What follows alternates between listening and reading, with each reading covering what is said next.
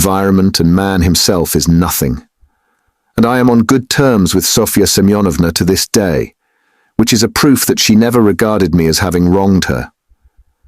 I am trying now to attract her to the community, but on quite a different footing. What are you laughing at? We are trying to establish a community of our own, a special one on a broader basis. We have gone further in our convictions. We reject more. And meanwhile, I'm still developing Sofya Semyonovna. She has a beautiful, beautiful character. And you take advantage of her fine character, eh? No, oh no, on the contrary. Oh, on the contrary, a queer thing to say. Believe me, why should I disguise it? In fact, I feel it strange myself, how timid, chaste and modern she is with me. And you, of course, are developing her, trying to prove to her that all that modesty is nonsense? Not at all, not at all. How coarsely, how stupidly, excuse me saying so, you misunderstand the word development. Good heavens, how crude you still are. We are striving for the freedom of women, and you have only one idea in your head. Setting aside the general question of chastity and feminine modesty as useless in themselves and indeed prejudices, I fully accept her chastity with me because that's for her to decide. Of course, if she were to tell me herself that she wanted me, I should think myself very lucky because I like the girl very much. But as it is, no one has ever treated her more courteously than I, with more respect for her dignity. I wait in hopes, that's all. You had much better make her a present of something. I bet you never thought of that. You don't understand, as I've told you already. Of course she is in such a position, but it's another question. Quite another question. You simply despise her. Seeing a fact which you mistakenly consider deserving of contempt, you refuse to take a humane view of a fellow creature. You don't know what a character she is. I am only sorry that of late she has quite given up reading and borrowing books. I used to lend them to her. I am sorry too that with all the energy and resolution in protesting, which she has already shown once, she has little self-reliance, little, so to say, independence, so as to break free from certain prejudices and certain foolish ideas. Yet she thoroughly understands some questions, for instance about kissing of hands, that is, that it's an insult to a woman for a man to kiss her hand, because it's a sign of inequality. We had a debate about it and I described it to her. She listened attentively to an account of the workmen's associations in France, too. Now I'm explaining the question of coming into the room in the future society. And what's that, pray? We had a debate lately on the question, has a member of the community the right to enter another member's room, whether man or woman, at any time? And we decided that he has. It might be at an inconvenient moment. Lebeziatnikov was really angry. You are always thinking of something unpleasant, he cried with aversion. Tfu! How vexed I am that when I was expounding our system, I referred prematurely to the question of personal privacy. It's always a stumbling block to people like you. They turn it into ridicule before they understand it, and how proud they are of it too. Tfu! I've often maintained that that question should not be approached by a novice till he has a firm faith in the system. And tell me, please, what do you find so shameful even in cesspools? I should be the first to be ready to clean out any cesspool you like. And it's not a question of self-sacrifice, it's simply work, honorable, useful work, which is as good as any other, and much better than the work of a Raphael and a Pushkin, because it is more useful. And more honorable, he. What do you mean by more honorable? I don't understand such expressions to describe human activity. More honorable, nobler. All those are old-fashioned prejudices which I reject. Everything which is of use to mankind is honorable. I only understand one word, useful. You can snigger as much as you like, but that's so. Pyotr Petrovitch laughed heartily. He had finished counting the money and was putting it away. But some of the notes he left on the table. The cesspool question had already been a subject of dispute between them. What was absurd was that it made Lebeziatnikov really angry, while it amused Luzhin, and at that moment he particularly wanted to anger his young friend. "It's your ill luck yesterday that makes you so ill-humored and annoying," blurted out Lebeziatnikov, who, in spite of his independence and his protests, did not venture to oppose Pyotr Petrovitch, and still behaved to him with some of the respect habitual in earlier years.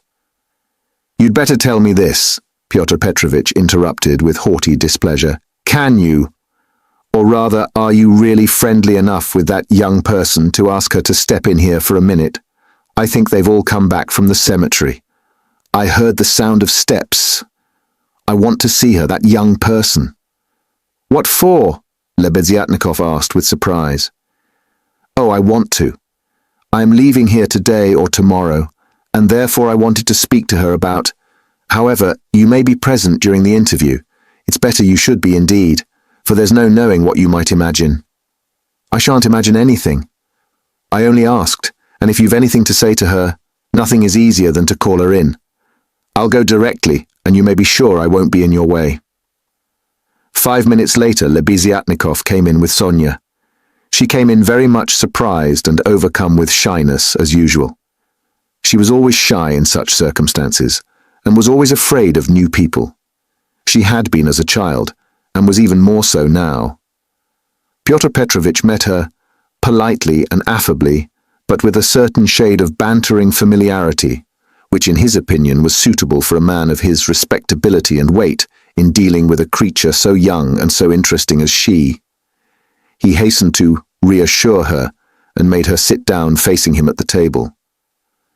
Sonia sat down, looked about her, at Lebeziatnikov, at the notes lying on the table, and then again at Pyotr Petrovitch, and her eyes remained riveted on him. Lebeziatnikov was moving to the door. Pyotr Petrovitch signed to Sonia to remain seated and stopped Lebeziatnikov. "Is Raskolnikov in there? Has he come?" he asked him in a whisper. "Raskolnikov? Yes, why? Yes, he is there. I saw him just come in. Why?" "Well, I particularly beg you to remain here with us and not to leave me alone with this young woman. I only want a few words with her, but God knows what they may make of it. I shouldn't like Raskolnikov to repeat anything. You understand what I mean?" "I understand." Lebeziatnikov saw the point. "Yes, you are right. Of course I am convinced personally that you have no reason to be uneasy, but still, you are right. Certainly I'll stay. I'll stand here at the window and not be in your way." "I think you are right." Pyotr Petrovitch returned to the sofa, sat down opposite Sonia, looked attentively at her, and assumed an extremely dignified, even severe expression, as much as to say, "Don't you make any mistake, madam." Sonia was overwhelmed with embarrassment. "In the first place, Sofya Semyonovna, will you make my excuses to your respected mamma? That's right, isn't it? Katerina Ivanovna stands in the place of a mother to you?" Pyotr Petrovitch began with great dignity, though affably. It was evident that his intentions were friendly. "Quite so, yes, the place of a mother," Sonia answered, timidly and hurriedly. "Then will you make my apologies to her? Through inevitable circumstances I am forced to be absent and shall not be at the dinner in spite of your mamma's kind invitation." "Yes, I'll tell her, at once."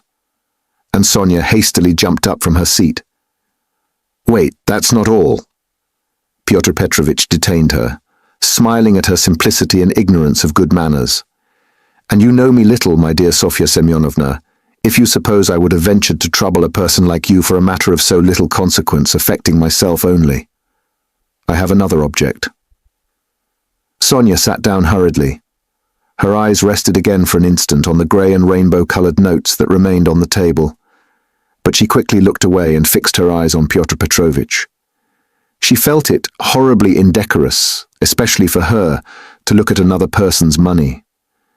She stared at the gold eyeglass which Pyotr Petrovitch held in his left hand, and at the massive and extremely handsome ring with a yellow stone on his middle finger. But suddenly she looked away, and not knowing where to turn, ended by staring Pyotr Petrovitch again, straight in the face. After a pause of still greater dignity, he continued, "I chanced yesterday in passing to exchange a couple of words with Katerina Ivanovna, poor woman. That was sufficient to enable me to ascertain that she is in a position, preternatural, if one may so express it. Yes, preternatural, Sonia hurriedly assented. Or it would be simpler and more comprehensible to say ill. Yes, simpler and more Yes, ill. Quite so.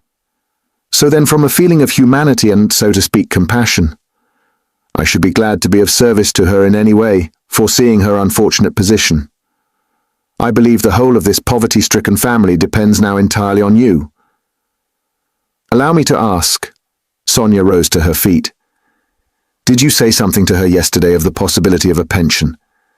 Because she told me you had undertaken to get her one. Was that true? Not in the slightest, and indeed it's an absurdity. I merely hinted at her obtaining temporary assistance as the widow of an official who had died in the service, if only she has patronage, but apparently your late parent had not served his full term and had not indeed been in the service at all of late. In fact, if there could be any hope, it would be very ephemeral, because there would be no claim for assistance in that case, far from it, and she is dreaming of a pension already, A go-ahead lady. Yes, she is, for she is credulous and good-hearted, and she believes everything from the goodness of her heart, and she is like that.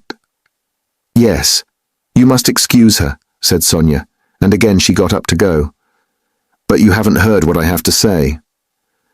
No, I haven't heard, muttered Sonia. Then sit down. She was terribly confused. She sat down again a third time. Seeing her position with her unfortunate little ones, I should be glad, as I have said before, so far as lies in my power, to be of service. That is, so far as is in my power, not more. One might, for instance, get up a subscription for her, or a lottery, something of the sort, such as is always arranged in such cases by friends or even outsiders desirous of assisting people. It was of that I intended to speak to you. It might be done. Yes, yes, God will repay you for it, faltered Sonia, gazing intently at Pyotr Petrovitch.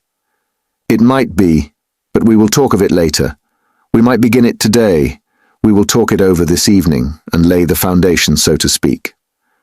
Come to me at 7 o'clock. Mr. Lebeziatnikov, I hope, will assist us. But there is one circumstance of which I ought to warn you beforehand, and for which I venture to trouble you, Sofya Semyonovna, to come here. In my opinion, money cannot be. Indeed, it's unsafe to put it into Katerina Ivanovna's own hands. The dinner today is a proof of that, though she has not, so to speak, a crust of bread for tomorrow and, well, boots or shoes or anything. She has bought today Jamaica rum, and even, I believe, Madeira and coffee. I saw it as I passed through. Tomorrow it will all fall upon you again. They won't have a crust of bread. It's absurd, really. And so, to my thinking, a subscription ought to be raised, so that the unhappy widow should not know of the money. But only you, for instance. Am I right? I don't know. This is only today, once in her life. She was so anxious to do honor, to celebrate the memory. And she is very sensible. But just as you think, and I shall be very, they will all be. And God will reward. And the orphans. Sonia burst into tears. Very well then. Keep it in mind.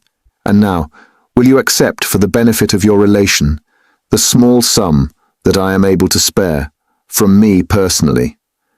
I am very anxious that my name should not be mentioned in connection with it. Here, having, so to speak, anxieties of my own, I cannot do more. And Pyotr Petrovitch held out to Sonia a 10-ruble note carefully unfolded. Sonia took it, flushed crimson, jumped up, muttered something and began taking leave. Pyotr Petrovitch accompanied her ceremoniously to the door. She got out of the room at last, agitated and distressed, and returned to Katerina Ivanovna, overwhelmed with confusion. All this time, Lebeziatnikov had stood at the window or walked about the room, anxious not to interrupt the conversation. When Sonia had gone, he walked up to Pyotr Petrovitch and solemnly held out his hand. "I heard and saw everything," he said, laying stress on the last verb. "That is honourable. I mean to say, it's humane. You wanted to avoid gratitude, I saw. And although I cannot, I confess, in principle, sympathise with private charity, for it not only fails to eradicate the evil but even promotes it, yet I must admit that I saw your action with pleasure. Yes, yes, I like it." "That's all nonsense," muttered Pyotr Petrovitch, somewhat disconcerted, looking carefully at Lebeziatnikov. "No, it's not nonsense. A man who has suffered distress and annoyance as you did yesterday and who yet can sympathize with the misery of others, such a man, even though he is making a social mistake, is still deserving of respect. I did not expect it indeed of you, Pyotr Petrovitch, especially as according to your ideas. Oh, what a drawback your ideas are to you. How distressed you are, for instance, by your ill luck yesterday," cried the simple-hearted Lebeziatnikov, who felt a return of affection for Pyotr Petrovitch. "And what do you want with marriage? With legal marriage, my dear noble Pyotr Petrovitch? Why do you cling to this legality of marriage? Well, you may beat me if you like, but I am glad, positively glad it hasn't come off, that you are free, that you are not quite lost for humanity. You see, I've spoken my mind. Because I don't want in your free marriage to be made a fool of and to bring up another man's children. That's why I want legal marriage," Luzhin replied, in order to make some answer. He seemed preoccupied by something. "Children? You referred to children." Lebeziatnikov started off like a warhorse at the trumpet call. "Children are a social question and a question of first importance, I agree. But the question of children has another solution. Some refuse to have children altogether, because they suggest the institution of the family. We'll speak of children later, but now as to the question of honor, I confess that's my weak point. That horrid, military Pushkin expression is unthinkable in the dictionary of the future. What does it mean, indeed? It's nonsense. There will be no deception in a free marriage. That is only the natural consequence of a legal marriage, so to say. It's corrective, a protest. So that indeed it's not humiliating. And if I ever, to suppose an absurdity, were to be legally married, I should be positively glad of it. I should say to my wife, 'My dear, hitherto I have loved you. Now I respect you, for you've shown you can protest.' You laugh. That's because you are incapable of getting away from prejudices. Confound it all. I understand now where the unpleasantness is of being deceived in a legal marriage. But it's simply a despicable consequence of a despicable position in which both are humiliated. When the deception is open, as in a free marriage, then it does not exist. It's unthinkable. Your wife will only prove how she respects you by considering you incapable of opposing her happiness and avenging yourself on her for her new husband. Damn it all! I sometimes dream if I were to be married. Phoo! I mean, if I were to marry legally or not, it's just the same. I should present my wife with a lover if she had not found one for herself. My dear, I should say, I love you, but even more than that, I desire you to respect me. See?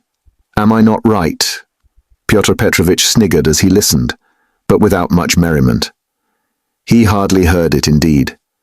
He was preoccupied with something else, and even Lebeziatnikov at last noticed it. Pyotr Petrovitch seemed excited and rubbed his hands. Lebeziatnikov remembered all this and reflected upon it afterwards. Chapter 2. It would be difficult to explain exactly what could have originated the idea of that senseless dinner in Katerina Ivanovna's disordered brain. Nearly 10 of the 20 rubles given by Raskolnikov for Marmeladov's funeral were wasted upon it. Possibly Katerina Ivanovna felt obliged to honor the memory of the deceased suitably, that all the lodgers, and still more Amalia Ivanovna, might know that he was in no way their inferior and perhaps very much their superior, and that no one had the right to turn up his nose at him. Perhaps the chief element was that peculiar poor man's pride, which compels many poor people to spend their last savings on some traditional social ceremony, simply in order to do like other people, and not to be looked down upon.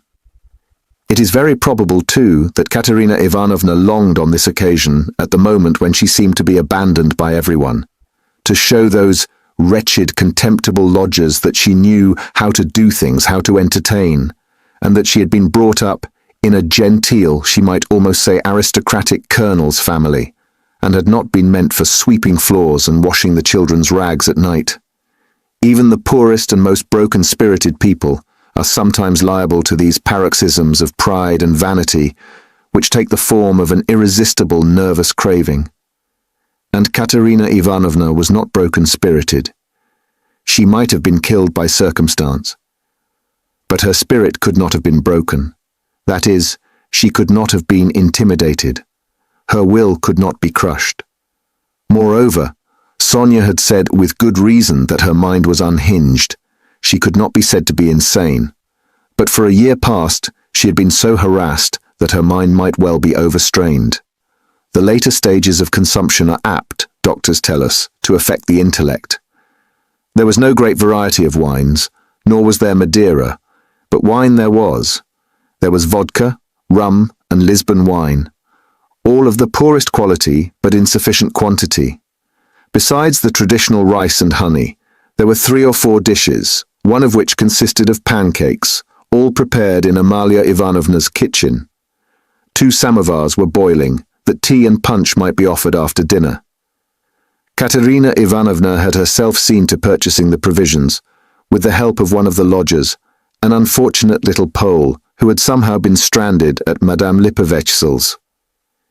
He promptly put himself at Katerina Ivanovna's disposal, and had been all that morning and all the day before, running about as fast as his legs could carry him, and very anxious that everyone should be aware of it. For every trifle he ran to Katerina Ivanovna, even hunting her out at the bazaar, at every instant called her Pani.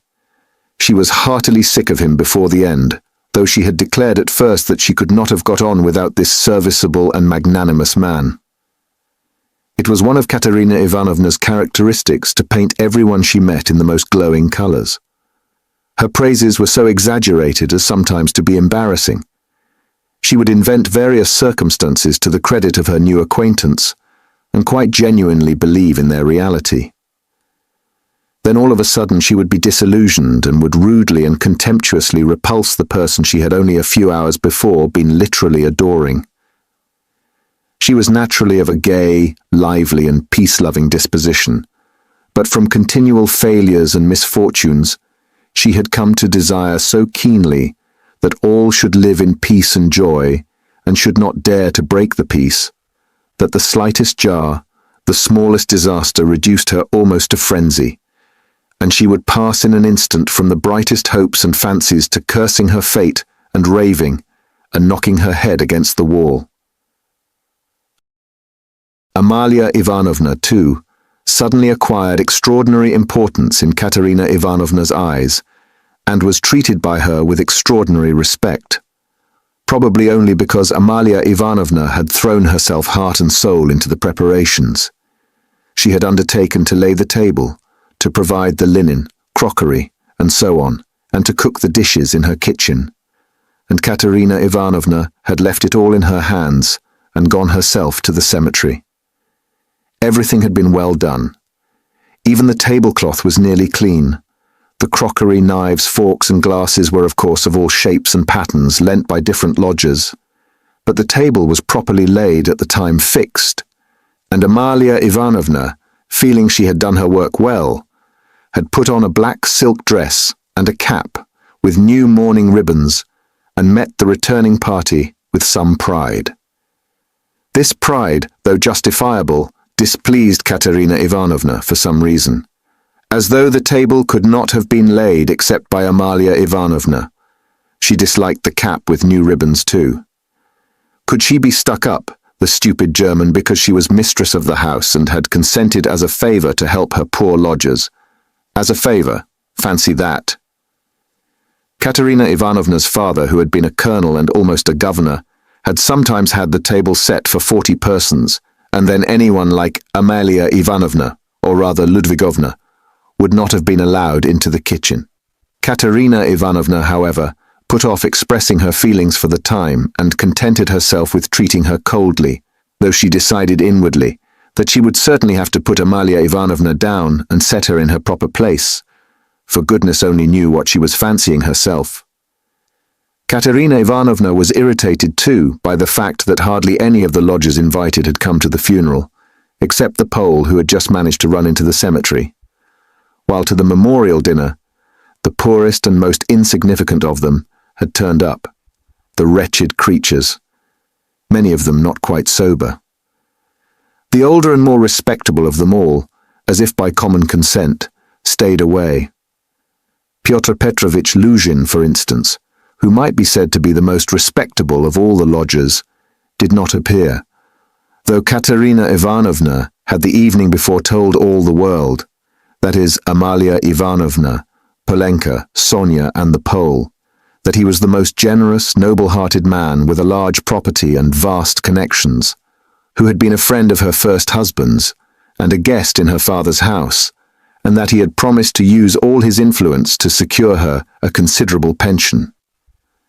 It must be noted that when Katerina Ivanovna exalted anyone's connections and fortune, it was without any ulterior motive, quite disinterestedly, for the mere pleasure of adding to the consequence of the person praised. Probably, taking his cue from Luzhin, that contemptible wretch Lebeziatnikov had not turned up either. What did he fancy himself? He was only asked out of kindness, and because he was sharing the same room with Pyotr Petrovitch and was a friend of his, so that it would have been awkward not to invite him. Among those who failed to appear were the genteel lady and her old maidish daughter, who had only been lodgers in the house for the last fortnight, but had several times complained of the noise and uproar in Katerina Ivanovna's room, especially when Marmeladov had come back drunk. Katerina Ivanovna heard this from Amalia Ivanovna, who, quarrelling with Katerina Ivanovna and threatening to turn the whole family out of doors, had shouted at her that they were not worth the foot of the honourable lodgers whom they were disturbing. Katerina Ivanovna determined now to invite this lady and her daughter, whose foot she was not worth, and who had turned away haughtily when she casually met them, so that they might know that she was more noble in her thoughts and feelings and did not harbour malice, and might see that she was not accustomed to her way of living. She had proposed to make this clear to them at dinner, with allusions to her late father's governorship, and also at the same time to hint that it was exceedingly stupid of them to turn away on meeting her.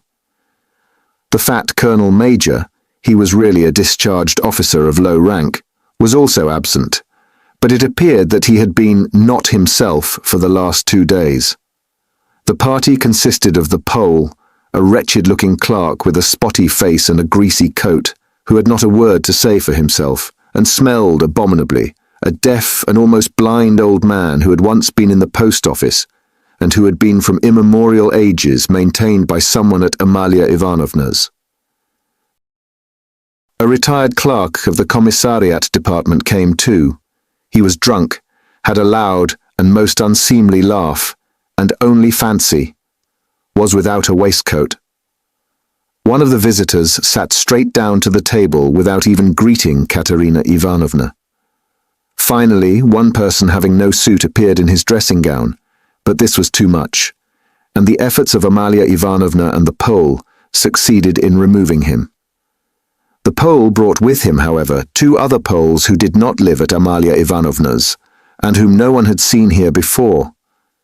All this irritated Katerina Ivanovna intensely.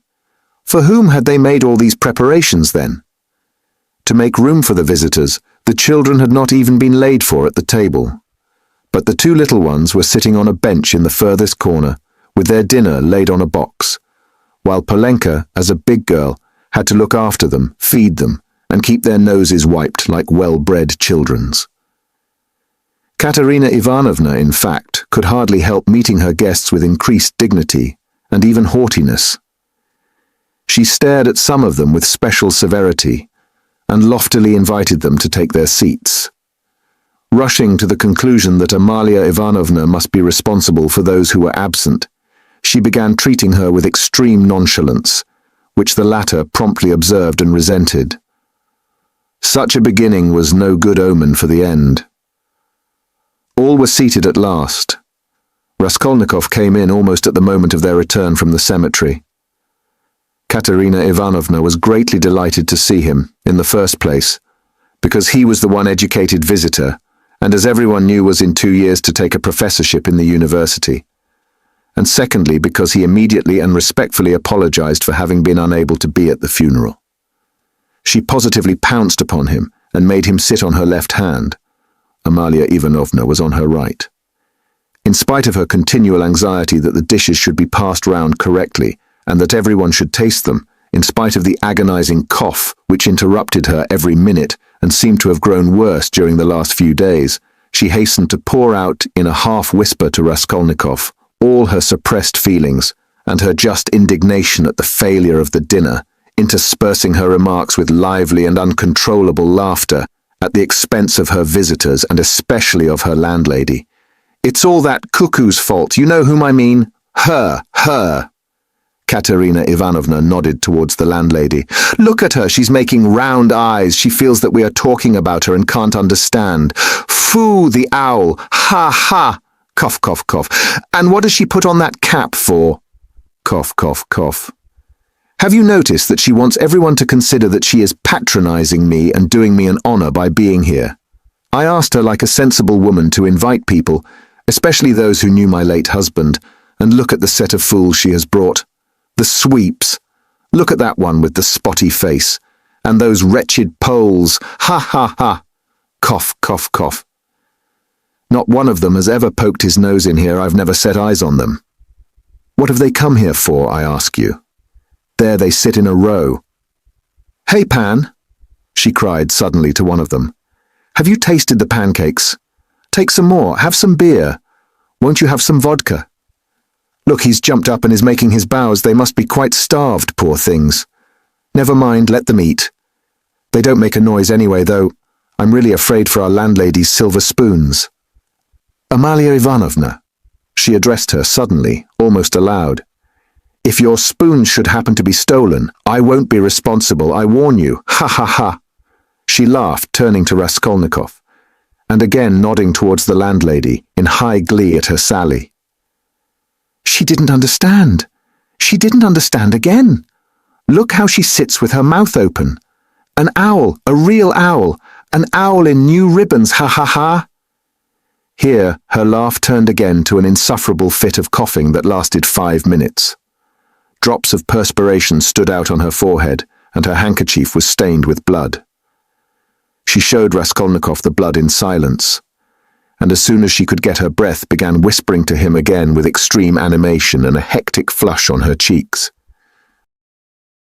Do you know, I gave her the most delicate instructions, so to speak, for inviting that lady and her daughter. You understand of whom I am speaking?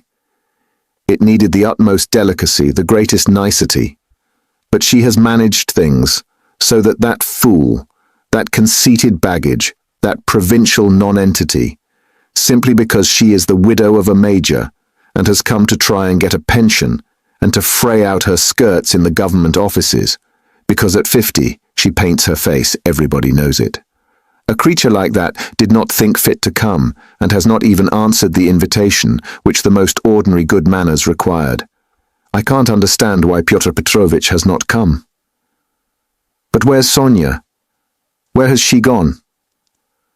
Ah, there she is at last. What is it, Sonia? Where have you been? It's odd that even at your father's funeral you should be so unpunctual. Rodion Romanovitch, make room for her beside you.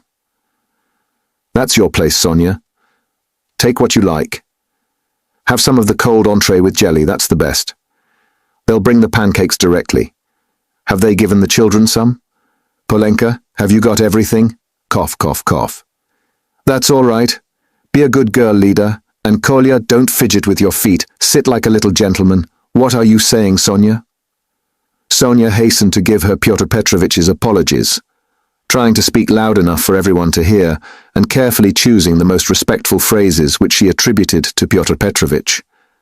She added that Pyotr Petrovitch had particularly told her to say that, as soon as he possibly could, he would come immediately to discuss business alone with her, and to consider what could be done for her, and so on and so forth.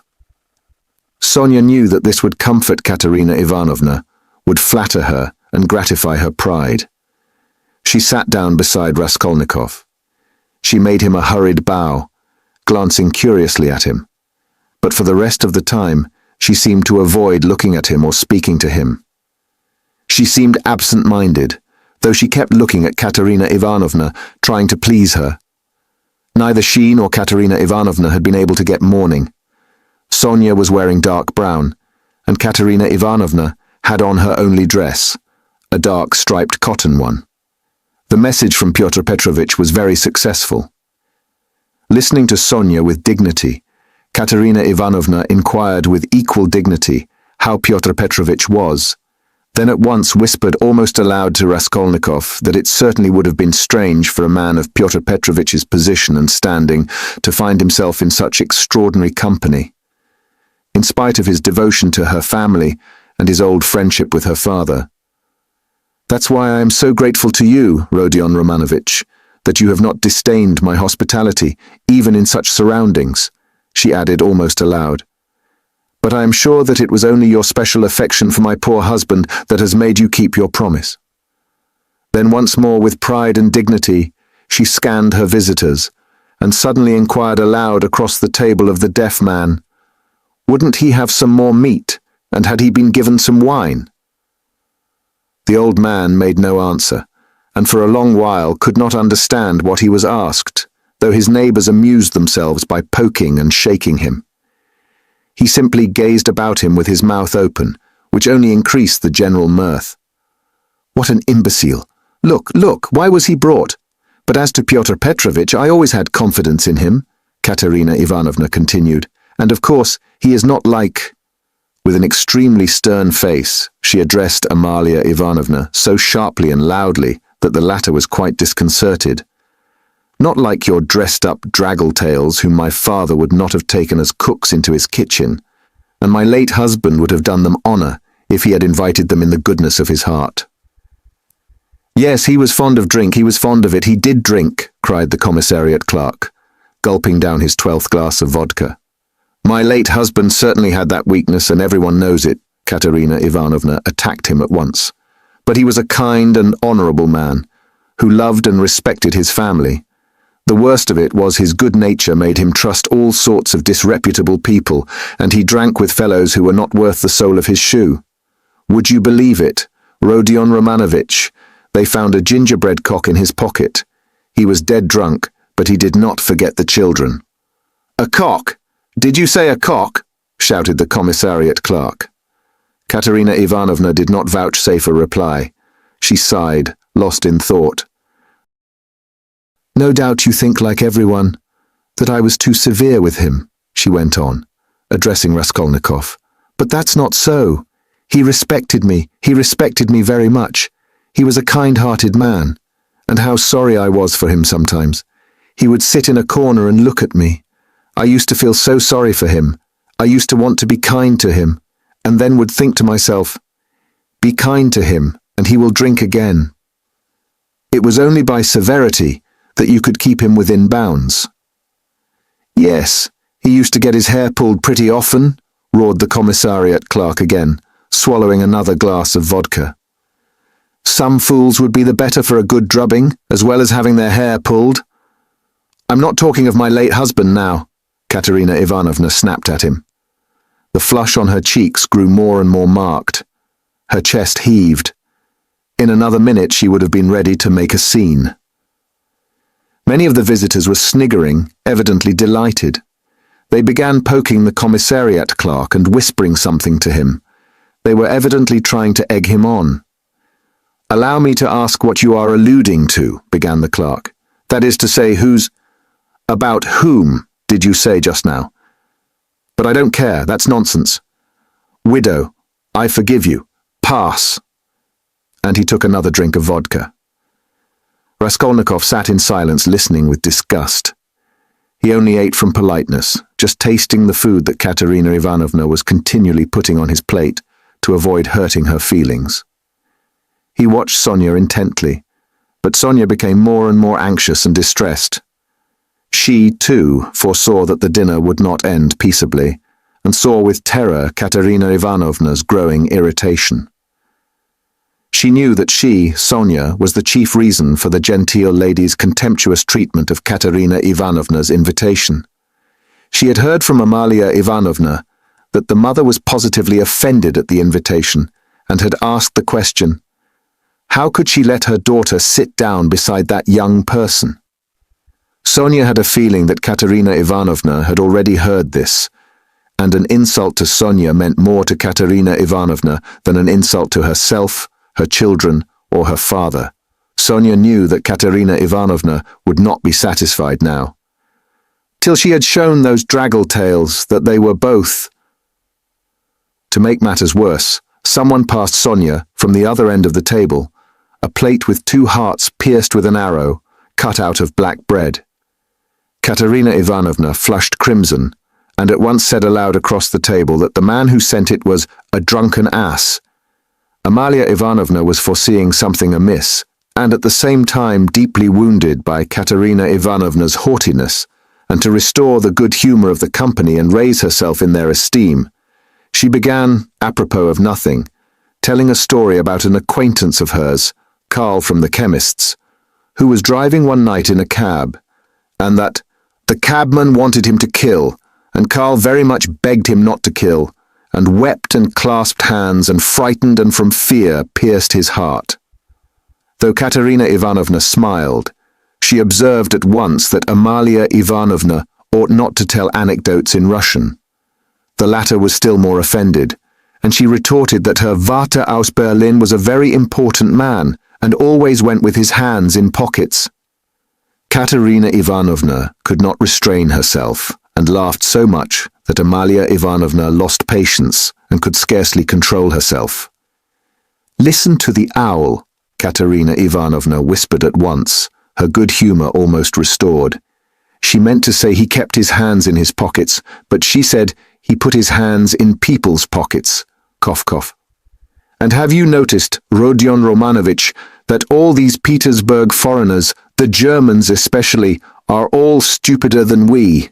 Can you fancy any one of us telling how Karl from the chemist's pierced his heart from fear, and that the idiot, instead of punishing the cabman, clasped his hands and wept, and much begged? Ah, the fool!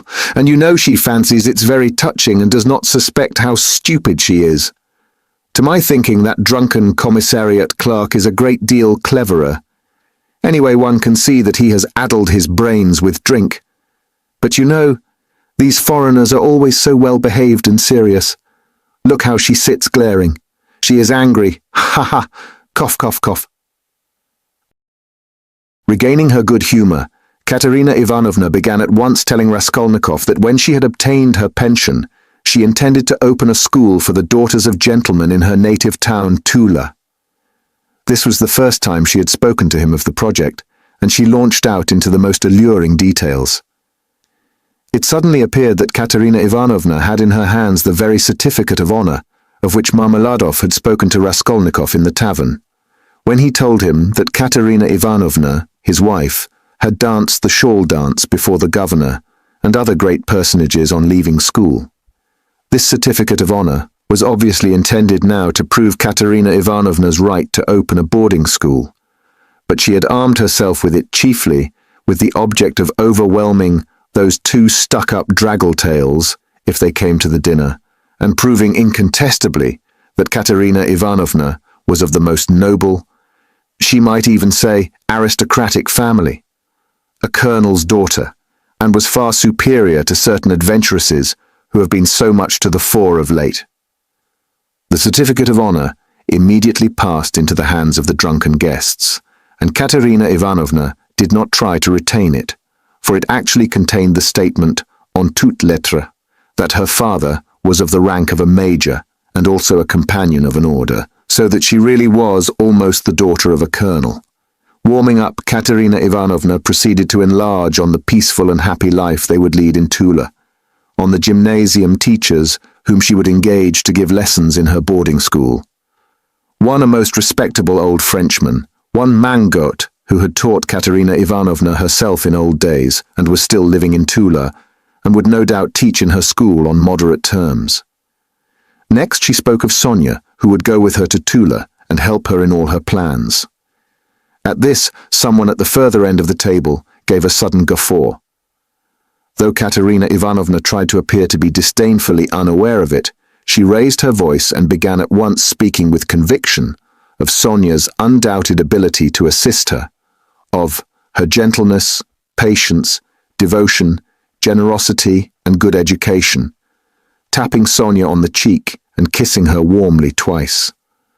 Sonia flushed crimson, and Katerina Ivanovna suddenly burst into tears, immediately observing that she was nervous and silly, that she was too much upset, that it was time to finish, and as the dinner was over, it was time to hand round the tea.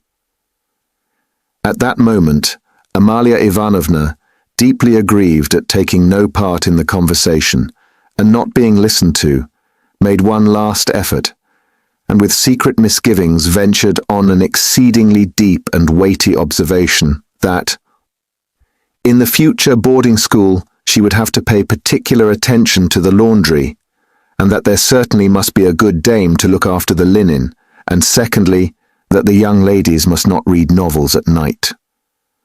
Katerina Ivanovna, who certainly was upset and very tired, as well as heartily sick of the dinner, at once cut short Amalia Ivanovna, saying she knew nothing about it and was talking nonsense, that it was the business of the laundry maid, and not of the directress of a high-class boarding school to look after the laundry.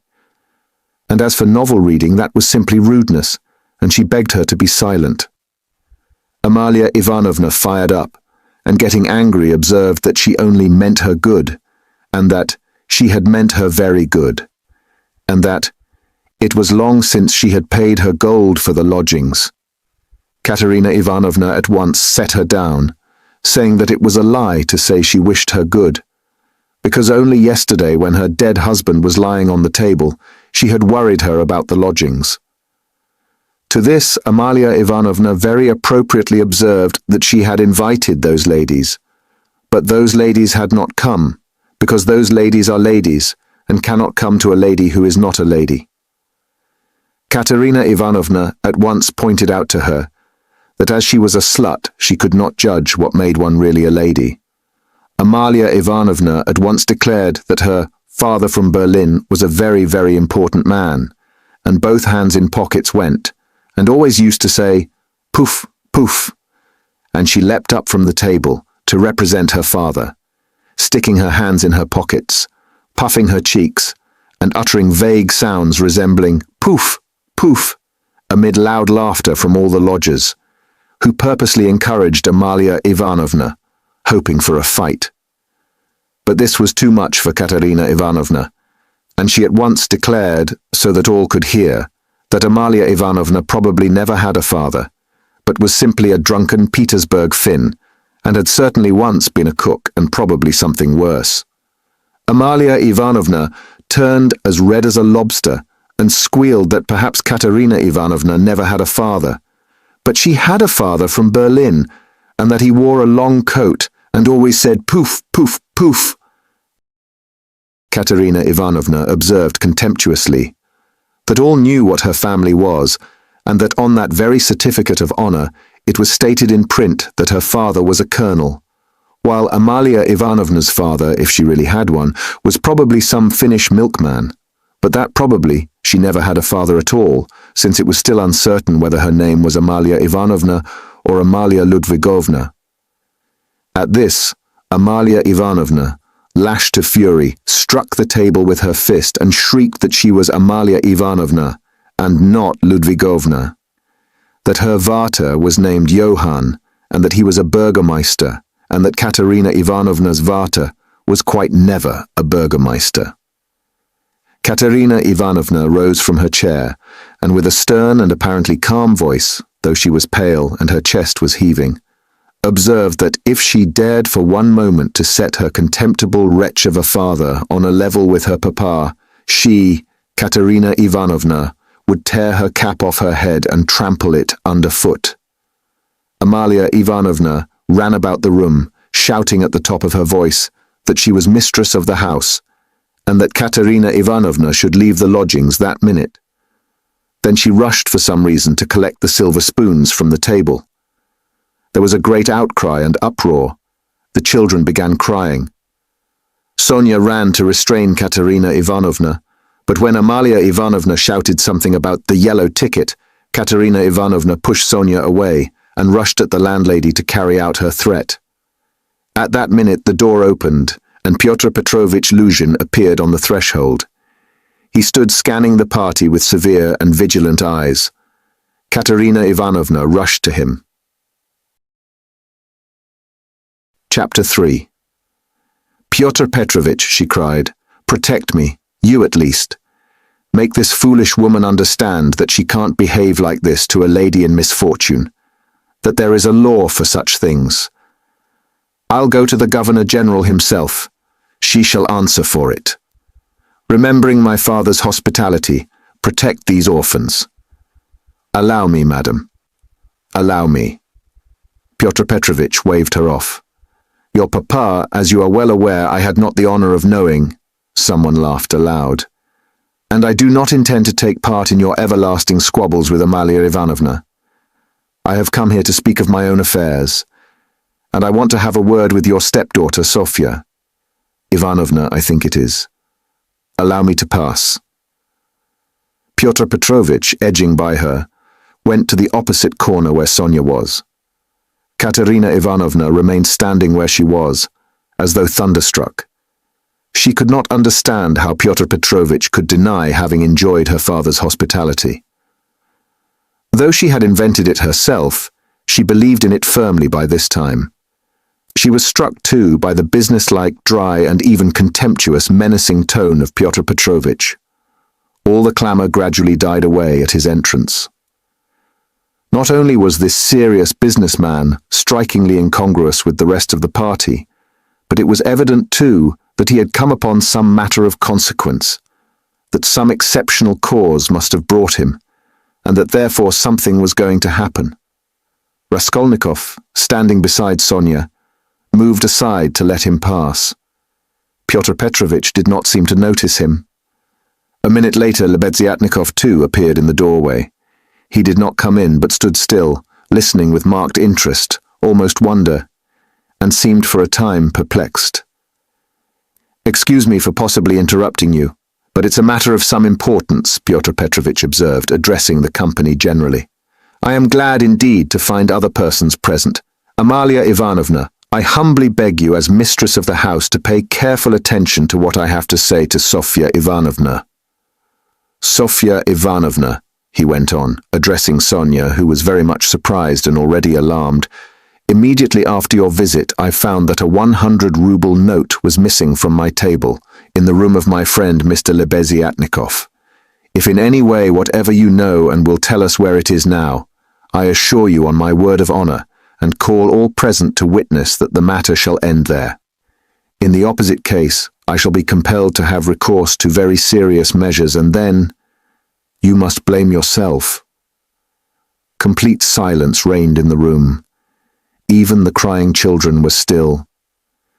Sonia stood deadly pale, staring at Luzhin and unable to say a word. She seemed not to understand. Some seconds passed. "Well, how is it to be then?" asked Luzhin, looking intently at her. "I don't know. I know nothing about it," Sonia articulated faintly at last. "No, you know nothing," Luzhin repeated, and again he paused for some seconds. "Think a moment, mademoiselle," he began severely, but still, as it were, admonishing her. "Reflect. I am prepared to give you time for consideration. Kindly observe this. If I were not so entirely convinced I should not, you may be sure, with my experience, venture to accuse you so directly. Seeing that for such direct accusation before witnesses, if false or even mistaken, I should myself in a certain sense be made responsible, I am aware of that. This morning, I changed for my own purposes several 5% securities for the sum of approximately 3,000 rubles. The account is noted down in my pocketbook. On my return home, I proceeded to count the money, as Mr. Lebeziatnikov will bear witness, and after counting 2,300 rubles, I put the rest in my pocketbook in my coat pocket. About 500 rubles remained on the table, and among them 3 notes of 100 rubles each. At that moment you entered, at my invitation, and all the time you were present you were exceedingly embarrassed, so that 3 times you jumped up in the middle of the conversation and tried to make off. Mr. Lebeziatnikov can bear witness to this. You yourself, mademoiselle, probably will not refuse to confirm my statement that I invited you through Mr. Lebeziatnikov solely in order to discuss with you the hopeless and destitute position of your relative, Katerina Ivanovna, whose dinner I was unable to attend, and the advisability of getting up something of the nature of a subscription, lottery or the like, for her benefit. You thanked me and even shed tears. I describe all this as it took place, primarily to recall it to your mind, and secondly to show you that not the slightest detail has escaped my recollection. Then I took a 10-ruble note from the table and handed it to you by way of the first installment on my part for the benefit of your relative. Mr. Lebeziatnikov saw all this. Then I accompanied you to the door, you being still in the same state of embarrassment, after which, being left alone with Mr. Lebeziatnikov, I talked to him for 10 minutes. Then Mr. Lebeziatnikov went out, and I returned to the table with the money lying on it, intending to count it and to put it aside, as I proposed doing before. To my surprise, 100-ruble note had disappeared. Kindly consider the position. Mr. Lebeziatnikov I cannot suspect. I am ashamed to allude to such a supposition.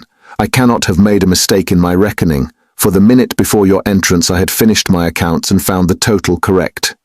You will admit that recollecting your embarrassment, your eagerness to get away, and the fact that you kept your hands for some time on the table, and taking into consideration your social position and the habits associated with it, I was, so to say, with horror and positively against my will, compelled to entertain a suspicion, a cruel but justifiable suspicion.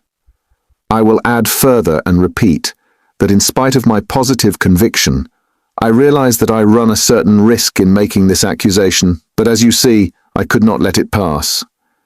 I have taken action, and I will tell you why. Solely, madam, solely, owing to your black ingratitude. Why? I invite you for the benefit of your destitute relative.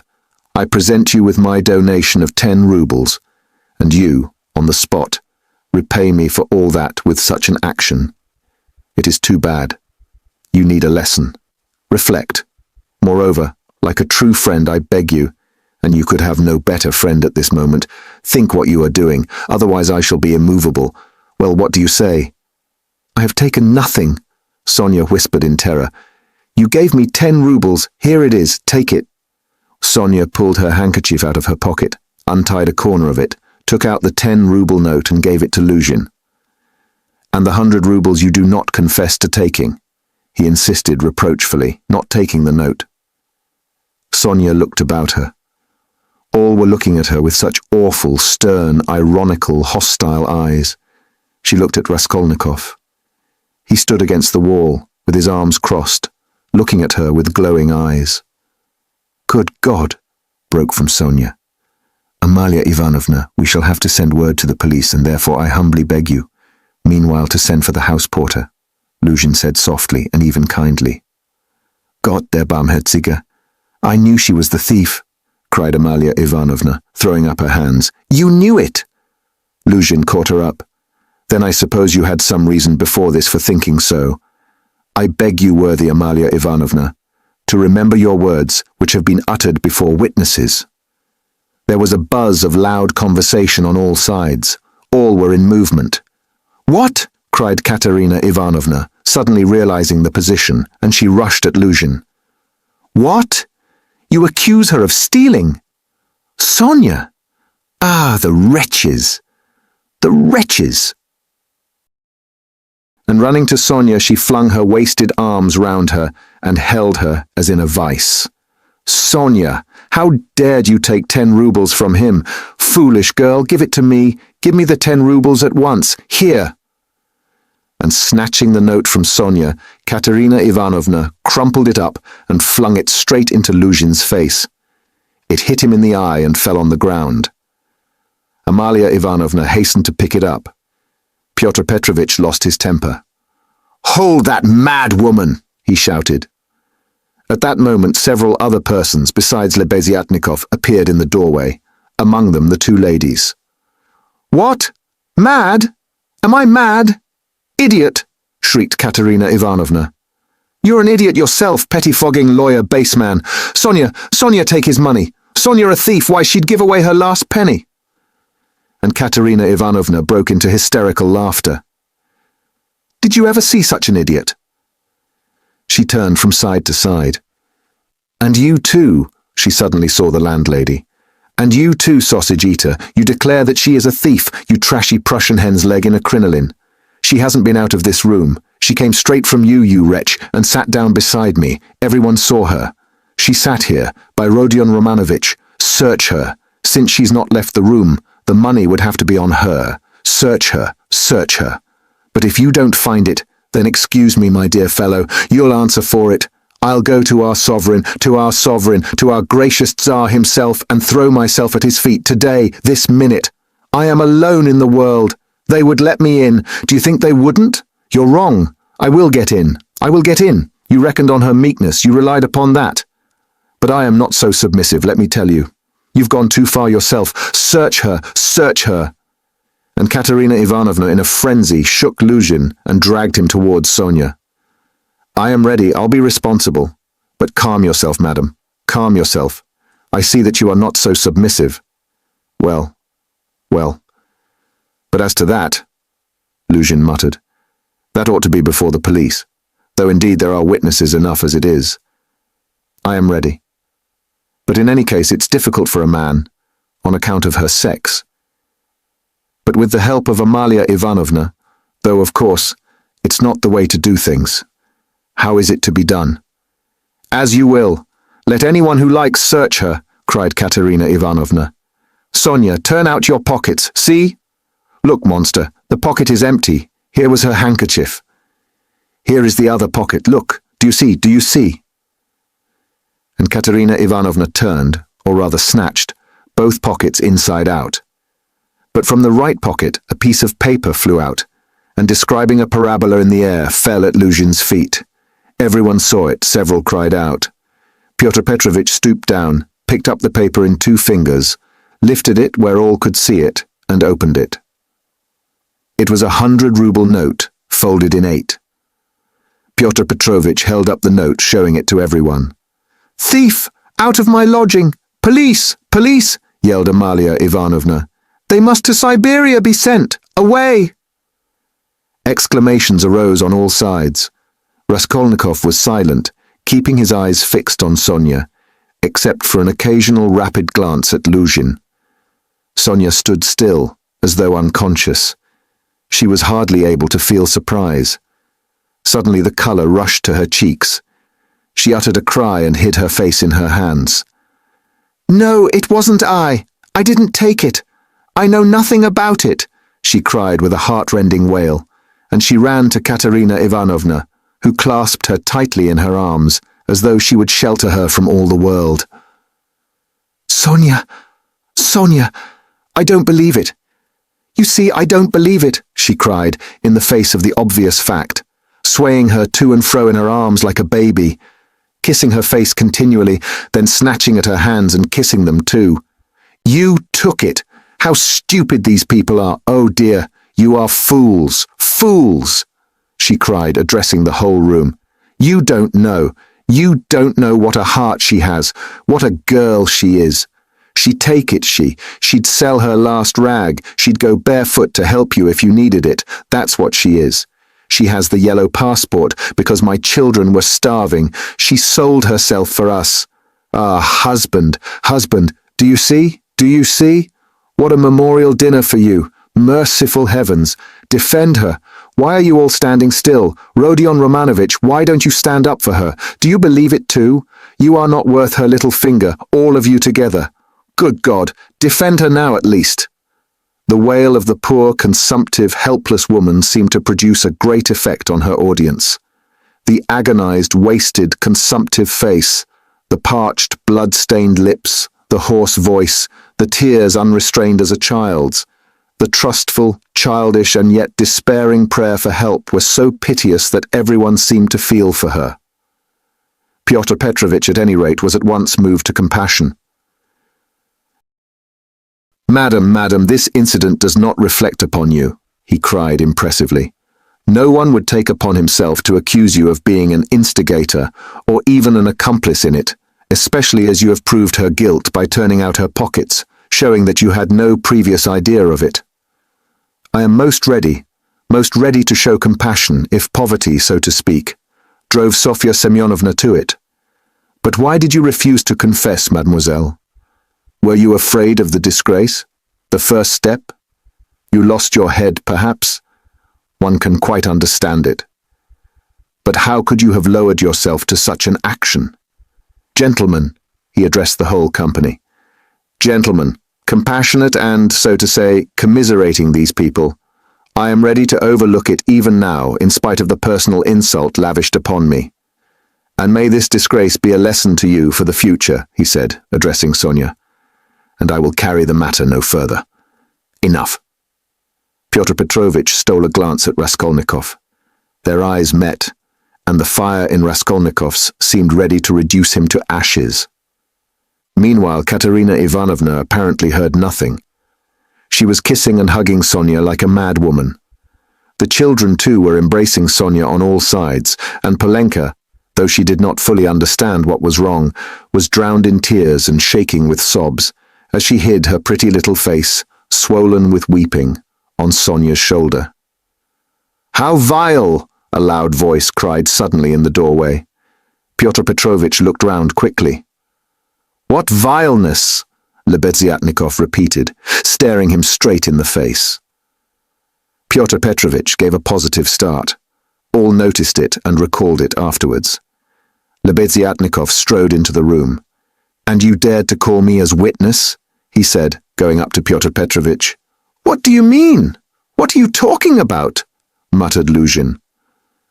"I mean that you are a slanderer, that's what my words mean," Lebeziatnikov said hotly, looking sternly at him with his short-sighted eyes.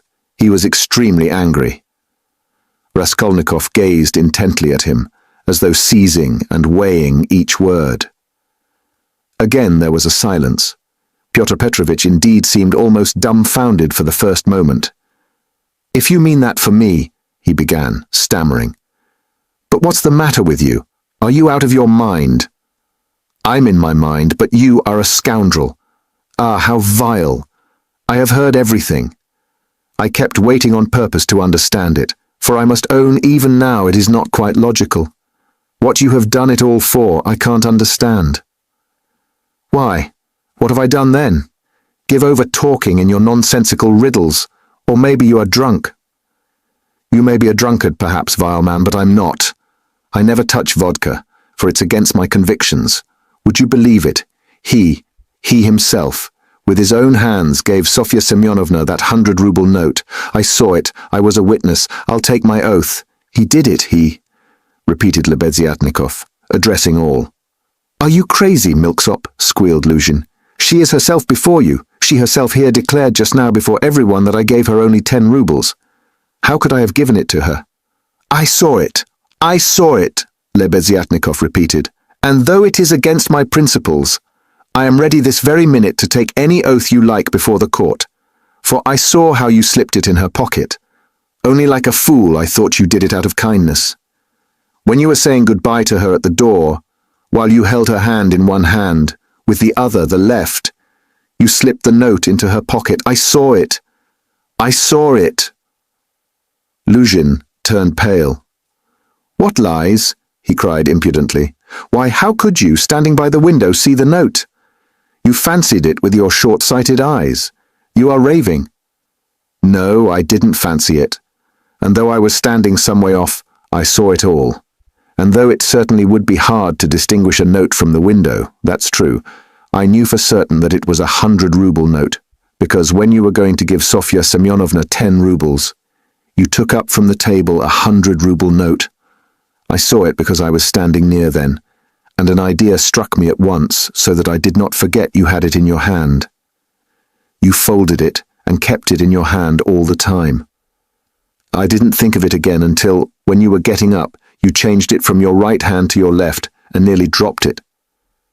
I noticed it because the same idea struck me again, that you meant to do her a kindness without my seeing. You can fancy how I watched you, and I saw how you succeeded in slipping it into her pocket. I saw it. I saw it. I'll take my oath. Lebeziatnikov was almost breathless. Exclamations arose on all hands, chiefly expressive of wonder, but some were menacing in tone. They all crowded round Pyotr Petrovitch. Katerina Ivanovna flew to Lebeziatnikov. I was mistaken in you. Protect her.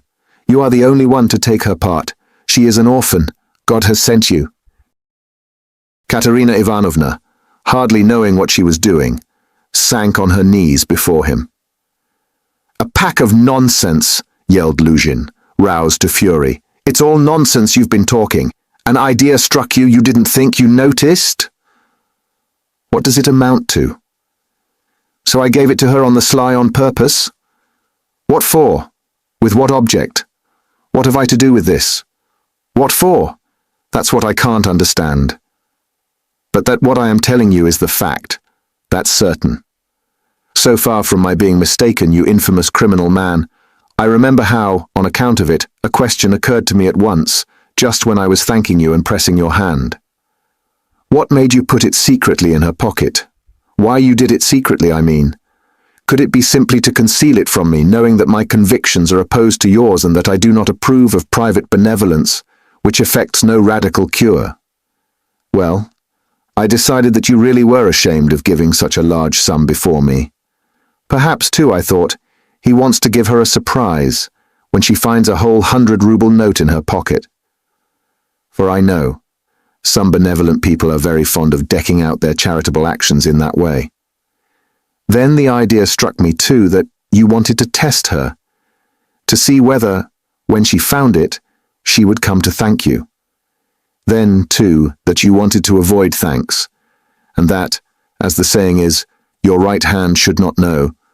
Something of that sort, in fact. I thought of so many possibilities that I put off considering it, but still thought it indelicate to show you that I knew your secret. But another idea struck me again, that Sofya Semyonovna might easily lose the money before she noticed it. That was why I decided to come in here to call her out of the room and to tell her that you put 100 rubles in her pocket. But on my way I went first to Madame Kobilatnikov's to take them the general treatise on the positive method, and especially to recommend Pidery's article, and also Wagner's. Then I come on here, and what a state of things I find. Now could I have all these ideas and reflections if I had not seen you put the 100-ruble note in her pocket? When Lebeziatnikov finished his long-winded harangue with the logical deduction at the end, he was quite tired, and the perspiration streamed from his face. He could not, alas, even express himself correctly in Russian, though he knew no other language, so that he was quite exhausted, almost emaciated after this heroic exploit. But his speech produced a powerful effect. He had spoken with such vehemence, with such conviction, that everyone obviously believed him. Pyotr Petrovitch felt that things were going badly with him. "What is it to do with me if silly ideas did occur to you?" he shouted. "That's no evidence. You may have dreamt it, that's all. And I tell you, you are lying, sir. You are lying and slandering from some spite against me, simply from pique, because I did not agree with your free-thinking, godless, social propositions." But this retort did not benefit Pyotr Petrovitch. Murmurs of disapproval were heard on all sides. "Ah, that's your line now, is it?" cried Lebeziatnikov. "That's nonsense. Call the police and I'll take my oath. There's only one thing I can't understand. What made him risk such a contemptible action? Oh, pitiful, despicable man. I can explain why he risked such an action, and if necessary, I too will swear to it," Raskolnikov said at last in a firm voice, and he stepped forward. He appeared to be firm and composed. Everyone felt clearly, from the very look of him, that he really knew about it, and that the mystery would be solved. "Now I can explain it all to myself," said Raskolnikov, addressing Lebeziatnikov. "From the very beginning of the business, I suspected that there was some scoundrelly intrigue at the bottom of it. I began to suspect it from some special circumstances known to me only, which I will explain at once to everyone. They account for everything. Your valuable evidence has finally made everything clear to me. I beg all to listen. This gentleman," he pointed to Luzhin, "was recently engaged to be married to a young lady, my sister, Avdotia Romanovna Raskolnikov. But coming to Petersburg, he quarreled with me, the day before yesterday, at our first meeting, and I drove him out of my room. I have 2 witnesses to prove it. He is a very spiteful man. The day before yesterday, I did not know that he was staying here, in your room, and that consequently, on the very day we quarreled, the day before yesterday, he saw me give Katerina Ivanovna some money for the funeral, as a friend of the late Mr. Marmeladov. He at once wrote a note to my mother and informed her that I had given away all my money, not to Katerina Ivanovna, but to Sofya Semyonovna, and referred in a most contemptible way to the character of Sofya Semyonovna, that is, hinted at the character of my attitude to Sofya Semyonovna. All this, you understand, was with the object of dividing me from my mother and sister, by insinuating that I was squandering on unworthy objects the money which they had sent me, and which was all they had. Yesterday evening, before my mother and sister and in his presence, I declared that I had given the money to Katerina Ivanovna for the funeral, and not to Sofya Semyonovna, and that I had no acquaintance with Sofya Semyonovna, and had never seen her before. Indeed. At the same time I added that he, Pyotr Petrovitch Luzhin, with all his virtues, was not worth Sofya Semyonovna's little finger, though he spoke so ill of her. To his question, would I let Sofya Semyonovna sit down beside my sister, I answered that I had already done so that day. Irritated that my mother and sister were unwilling to quarrel with me at his insinuations, he gradually began being unpardonably rude to them. A final rupture took place, and he was turned out of the house. All this happened yesterday evening. Now I beg your special attention. Consider, if he had now succeeded in proving that Sofya Semyonovna was a thief, he would have shown to my mother and sister that he was almost right in his suspicions, that he had reason to be angry at my putting my sister on a level with Sofya Semyonovna, that, in attacking me, he was protecting and preserving the honor of my sister, his betrothed. In fact, he might even, through all this, have been able to estrange me from my family, and no doubt he hoped to be restored to favor with them, to say nothing of revenging himself on me personally, for he has grounds for supposing that the honor and happiness of Sofya Semyonovna are very precious to me. That was what he was working for, that's how I understand it, that's the whole reason for it, and there can be no other. It was like this, or somewhat like this, that Raskolnikov wound up his speech, which was followed very attentively, though often interrupted by exclamations from his audience. But in spite of interruptions, he spoke clearly, calmly, exactly, firmly. His decisive voice, his tone of conviction, and his stern face made a great impression on everyone. Yes, that's it, Lebeziatnikov assented gleefully. That must be it. For he asked me, as soon as Sofya Semyonovna came into our room, whether you were here, whether I had seen you among Katerina Ivanovna's guests. He called me aside to the window and asked me in secret. It was essential for him that you should be here. That's it. Luzhin smiled contemptuously and did not speak. But he was very pale. He seemed to be deliberating on some means of escape. Perhaps he would have been glad to give up everything and get away, but at the moment this was scarcely possible. It would have implied admitting the truth of the accusations brought against him. Moreover, the company, which had already been excited by drink, was now too much stirred to allow it. The commissariat clerk, though indeed he had not grasped the whole position, was shouting louder than anyone, and was making some suggestions very unpleasant to Luzhin. But not all those present were drunk. Lodgers came in from all the rooms. The three Poles were tremendously excited and were continually shouting at him, "The pan is a lajdak," and muttering threats in Polish. Sonia had been listening with strained attention, though she too seemed unable to grasp it all. She seemed as though she had just returned to consciousness.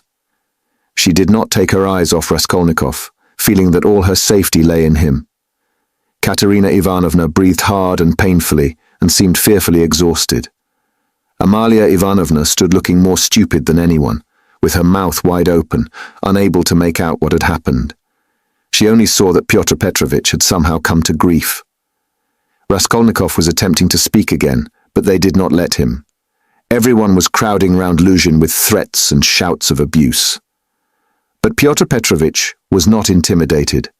Seeing that his accusation of Sonia had completely failed, he had recourse to insolence. "Allow me, gentlemen, allow me, don't squeeze, let me pass," he said, making his way through the crowd. "And no threats, if you please. I assure you it will be useless. You will gain nothing by it. On the contrary, you'll have to answer, gentlemen, for violently obstructing the course of justice. The thief has been more than unmasked, and I shall prosecute. Our judges are not so blind and not so drunk, and will not believe the testimony of two notorious infidels, agitators and atheists, who accuse me from motives of personal revenge which they are foolish enough to admit. Yes, allow me to pass. Don't let me find a trace of you in my room. Kindly leave at once, and everything is at an end between us. When I think of the trouble I've been taking, the way I've been expounding, all this fortnight. I told you myself today that I was going when you tried to keep me. Now I will simply add that you are a fool. I advise you to see a doctor for your brains and your short sight. Let me pass, gentlemen." He forced his way through. But the commissariat clerk was unwilling to let him off so easily. He picked up a glass from the table, brandished it in the air, and flung it at Pyotr Petrovitch. But the glass flew straight at Amalia Ivanovna. She screamed, and the clerk, overbalancing, fell heavily under the table. Pyotr Petrovitch made his way to his room, and half an hour later had left the house. Sonia, timid by nature, had felt before that day that she could be ill-treated more easily than anyone, and that she could be wronged with impunity. Yet till that moment, she had fancied that she might escape misfortune by care, gentleness, and submissiveness before everyone. Her disappointment was too great. She could, of course, bear with patience and almost without murmur anything, even this. But for the first minute she felt it too bitter.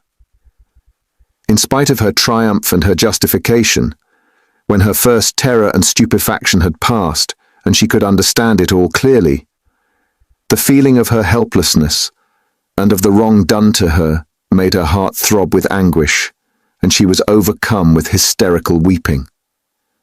At last, unable to bear any more, she rushed out of the room and ran home, almost immediately after Luzhin's departure. When amidst loud laughter the glass flew at Amalia Ivanovna, it was more than the landlady could endure. With a shriek she rushed like a fury at Katerina Ivanovna, considering her to blame for everything. "Out of my lodgings at once! Quick march!" And with these words she began snatching up everything she could lay her hands on that belonged to Katerina Ivanovna and throwing it on the floor. Katerina Ivanovna, pale, almost fainting and gasping for breath, jumped up from the bed where she had sunk in exhaustion and darted at Amalia Ivanovna. But the battle was too unequal. The landlady waved her away like a feather. "What? As though that godless calumny was not enough, this vile creature attacks me. What? On the day of my husband's funeral I am turned out of my lodging. After eating my bread and salt, she turns me into the street with my orphans. Where am I to go?" wailed the poor woman, sobbing and gasping. "Good God," she cried with flashing eyes. "Is there no justice upon earth? Whom should you protect if not us orphans? We shall see. There is law and justice on earth, there is, I will find it. Wait a bit, godless creature. Polenka, stay with the children, I'll come back. Wait for me, if you have to wait in the street. We will see whether there is justice on earth." And throwing over her head that green shawl which Marmeladov had mentioned to Raskolnikov, Katerina Ivanovna squeezed her way through the disorderly and drunken crowd of lodgers who still filled the room, and wailing and tearful she ran into the street, with a vague intention of going at once somewhere to find justice. Polenka, with the two little ones in her arms, crouched terrified on the trunk in the corner of the room, where she waited trembling for her mother to come back. Amalia Ivanovna raged about the room, shrieking, lamenting, and throwing everything she came across on the floor. The lodgers talked incoherently. Some commented to the best of their ability on what had happened, others quarrelled and swore at one another, while others struck up a song. "Now it's time for me to go," thought Raskolnikov. "Well, Sofya Semyonovna, we shall see what you'll say now." And he set off in the direction of Sonia's lodgings. Chapter 4. Raskolnikov had been a vigorous and active champion of Sonia against Luzhin, although he had such a load of horror and anguish in his own heart. But having gone through so much in the morning, he found a sort of relief in a change of sensations, apart from the strong personal feeling which impelled him to defend Sonia. He was agitated too, especially at some moments, by the thought of his approaching interview with Sonia. He had to tell her who had killed Lizaveta. He knew the terrible suffering it would be to him, and as it were, brushed away the thought of it. So when he cried as he left Katerina Ivanovna's, "Well, Sofya Semyonovna, we shall see what you will say now," he was still superficially excited, still vigorous and defiant from his triumph over Luzhin. But strange to say, by the time he reached Sonia's lodging, he felt a sudden impotence and fear. He stood still in hesitation at the door, asking himself the strange question: must he tell her who killed Lizaveta? It was a strange question, because he felt, at the very time, not only that he could not help telling her, but also that he could not put off the telling. He did not yet know why it must be so. He only felt it, and the agonizing sense of his impotence before the inevitable almost crushed him. To cut short his hesitation and suffering, he quickly opened the door and looked at Sonia from the doorway. She was sitting with her elbows on the table and her face in her hands. But seeing Raskolnikov, she got up at once and came to meet him as though she were expecting him. "What would have become of me but for you?" she said quickly, meeting him in the middle of the room. Evidently she was in haste to say this to him. It was what she had been waiting for. Raskolnikov went to the table and sat down on the chair from which she had only just risen. She stood facing him 2 steps away, just as she had done the day before. "Well, Sonia," he said, and felt that his voice was trembling. "It was all due to your social position and the habits associated with it. Did you understand that just now?" Her face showed her distress. "Only don't talk to me as you did yesterday," she interrupted him. "Please don't begin it. There is misery enough without that." She made haste to smile, afraid that he might not like the reproach. "I was silly to come away from there. What is happening there now? I wanted to go back directly, but I kept thinking that you would come." He told her that Amalia Ivanovna was turning them out of their lodging and that Katerina Ivanovna had run off somewhere to seek justice. "My God!" cried Sonia. "Let's go at once!" And she snatched up her cape. "It's everlastingly the same thing," said Raskolnikov irritably. "You've no thought except for them. Stay a little with me."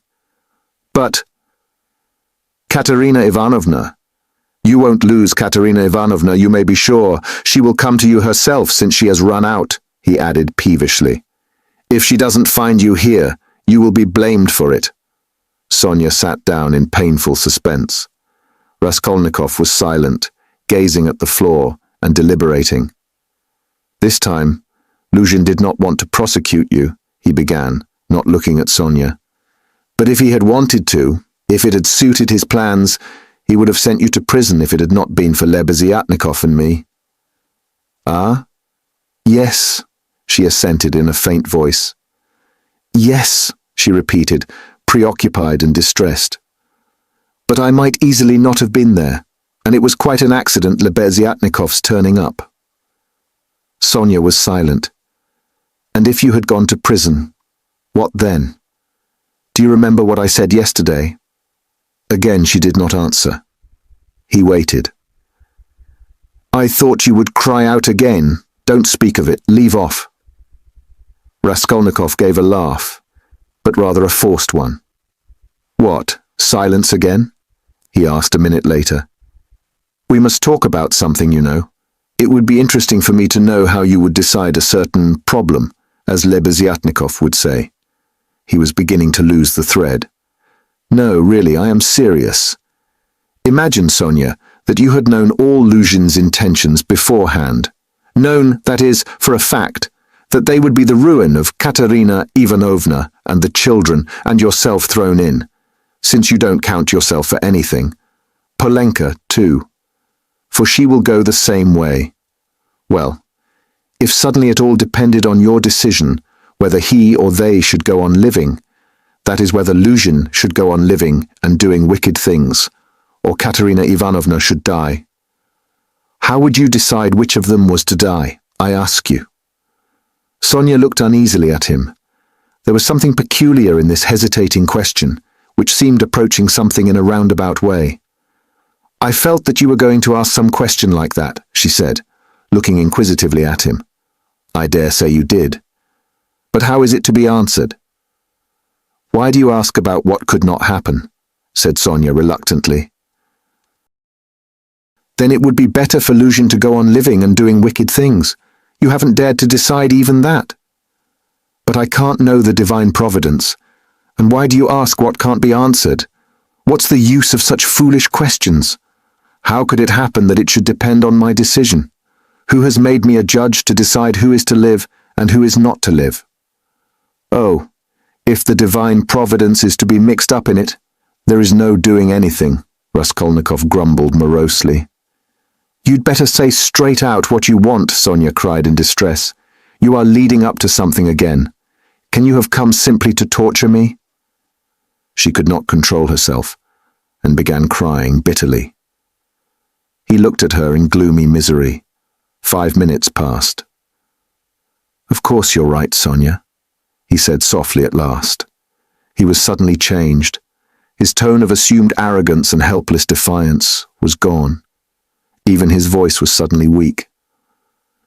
I told you yesterday that I was not coming to ask forgiveness, and almost the first thing I've said is to ask forgiveness. I said that about Luzhin and Providence for my own sake. I was asking forgiveness, Sonia. He tried to smile, but there was something helpless and incomplete in his pale smile. He bowed his head and hid his face in his hands, and suddenly a strange, surprising sensation of a sort of bitter hatred for Sonia passed through his heart. As it were wondering and frightened of this sensation, he raised his head and looked intently at her, but he met her uneasy and painfully anxious eyes fixed on him. There was love in them. His hatred vanished like a phantom. It was not the real feeling. He had taken the one feeling for the other. It only meant that that minute had come. He hid his face in his hands again and bowed his head. Suddenly he turned pale, got up from his chair, looked at Sonia, and without uttering a word, sat down mechanically on her bed. His sensations that moment were terribly like the moment when he had stood over the old woman with the axe in his hand, and felt that he must not lose another minute. "What's the matter?" asked Sonia, dreadfully frightened. He could not utter a word. This was not at all the way he had intended to tell, and he did not understand what was happening to him now. She went up to him, softly, sat down on the bed beside him, and waited, not taking her eyes off him. Her heart throbbed and sank. It was unendurable. He turned his deadly pale face to her. His lips worked, helplessly struggling to utter something. A pang of terror passed through Sonia's heart. "What's the matter?" she repeated, drawing a little away from him. "Nothing, Sonia. Don't be frightened. It's nonsense. It really is nonsense if you think of it," he muttered like a man in delirium. "Why have I come to torture you?" he added, suddenly looking at her. "Why really? I keep asking myself that question, Sonia. He had perhaps been asking himself that question a quarter of an hour before, but now he spoke helplessly, hardly knowing what he said and feeling a continual tremor all over. "Oh, how you are suffering," she muttered in distress, looking intently at him. "It's all nonsense. Listen, Sonia." He suddenly smiled, a pale, helpless smile for 2 seconds. "You remember what I meant to tell you yesterday?" Sonia waited uneasily. "I said as I went away that perhaps I was saying goodbye forever, but that if I came today I would tell you who killed Lizaveta." She began trembling all over. "Well, here I've come to tell you." "Then you really meant it yesterday?" she whispered with difficulty. "How do you know?" she asked quickly, as though suddenly regaining her reason. Sonia's face grew paler and paler, and she breathed painfully. "I know." She paused a minute. "Have they found him?" she asked timidly. "No." "Then how do you know about it?" she asked again, hardly audibly, and again after a minute's pause. He turned to her and looked very intently at her. "Guess," he said, with the same distorted, helpless smile. A shudder passed over her. "But why do you frighten me like this?" she said, smiling like a child. "I must be a great friend of his. Since I know," Raskolnikov went on, still gazing into her face, as though he could not turn his eyes away. "He did not mean to kill that Lizaveta. He killed her accidentally. He meant to kill the old woman when she was alone, and he went there. And then Lizaveta came in. He killed her too." Another awful moment passed. Both still gazed at one another. "You can't guess, then?" he asked suddenly, feeling as though he were flinging himself down from a steeple. No," whispered Sonia. "Take a good look." As soon as he had said this again, the same familiar sensation froze his heart. He looked at her and all at once seemed to see in her face the face of Lizaveta. He remembered clearly the expression in Lizaveta's face when he approached her with the axe and she stepped back to the wall, putting out her hand, with childish terror in her face, looking as little children do when they begin to be frightened of something, looking intently and uneasily at what frightens them, shrinking back and holding out their little hands on the point of crying. Almost the same thing happened now to Sonia. With the same helplessness and the same terror, she looked at him for a while and suddenly putting out her left hand, pressed her fingers faintly against his breast and slowly began to get up from the bed, moving further from him and keeping her eyes fixed even more immovably on him. Her terror infected him. The same fear showed itself on his face. In the same way he stared at her, and almost with the same childish smile. "Have you guessed?" he whispered at last. "Good God!" broke in an awful wail from her bosom. She sank helplessly on the bed with her face in the pillows. But a moment later she got up, moved quickly to him, seized both his hands and, gripping them tight in her thin fingers, began looking into his face again with the same intent stare. In this last desperate look she tried to look into him and catch some last hope. But there was no hope. There was no doubt remaining. It was all true. Later on, indeed, when she recalled that moment, she thought it strange and wondered why she had seen at once that there was no doubt. She could not have said, for instance, that she had foreseen something of the sort. And yet now, as soon as he told her, she suddenly fancied that she had really foreseen this very thing. "Stop, Sonia. Enough. Don't torture me," he begged her miserably. It was not at all like this he had thought of telling her. But this is how it happened. She jumped up, seeming not to know what she was doing, and wringing her hands walked into the middle of the room, but quickly went back and sat down again beside him, her shoulder almost touching his. All of a sudden she started as though she had been stabbed, uttered a cry, and fell on her knees before him. She did not know why. "What have you done? What have you done to yourself?" she said in despair, and jumping up she flung herself on his neck, threw her arms round him, and held him tightly. Raskolnikov drew back and looked at her with a mournful smile. "You are a strange girl, Sonia.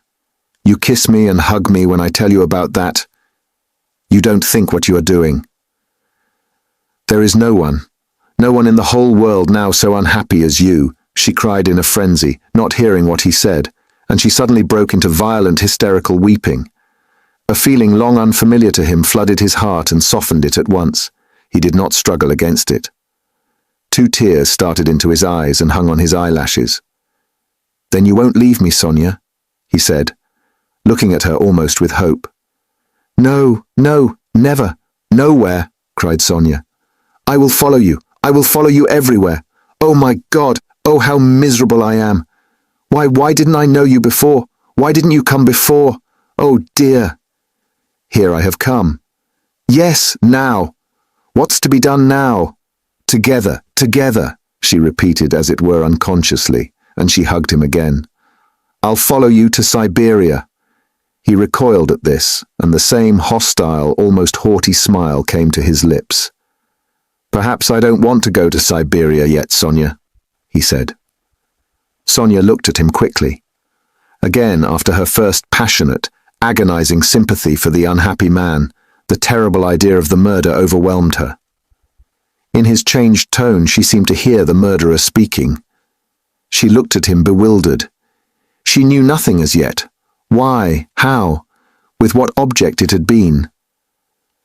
Now all these questions rushed at once into her mind, and again she could not believe it. He is a murderer. Could it be true? What's the meaning of it? Where am I? She said in complete bewilderment, as though still unable to recover herself. How could you? You, a man like you, how could you bring yourself to it? What does it mean? Oh well, to plunder. Leave off, Sonia, he answered wearily, almost with vexation. Sonia stood as though struck dumb, but suddenly she cried, You were hungry. It was to help your mother, yes? No, Sonia, no, he muttered, turning away and hanging his head. I was not so hungry. I certainly did want to help my mother. But that's not the real thing either. Don't torture me, Sonia.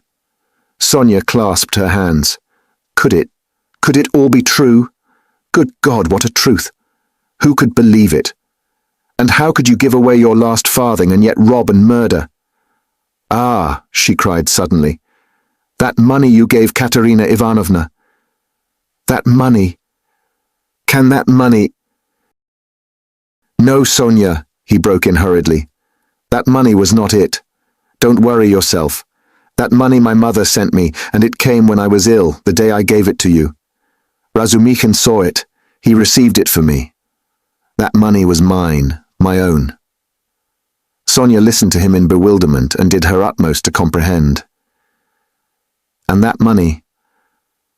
I don't even know really whether there was any money, he added softly, as though reflecting. I took a purse off her neck, made of chamois leather, a purse stuffed full of something, but I didn't look in it. I suppose I hadn't time. And the things, chains and trinkets, I buried under a stone with the purse next morning, in a yard off the Voznesensky Prospect. They are all there now. Sonia strained every nerve to listen. Then why, you said you did it to rob, but you took nothing, she asked quickly, catching at a straw. I don't know. I haven't yet decided whether to take that money or not, he said, musing again, and seeming to wake up with a start, he gave a brief, ironical smile. Ah, what silly stuff I'm talking, eh? The thought flashed through Sonia's mind. Wasn't he mad? But she dismissed it at once. No, it was something else. She could make nothing of it. Nothing. Do you know, Sonia, he said suddenly with conviction, let me tell you, if I'd simply killed because I was hungry, laying stress on every word and looking enigmatically but sincerely at her, I should be happy now. You must believe that. What would it matter to you? He cried a moment later with a sort of despair. What would it matter to you if I were to confess that I did wrong? What do you gain by such a stupid triumph over me? Ah, Sonia, was it for that I've come to you today? Again, Sonia tried to say something, but did not speak. I asked you to go with me yesterday because you are all I have left." "Go where?" asked Sonia timidly. "Not to steal and not to murder. Don't be anxious." He smiled bitterly. "We are so different. And you know, Sonia, it's only now, only this moment that I understand where I asked you to go with me yesterday. Yesterday when I said it, I did not know where. I asked you for one thing. I came to you for one thing. Not to leave me. You won't leave me, Sonia." She squeezed his hand. "And why? Why did I tell her? Why did I let her know?" He cried a minute later in despair, looking with infinite anguish at her. "Here you expect an explanation from me, Sonia. You are sitting and waiting for it, I see that. But what can I tell you? You won't understand and will only suffer misery. On my account.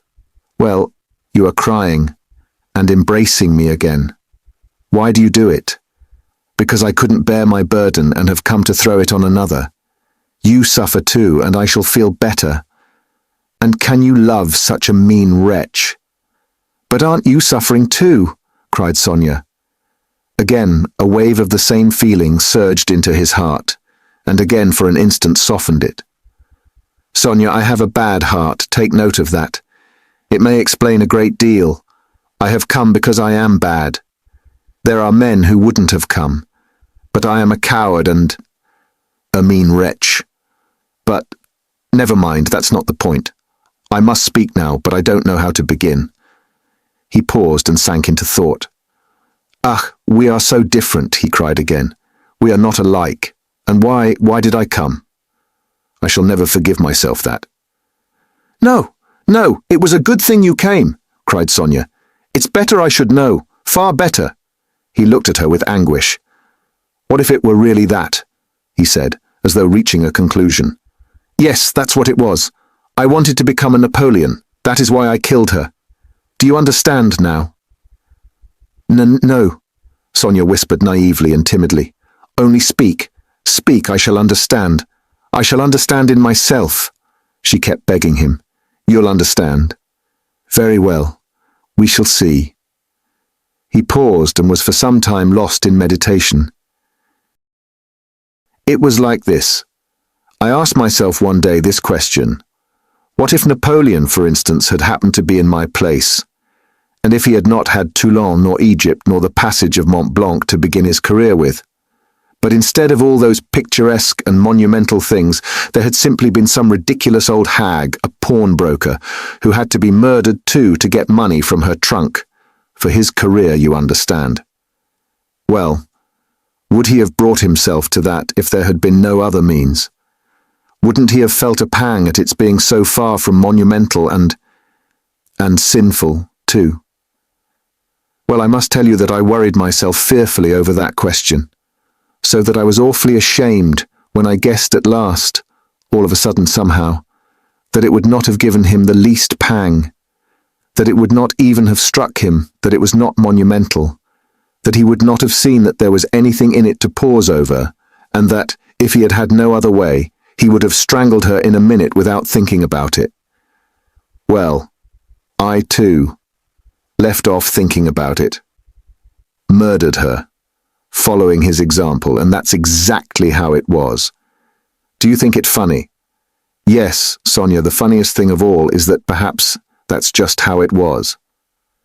Sonia did not think it at all funny. You had better tell me straight out, without examples, she begged, still more timidly and scarcely audibly. He turned to her, looked sadly at her, and took her hands. You are right again, Sonia. Of course that's all nonsense. It's almost all talk. You see, you know of course that my mother has scarcely anything. My sister happened to have a good education and was condemned to drudge as a governess. All their hopes were centered on me. I was a student, but I couldn't keep myself at the university and was forced for a time to leave it. Even if I had lingered on like that, in 10 or 12 years I might, with luck, hope to be some sort of teacher or clerk with a salary of 1,000 rubles.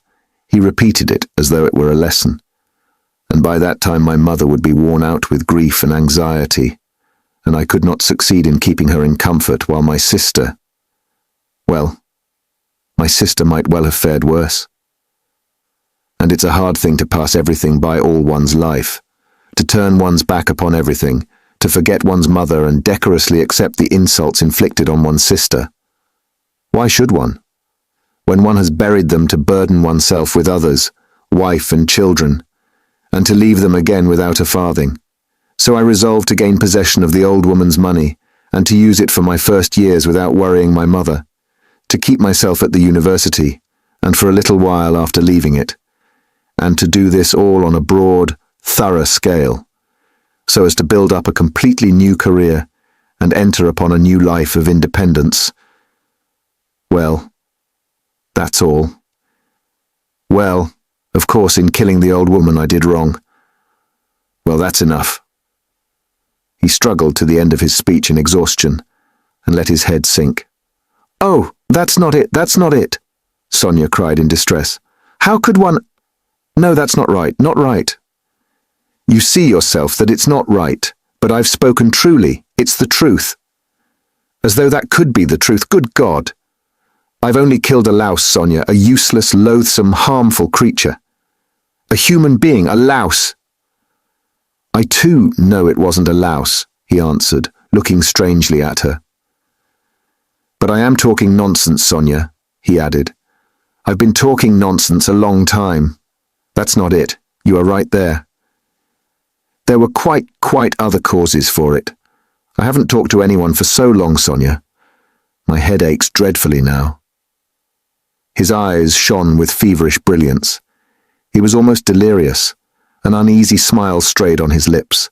His terrible exhaustion could be seen through his excitement. Sonia saw how he was suffering. She too was growing dizzy, and he talked so strangely, it seemed somehow comprehensible, but yet— But how? How? Good God! And she wrung her hands in despair. "No, Sonia, that's not it," he began again suddenly, raising his head, as though a new and sudden train of thought had struck, and as it were roused him. "That's not it. Better. Imagine.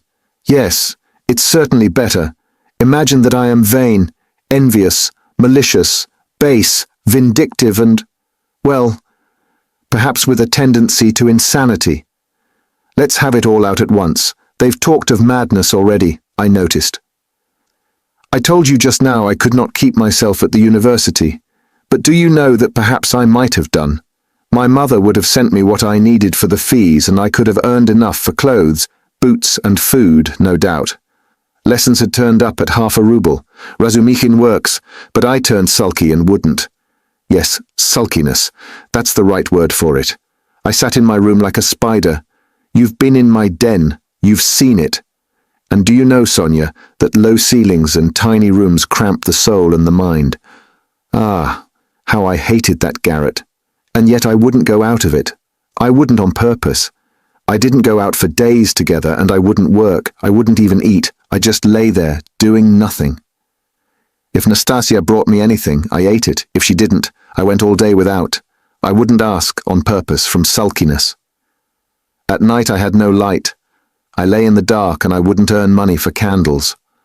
I ought to have studied, but I sold my books, and the dust lies an inch thick on the notebooks on my table. I preferred lying still and thinking, and I kept thinking. And I had dreams all the time, strange dreams of all sorts, no need to describe. Only then I began to fancy that, no, that's not it. Again I'm telling you wrong. You see, I kept asking myself then, why am I so stupid that if others are stupid, and I know they are, yet I won't be wiser? Then I saw, Sonia, that if one waits for everyone to get wiser, it will take too long.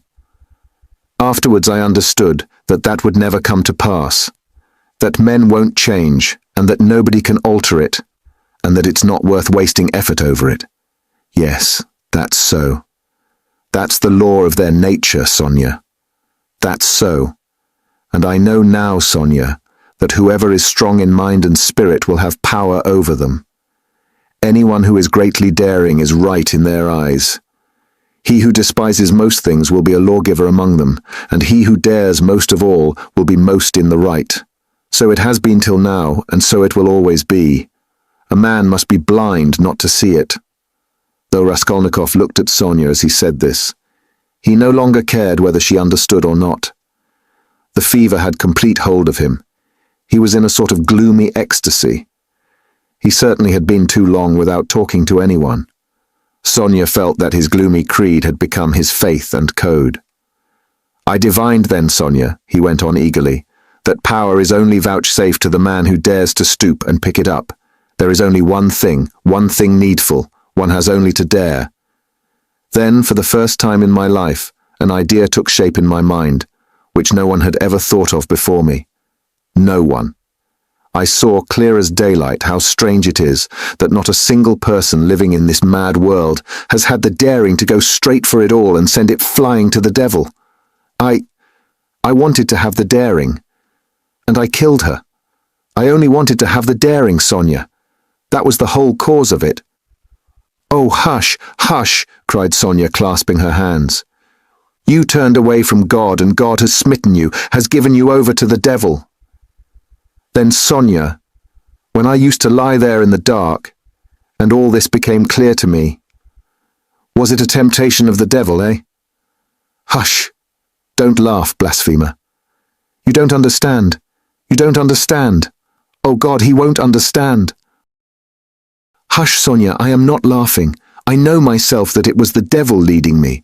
Hush, Sonia, hush, he repeated with gloomy insistence. I know it all. I have thought it all over and over, and whispered it all over to myself, lying there in the dark. I've argued it all over with myself, every point of it, and I know it all, and how sick I was then of going over it all. I have kept wanting to forget it, and make a new beginning, Sonia, and leave off thinking. And you don't suppose that I went into it headlong like a fool? I went into it like a wise man, and that was just my destruction. And you mustn't suppose that I didn't know, for instance, that if I began to question myself whether I had the right to gain power, I certainly hadn't the right, or that if I asked myself whether a human being is a louse, it proved that it wasn't so for me, though it might be for a man who would go straight to his goal without asking questions. If I worried myself all those days, wondering whether Napoleon would have done it or not, I felt clearly, of course, that I wasn't Napoleon. I had to endure all the agony of that battle of ideas, Sonia, and I longed to throw it off. I wanted to murder without casuistry, to murder for my own sake, for myself alone. I didn't want to lie about it even to myself. It wasn't to help my mother I did the murder, that's nonsense. I didn't do the murder to gain wealth and power and to become a benefactor of mankind. Nonsense. I simply did it. I did the murder for myself alone, and whether I became a benefactor to others or spent my life like a spider catching men in my web and sucking the life out of men, I couldn't have cared at that moment. And it was not the money I wanted, Sonia, when I did it. It was not so much the money I wanted, but something else. I know it all now. Understand me. Perhaps I should never have committed a murder again. I wanted to find out something else. It was something else led me on. I wanted to find out then, and quickly, whether I was a louse like everybody else or a man, whether I can step over barriers or not, whether I dare stoop to pick up or not, whether I am a trembling creature or whether I have the right to kill. Have the right to kill. Sonia clasped her hands. Ah, Sonia, he cried irritably, and seemed about to make some retort, but was contemptuously silent. Don't interrupt me, Sonia. I want to prove one thing only, that the devil led me on then, and he has shown me since that I had not the right to take that path, because I am just such a louse as all the rest. He was mocking me, and here I've come to you now. Welcome your guest. If I were not a louse, should I have come to you? Listen. When I went then to the old woman's, I only went to try. You may be sure of that. And you murdered her. But how did I murder her? Is that how men do murders? Do men go to commit a murder as I went then? I will tell you some day how I went. Did I murder the old woman? I murdered myself, not her. I crushed myself once for all, forever. But it was the devil that killed that old woman, not I. Enough, enough, Sonia, enough. Let me be, he cried in a sudden spasm of agony. Let me be. He leaned his elbows on his knees and squeezed his head in his hands as in a vice. What suffering! A wail of anguish broke from Sonia. Well, what am I to do now? He asked, suddenly raising his head and looking at her with a face hideously distorted by despair. What are you to do? She cried, jumping up, and her eyes that had been full of tears suddenly began to shine. Stand up! She seized him by the shoulder. He got up, looking at her almost bewildered.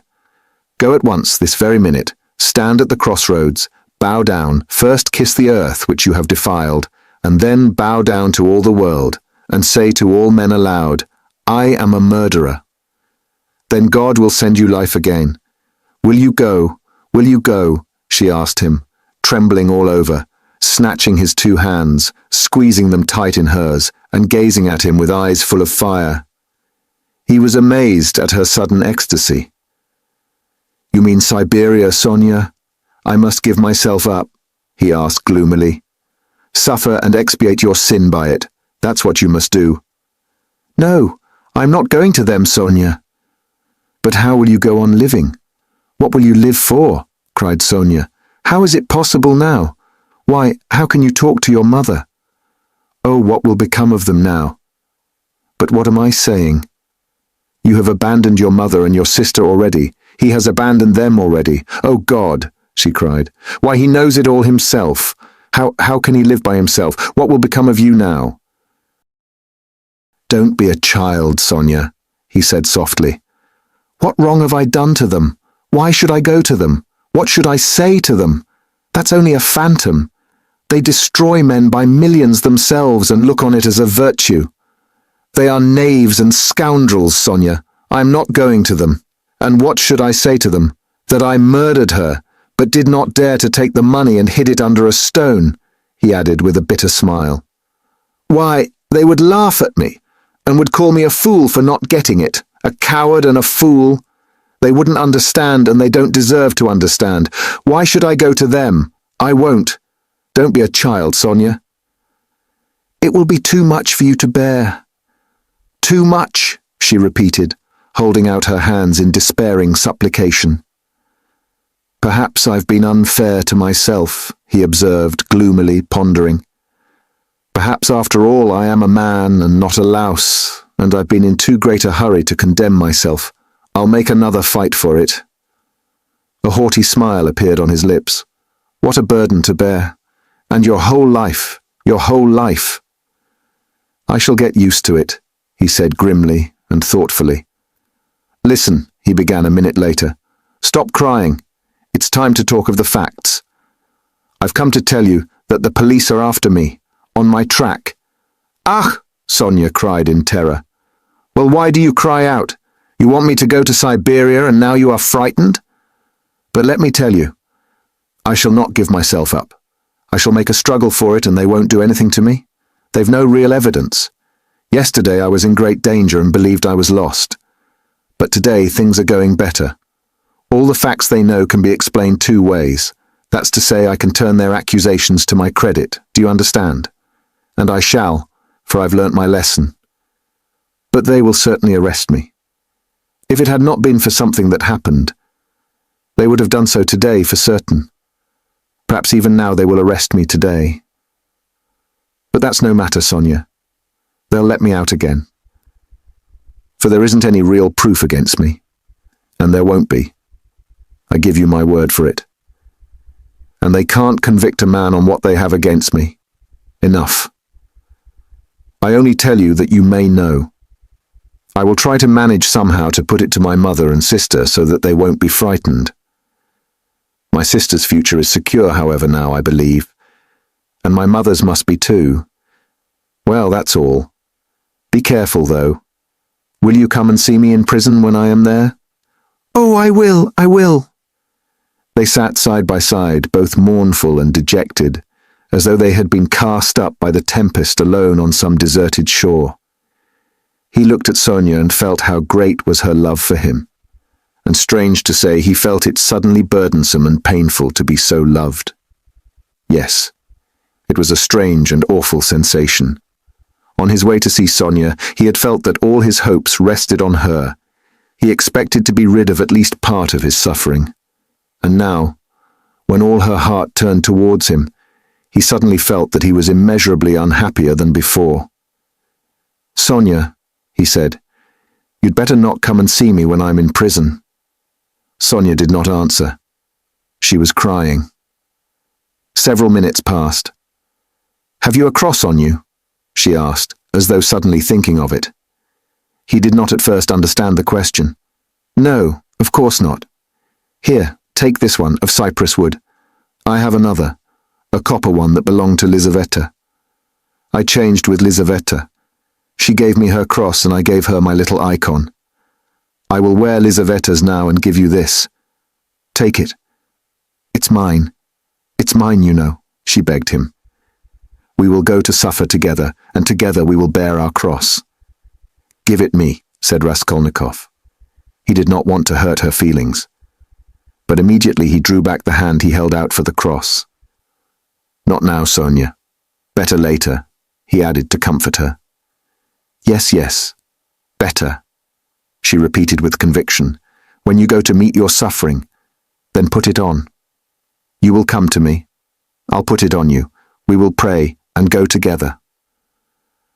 At that moment, someone knocked 3 times at the door. "Sofya Semyonovna, may I come in?" they heard in a very familiar and polite voice. Sonia rushed to the door in a fright.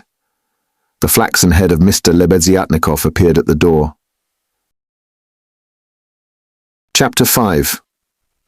Lebeziatnikov looked perturbed. "I've come to you, Sofya Semyonovna," he began. "Excuse me. I thought I should find you," he said, addressing Raskolnikov suddenly. "That is, I didn't mean anything of that sort. But I just thought—" "Katerina Ivanovna has gone out of her mind," he blurted out suddenly, turning from Raskolnikov to Sonia. Sonia screamed. "At least it seems so, but we don't know what to do, you see. She came back. She seems to have been turned out somewhere, perhaps beaten. So it seems, at least. She had run to your father's former chief. She didn't find him at home. He was dining at some other general's. Only fancy, she rushed off there, to the other generals, and imagine, she was so persistent that she managed to get the chief to see her, had him fetched out from dinner, it seems. You can imagine what happened. She was turned out, of course, but according to her own story, she abused him and threw something at him. One may well believe it. How it is she wasn't taken up, I can't understand. Now she is telling everyone, including Amalia Ivanovna. But it's difficult to understand her. She is screaming and flinging herself about. Oh yes, she shouts that since everyone has abandoned her, she will take the children and go into the street with a barrel organ, and the children will sing and dance, and she too, and collect money, and will go every day under the general's window. To let everyone see well-born children, whose father was an official, begging in the street. She keeps beating the children and they are all crying. She is teaching Lida to sing, My Village. The boy to dance, Polenka the same. She is tearing up all the clothes and making them little caps like actors. She means to carry a tin basin and make it tinkle instead of music. She won't listen to anything. Imagine the state of things. It's beyond anything. Lebeziatnikov would have gone on, but Sonia, who had heard him almost breathless, snatched up her cloak and hat and ran out of the room, putting on her things as she went. Raskolnikov followed her and Lebeziatnikov came after him. "She has certainly gone mad," he said to Raskolnikov, as they went out into the street. "I didn't want to frighten Sofya Semyonovna, so I said it seemed like it, but there isn't a doubt of it. They say that in consumption the tubercles sometimes occur in the brain. It's a pity I know nothing of medicine. I did try to persuade her, but she wouldn't listen." "Did you talk to her about the tubercles?" "Not precisely of the tubercles. Besides, she wouldn't have understood. But what I say is that if you convince a person logically that he has nothing to cry about, he'll stop crying. That's clear."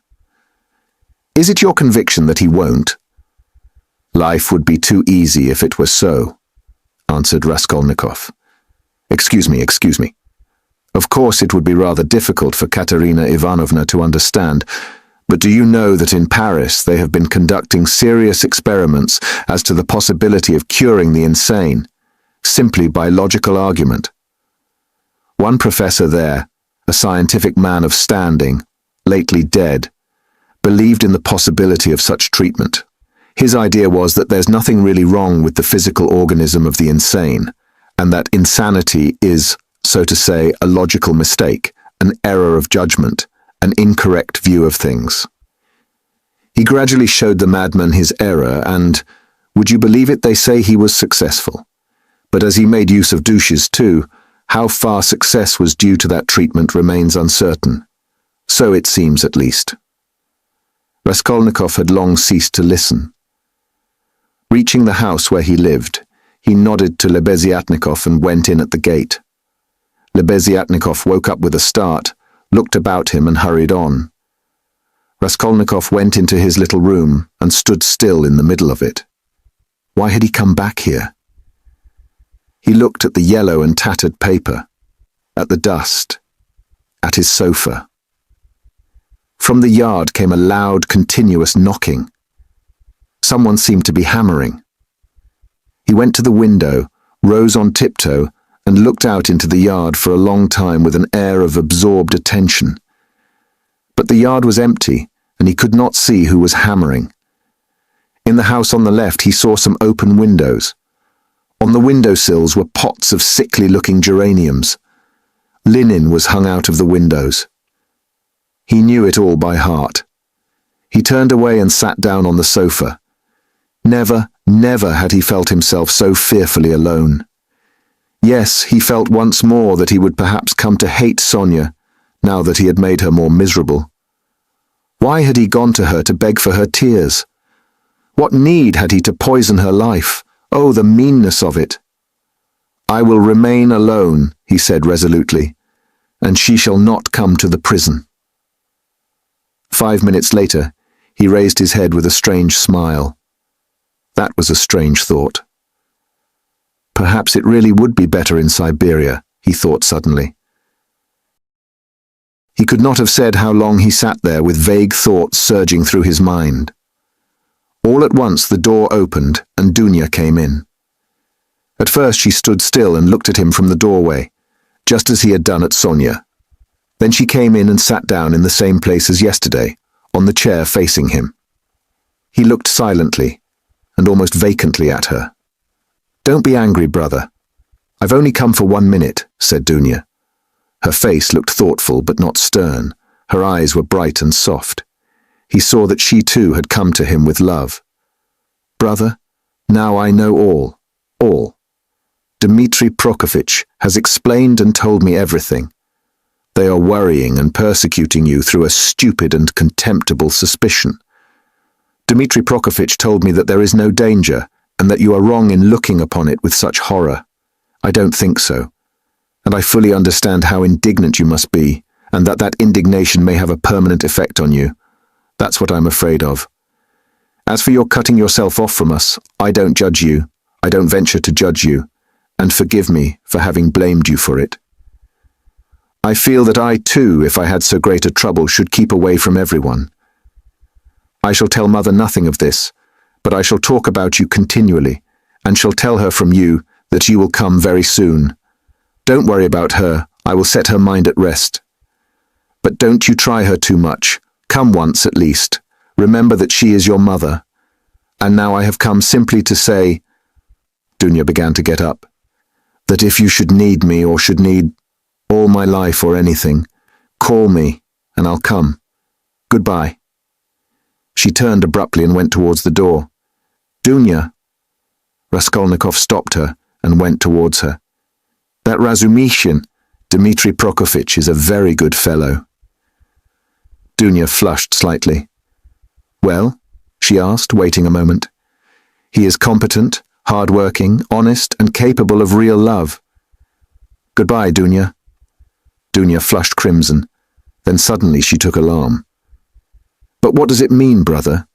Are we really parting forever that you give me such a parting message? Never mind. Goodbye." He turned away and walked to the window. She stood a moment, looked at him uneasily, and went out troubled. No, he was not cold to her. There was an instant, the very last one, when he had longed to take her in his arms and say goodbye to her, and even to tell her. But he had not dared even to touch her hand. Afterwards she may shudder when she remembers that I embraced her, and will feel that I stole her kiss. And would she stand that test? He went on a few minutes later to himself. No, she wouldn't. Girls like that can't stand things.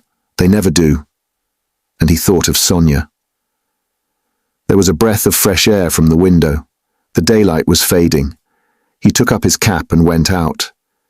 He could not, of course, and would not consider how ill he was. But all this continual anxiety and agony of mind could not but affect him. And if he were not lying in high fever, it was perhaps just because this continual inner strain helped to keep him on his legs and in possession of his faculties. But this artificial excitement could not last long. He wandered aimlessly. The sun was setting. A special form of misery had begun to oppress him of late. There was nothing poignant, nothing acute about it, but there was a feeling of permanence, of eternity about it. It brought a foretaste of hopeless years, of this cold, leaden misery, a foretaste of an eternity on a square yard of space. Towards evening, this sensation usually began to weigh on him more heavily. With this idiotic, purely physical weakness depending on the sunset or something, one can't help doing something stupid. You'll go to Dunya as well as to Sonia, he muttered bitterly. He heard his name called. He looked round. Lebeziatnikov rushed up to him. "Only fancy. I've been to your room looking for you. Only fancy. She's carried out her plan and taken away the children. Sofya Semyonovna and I have had a job to find them. She's rapping on a frying pan and making the children dance. The children are crying. They keep stopping at the crossroads and in front of shops. There's a crowd of fools running after them. Come along." "And Sonia?" Raskolnikov asked anxiously, hurrying after Lebeziatnikov. "Simply frantic. That is, it's not Sofya Semyonovna's frantic, but Katerina Ivanovna. Though Sofya Semyonovna's frantic too, but Katerina Ivanovna is absolutely frantic. I tell you she is quite mad. They'll be taken to the police. You can fancy what an effect that will have. They are on the canal bank, near the bridge now, not far from Sofya Semyonovna's. Quite close." On the canal bank near the bridge, and not 2 houses away from the one where Sonia lodged, there was a crowd of people, consisting principally of gutter children. The hoarse, broken voice of Katerina Ivanovna could be heard from the bridge, and it certainly was a strange spectacle likely to attract a street crowd. Katerina Ivanovna, in her old dress with the green shawl, wearing a torn straw hat, crushed in a hideous way on one side, was really frantic. She was exhausted and breathless. Her wasted, consumptive face looked more suffering than ever, and indeed, out of doors in the sunshine, a consumptive always looks worse than at home. But her excitement did not flag, and every moment her irritation grew more intense. She rushed at the children, shouted at them, coaxed them, told them before the crowd how to dance and what to sing, began explaining to them why it was necessary, and driven to desperation by their not understanding, beat them. Then she would make a rush at the crowd. If she noticed any decently dressed person stopping to look, she immediately appealed to him to see what these children, from a genteel, one may say aristocratic house, had been brought to. If she heard laughter or jeering in the crowd, she would rush at once at the scoffers and begin squabbling with them. Some people laughed, others shook their heads, but everyone felt curious at the sight of the madwoman with the frightened children.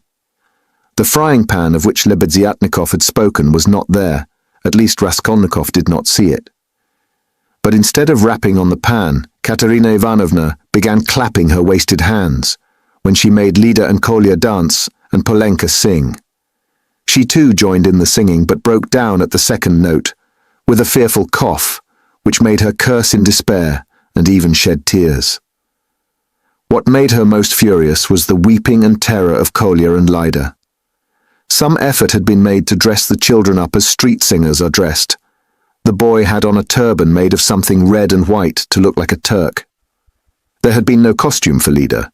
She simply had a red knitted cap, or rather a nightcap that had belonged to Marmeladov, decorated with a broken piece of white ostrich feather, which had been Katerina Ivanovna's grandmother's and had been preserved as a family possession. Polenka was in her everyday dress. She looked in timid perplexity at her mother, and kept at her side, hiding her tears. She dimly realized her mother's condition and looked uneasily about her. She was terribly frightened of the street and the crowd. Sonia followed Katerina Ivanovna, weeping and beseeching her to return home. But Katerina Ivanovna was not to be persuaded. "Leave off, Sonia, leave off," she shouted, speaking fast, panting and coughing. "You don't know what you ask. You are like a child. I've told you before that I'm not coming back to that drunken German. Let all Petersburg see the children begging in the streets, though their father was an honorable man who served all his life in truth and fidelity, and one may say, died in the service." Katerina Ivanovna had by now invented this fantastic story and thoroughly believed it. "Let that wretch of a general see it. And you are silly, Sonia. What have we to eat? Tell me that. We've worried you enough. I won't go on so. Ah, Rodion Romanovich, is that you?" she cried, seeing Raskolnikov and rushing up to him. "Explain to this silly girl, please, that nothing better could be done. Even organ grinders earn their living, and everyone will see at once that we are different, that we are an honorable and bereaved family reduced to beggary, and that general will lose his post, you'll see. We shall perform under his windows every day, and if the Tsar drives by, I'll fall on my knees, put the children before me, show them to him and say, 'Defend us, Father.' He is the father of the fatherless. He is merciful. He'll protect us, you'll see. And that wretch of a general. Lida, tenez-vous droite. Kolya, you'll dance again. Why are you whimpering? Whimpering again? What are you afraid of, stupid? Goodness, what am I to do with them? Rodion Romanovich, if you only knew how stupid they are. What's one to do with such children?" And she, almost crying herself, which did not stop her uninterrupted rapid flow of talk, pointed to the crying children. Raskolnikov tried to persuade her to go home, and even said, hoping to work on her vanity, that it was unseemly for her to be wandering about the streets like an organ grinder, as she was intending to become the principal of a boarding school. "A boarding school, ha ha ha! A castle in the air!" cried Katerina Ivanovna, her laugh ending in a cough. "No, Rodion Romanovich, that dream is over. All have forsaken us. And that general, you know, Rodion Romanovich, I threw an inkpot at him. It happened to be standing in the waiting room by the paper where you sign your name. I wrote my name, threw it at him and ran away. Oh, the scoundrels, the scoundrels. But enough of them. Now I'll provide for the children myself. I won't bow down to anybody. She has had to bear enough for us." She pointed to Sonia. "Polenka, how much have you got? Show me. What, only 2 farthings? Oh, the mean wretches. They give us nothing, only run after us, putting their tongues out. There. What is that blockhead laughing at?" She pointed to a man in the crowd. "It's all because Kolya here is so stupid. I have such a bother with him. What do you want, Polenka? Tell me in French. Parlez-moi français. Why, I've taught you. You know some phrases. Else how are you to show that you are of good family, well-brought-up children, and not at all like other organ grinders? We aren't going to have a Punch and Judy show in the street, but to sing a genteel song. Ah, yes, what are we to sing? You keep putting me out, but you see, we are standing here, Rodion Romanovich, to find something to sing and get money, something Kolya can dance to. For, as you can fancy, our performance is all impromptu. We must talk it over and rehearse it all thoroughly, and then we shall go to Nevsky, where there are far more people of good society, and we shall be noticed at once. Lida knows my village only, nothing but my village, and everyone sings that. We must sing something far more genteel. Well, have you thought of anything, Polenka? If only you'd help your mother. My memory's quite gone, or I should have thought of something. We really can't sing un hussar. Ah, let us sing in French, 5 sous. I have taught it you. I have taught it you. And as it is in French, people will see at once that you are children of good family, and that will be much more touching. You might sing Marlborough s'en va en guerre, for that's quite a child's song and is sung as a lullaby in all the aristocratic houses. Marlborough s'en va en guerre ne sait quand reviendra, she began singing. But no, better sing 5 sous. Now, Kolya, your hands on your hips, make haste, and you, leader, keep turning the other way, and Polenka and I will sing and clap our hands. 5 sous pour monter notre ménage. Cough, cough, cough. Set your dress straight, Polenka. It slipped down on your shoulders, she observed, panting from coughing. Now it's particularly necessary to behave nicely and genteelly, that all may see that you are well-born children. I said at the time that the bodice should be cut longer and made of 2 widths. It was your fault, Sonia, with your advice to make it shorter, and now you see the child is quite deformed by it. Why, you're all crying again. What's the matter, stupids? Come, Kolya, begin. Make haste, make haste. Oh, what an unbearable child. 5 sous, 5 sous. A policeman again. What do you want? A policeman was indeed forcing his way through the crowd. But at that moment a gentleman in civilian uniform and an overcoat, a solid-looking official of about 50 with a decoration on his neck, which delighted Katerina Ivanovna and had its effect on the policeman, approached and without a word handed her a green 3-ruble note. His face wore a look of genuine sympathy. Katerina Ivanovna took it and gave him a polite, even ceremonious bow. I thank you, honoured sir, she began loftily. The causes that have induced us. Take the money, Polenka. You see there are generous and honourable people who are ready to help a poor gentlewoman in distress. You see, honoured sir, these orphans of good family, I might even say of aristocratic connections, and that wretch of a general sat eating grouse, and stamped at my disturbing him. Your Excellency, I said, protect the orphans, for you knew my late husband, Semyon Zaharovich, and on the very day of his death, the basest of scoundrels slandered his only daughter. That policeman again. Protect me, she cried to the official. Why is that policeman edging up to me? We have only just run away from one of them. What do you want, fool? It's forbidden in the streets. You mustn't make a disturbance. It's your making a disturbance. It's just the same as if I were grinding an organ. What business is it of yours? You have to get a license for an organ, and you haven't got one, and in that way you collect a crowd. Where do you lodge? What, a license? Wailed Katerina Ivanovna. I buried my husband today.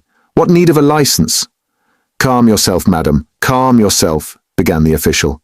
Come along. I will escort you. This is no place for you in the crowd. You are ill. Honoured sir, you don't know, screamed Katerina Ivanovna. We're going to the Nevsky. Sonia, where is she? She is crying too. What's the matter with you all? Kolya, Lida, where are you going? She cried suddenly in alarm. Oh, silly children! Kolya, Lida, where are they off to? Kolya and Lida, scared out of their wits by the crowd and their mother's mad pranks, suddenly seized each other by the hand and ran off at the sight of the policeman who wanted to take them away somewhere. Weeping and wailing, poor Katerina Ivanovna ran after them. She was a piteous and unseemly spectacle as she ran, weeping and panting for breath. Sonia and Polenka rushed after them. Bring them back, Sonia! Oh, stupid, ungrateful children! Polenka, catch them! It's for your sakes, She stumbled as she ran and fell down. She's cut herself, she's bleeding! Oh dear! Cried Sonia, bending over her. All ran up and crowded around. Raskolnikov and Lebeziatnikov were the first at her side. The official too hastened up, and behind him the policeman who muttered, "Bother," with a gesture of impatience, feeling that the job was going to be a troublesome one. Pass on, he said to the crowd that pressed forward. She's dying, someone shouted. She's gone out of her mind, said another. Lord have mercy upon us, said a woman, crossing herself. "Have they caught the little girl and the boy? They're being brought back. The elder one's got them. Ah, the naughty imps." When they examined Katerina Ivanovna carefully, they saw that she had not cut herself against a stone, as Sonia thought, but that the blood that stained the pavement red was from her chest. "I've seen that before," muttered the official to Raskolnikov and Lebeziatnikov. "That's consumption. The blood flows and chokes the patient. I saw the same thing with a relative of my own not long ago. Nearly a pint of blood all in a minute. What's to be done, though? She is dying." This way, to my room," Sonia implored. "I live here. See, that house, the second from here. Come to me. Make haste." She turned from one to the other. "Send for the doctor. Oh dear." Thanks to the officials' efforts, this plan was adopted, the policeman even helping to carry Katerina Ivanovna. She was carried to Sonia's room, almost unconscious, and laid on the bed. The blood was still flowing, but she seemed to be coming to herself. Raskolnikov, Lebeziatnikov, and the official accompanied Sonia into the room and were followed by the policeman, who first drove back the crowd which followed to the very door. Polenka came in holding Kolya and Lida, who were trembling and weeping. Several persons came in too from the Kapernaumov's room. The landlord, a lame one-eyed man of strange appearance, with whiskers and hair that stood up like a brush. His wife, a woman with an everlastingly scared expression, and several open-mouthed children with wonder-struck faces. Among these, Svidrigailov suddenly made his appearance. Raskolnikov looked at him with surprise, not understanding where he had come from and not having noticed him in the crowd. A doctor and priest were spoken of. The official whispered to Raskolnikov that he thought it was too late now for the doctor, but he ordered him to be sent for. Kapernaumov ran himself. Meanwhile, Katerina Ivanovna had regained her breath. The bleeding ceased for a time.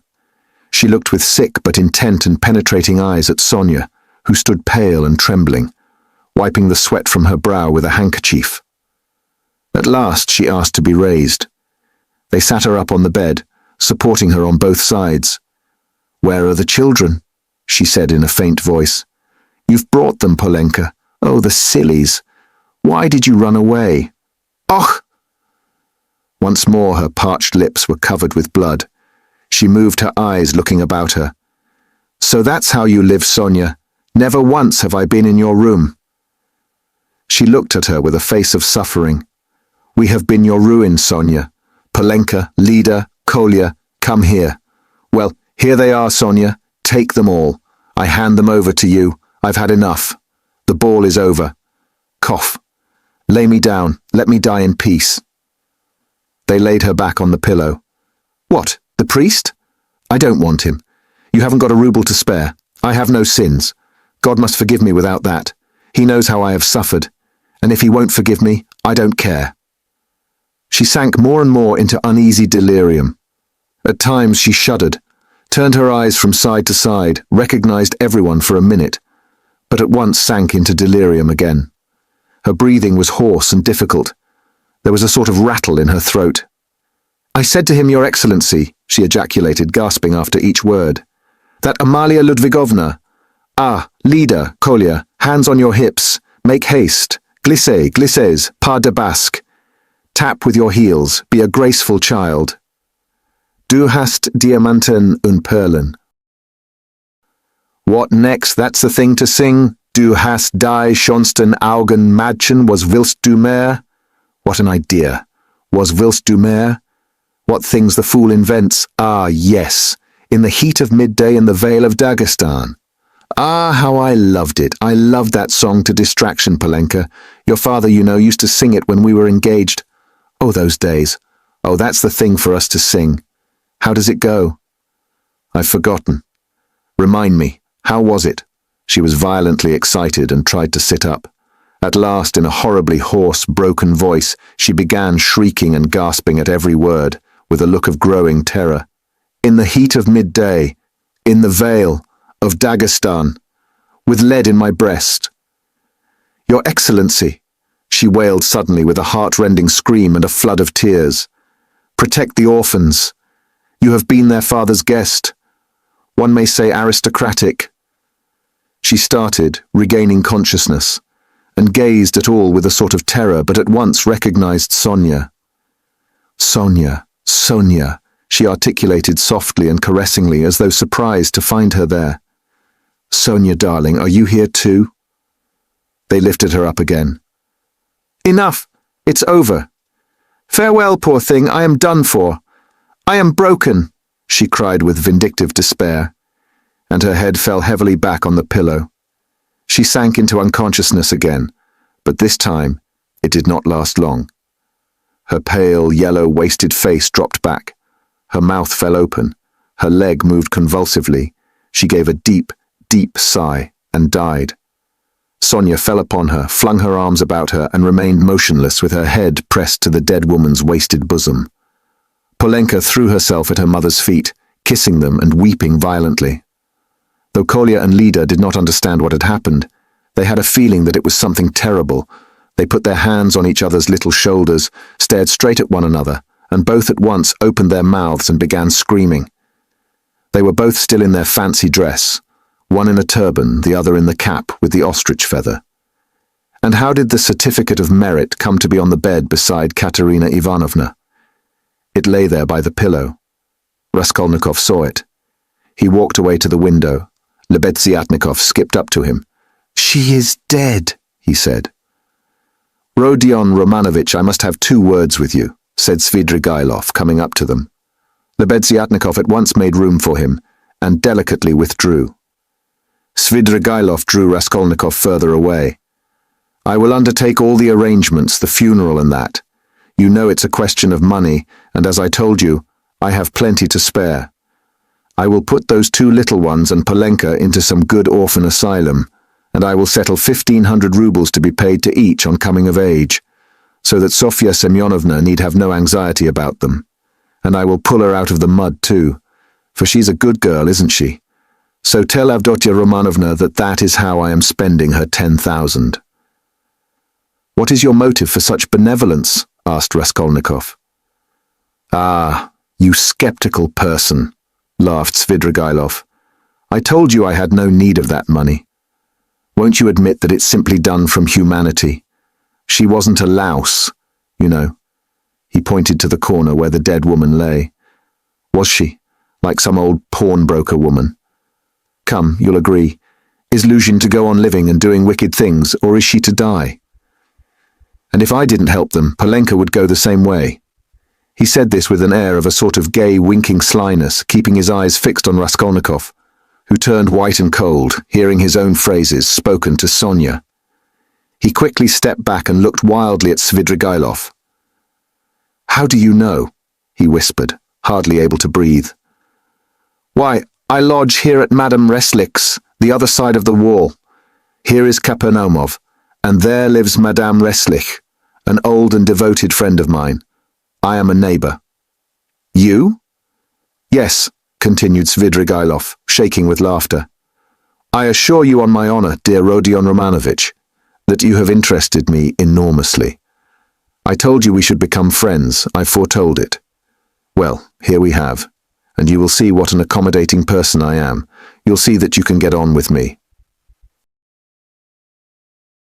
Part 6. Chapter 1. A strange period began for Raskolnikov. It was as though a fog had fallen upon him and wrapped him in a dreary solitude from which there was no escape. Recalling that period long after, he believed that his mind had been clouded at times, and that it had continued so with intervals till the final catastrophe. He was convinced that he had been mistaken about many things at that time, for instance, as to the date of certain events. Anyway, when he tried later on to piece his recollections together, he learnt a great deal about himself from what other people told him. He had mixed up incidents and had explained events as due to circumstances which existed only in his imagination.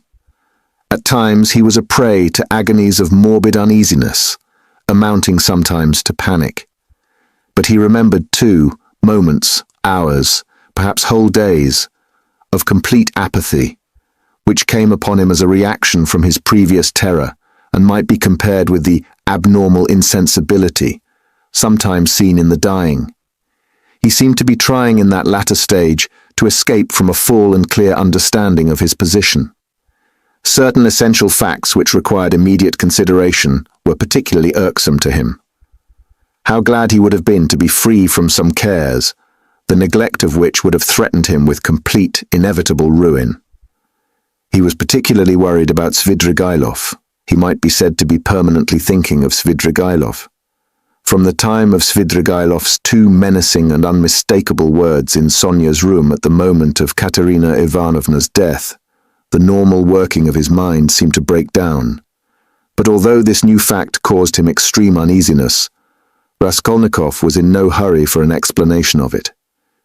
At times, finding himself in a solitary and remote part of the town, in some wretched eating house, sitting alone lost in thought, hardly knowing how he had come there, he suddenly thought of Svidrigailov. He recognized suddenly, clearly, and with dismay, that he ought at once to come to an understanding with that man, and to make what terms he could. Walking outside the city gates one day, he positively fancied that they had fixed a meeting there, that he was waiting for Svidrigailov. Another time he woke up before daybreak, lying on the ground under some bushes, and could not at first understand how he had come there. But during the 2 or 3 days after Katerina Ivanovna's death, he had 2 or 3 times met Svidrigailov at Sonia's lodging, where he had gone aimlessly for a moment. They exchanged a few words and made no reference to the vital subject, as though they were tacitly agreed not to speak of it for a time. Katerina Ivanovna's body was still lying in the coffin. Svidrigailov was busy making arrangements for the funeral. Sonia, too, was very busy. At their last meeting, Svidrigailov informed Raskolnikov that he had made an arrangement, and a very satisfactory one, for Katerina Ivanovna's children, that he had, through certain connections, succeeded in getting hold of certain personages, by whose help the 3 orphans could be at once placed in very suitable institutions, that the money he had settled on them had been of great assistance, as it is much easier to place orphans with some property than destitute ones. He said something too about just now. Haven't you seen them since then? What have you been doing with yourself? Tell me, please. I've been to you 3 times already. Your mother has been seriously ill since yesterday. She had made up her mind to come to you. Avdotya Romanovna tried to prevent her. She wouldn't hear a word. If he is ill, if his mind is giving way, who can look after him like his mother, she said. We all came here together. We couldn't let her come alone all the way. We kept begging her to be calm. We came in. You weren't here. She sat down and stayed 10 minutes, while we stood waiting in silence. She got up and said, "If he's gone out, that is, if he is well, and has forgotten his mother, it's humiliating and unseemly for his mother to stand at his door begging for kindness." She returned home and took to her bed. Now she is in a fever. "I see," she said, "that he has time for his girl." She means by your girl Sofya Semyonovna, your betrothed or your mistress, I don't know. I went at once to Sofya Semyonovna's, for I wanted to know what was going on. I looked round. I saw the coffin, the children crying, and Sofya Semyonovna trying them on mourning dresses. No sign of you. I apologized, came away, and reported to Avdotya Romanovna. So that's all nonsense, and you haven't got a girl. Oh dear, you see, well, damn it. But where do you mean to go? Of course, if it's all a secret, never mind. But I shall find out the secret, and I am sure that it must be some ridiculous nonsense, and that you've made it all up. Anyway, you are a capital fellow. A capital fellow. That was just what I wanted to add, only you interrupted. That was a very good decision of yours, not to find out these secrets. Leave it to time, don't worry about it. You'll know it all in time when it must be. Yesterday a man said to me that what a man needs is fresh air. Fresh air, fresh air. I mean to go to him directly to find out what he meant by that. Razumikin stood lost in thought and excitement, making a silent conclusion. He's a political conspirator. He must be. And he's on the eve of some desperate step, that's certain. It can only be that. And Dunya knows, he thought suddenly. So Avdotia Romanovna comes to see you, he said, weighing each syllable. And you're going to see a man who says we need more air. And so, of course, that letter. That too must have something to do with it, he concluded to himself. What letter? She got a letter today. It upset her very much indeed. Too much so. I began speaking of you. She begged me not to. Then she said that perhaps we should very soon have to part. Then she began warmly thanking me for something. Then she went to her room and locked herself in. She got a letter? Raskolnikov asked thoughtfully. Yes. And you didn't know? They were both silent. Goodbye, Rodion. There was a time, brother, when I... Never mind. Goodbye. You see, there was a time... Well, goodbye. I must be off too. I'm not going to drink. There's no need now. That's all stuff. He hurried out.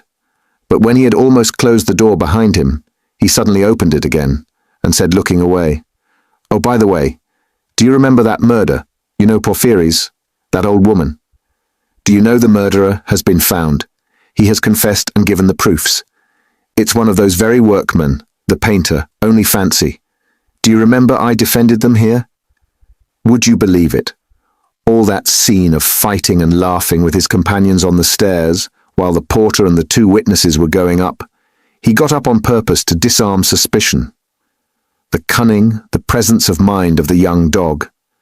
One can hardly credit it, but it's his own explanation. He has confessed it all. And what a fool I was about it. Well, he's simply a genius of hypocrisy and resourcefulness in disarming the suspicions of the lawyers, so there's nothing much to wonder at, I suppose. Of course, people like that are always possible, and the fact that he couldn't keep up the character, but confessed, makes him easier to believe in. But what a fool I was. I was frantic on their side.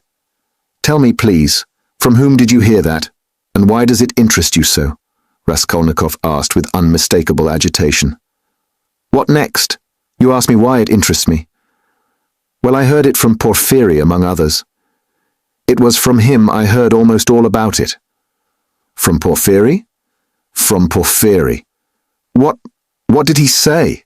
Raskolnikov asked in dismay. He gave me a capital explanation of it, psychologically after his fashion. He explained it? Explained it himself? Yes, goodbye. I'll tell you all about it another time, but now I'm busy. There was a time when I fancied... But no matter, another time. What need is there for me to drink now? You have made me drunk without wine. I am drunk, Rodya. Goodbye, I'm going. I'll come again very soon. He went out. He's a political conspirator. There's not a doubt about it, Razumikin decided, as he slowly descended the stairs. And he's drawn his sister in. That's quite in keeping with Avdotia Romanovna's character. There are interviews between them. She hinted at it too. So many of her words and hints bear that meaning. And how else can all this tangle be explained? And I was almost thinking, good heavens, what I thought. Yes, I took leave of my senses and I wronged him. It was his doing under the lamp in the corridor that day. Phew, what a crude, nasty, vile idea on my part. Nikolai is a brick for confessing. And how clear it all is now. His illness then, all his strange actions. Before this, in the university, how morose he used to be, how gloomy. But what's the meaning now of that letter? There's something in that too, perhaps. Whom was it from? I suspect. No, I must find out. He thought of Dunya, realizing all he had heard, and his heart throbbed, and he suddenly broke into a run. As soon as Razumikin went out, Raskolnikov got up, turned to the window, walked into one corner and then into another, as though forgetting the smallness of his room, and sat down again on the sofa. He felt, so to speak, renewed. Again the struggle, so a means of escape had come. Yes, a means of escape had come. It had been too stifling, too cramping, the burden had been too agonizing. A lethargy had come upon him at times. From the moment of the scene with Nikolai at Porphyry's, he had been suffocating, penned in without hope of escape. After Nikolai's confession, on that very day had come the scene with Sonia. His behavior and his last words had been utterly unlike anything he could have imagined beforehand. He had grown feebler, instantly and fundamentally. And he had agreed at the time with Sonia. He had agreed in his heart he could not go on living alone with such a thing on his mind.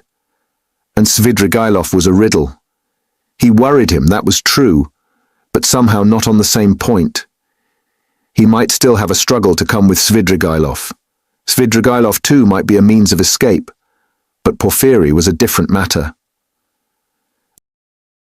And so Porphyry himself had explained it to Razumikhin, had explained it psychologically. He had begun bringing in his damned psychology again. Porphyry. But to think that Porphyry should for one moment believe that Nikolai was guilty, after what had passed between them before Nikolai's appearance, after that tete-a-tete interview which could have only one explanation. During those days, Raskolnikov had often recalled passages in that scene with Porphyry. He could not bear to let his mind rest on it. Such words, such gestures had passed between them. They had exchanged such glances. Things had been said in such a tone and had reached such a pass, that Nikolai, whom Porphyry had seen through at the first word, at the first gesture, could not have shaken his conviction. And to think that even Razumikhin had begun to suspect. The scene in the corridor under the lamp had produced its effect then. He had rushed to Porphyry. But what had induced the latter to receive him like that? What had been his object in putting Razumikhin off with Nikolai? He must have some plan. There was some design, but what was it? It was true that a long time had passed since that morning, too long a time, and no sight nor sound of Porphyry. Well, that was a bad sign. Raskolnikov took his cap and went out of the room, still pondering. It was the first time for a long while that he had felt clear in his mind, at least. I must settle Svidrigailov, he thought, and as soon as possible. He too seems to be waiting for me to come to him of my own accord. And at that moment there was such a rush of hate in his weary heart that he might have killed either of those two, Porphyry or Svidrigailov. At least he felt that he would be capable of doing it later, if not now. We shall see, he repeated to himself. But no sooner had he opened the door than he stumbled upon Porphyry himself in the passage. He was coming in to see him. Raskolnikov was dumbfounded for a minute, but only for 1 minute. Strange to say, he was not very much astonished at seeing Porphyry and scarcely afraid of him. He was simply startled, but was quickly, instantly, on his guard. Perhaps this will mean the end. But how could Porphyry have approached so quietly, like a cat, so that he had heard nothing? Could he have been listening at the door? You didn't expect a visitor, Rodion Romanovich, Porphyry explained, laughing. I've been meaning to look in a long time. I was passing by and thought, why not go in for 5 minutes? Are you going out? I won't keep you long. Just let me have one cigarette. Sit down, Porphyry Petrovitch, sit down. Raskolnikov gave his visitor a seat with so pleased and friendly an expression that he would have marvelled at himself if he could have seen it. The last moment had come.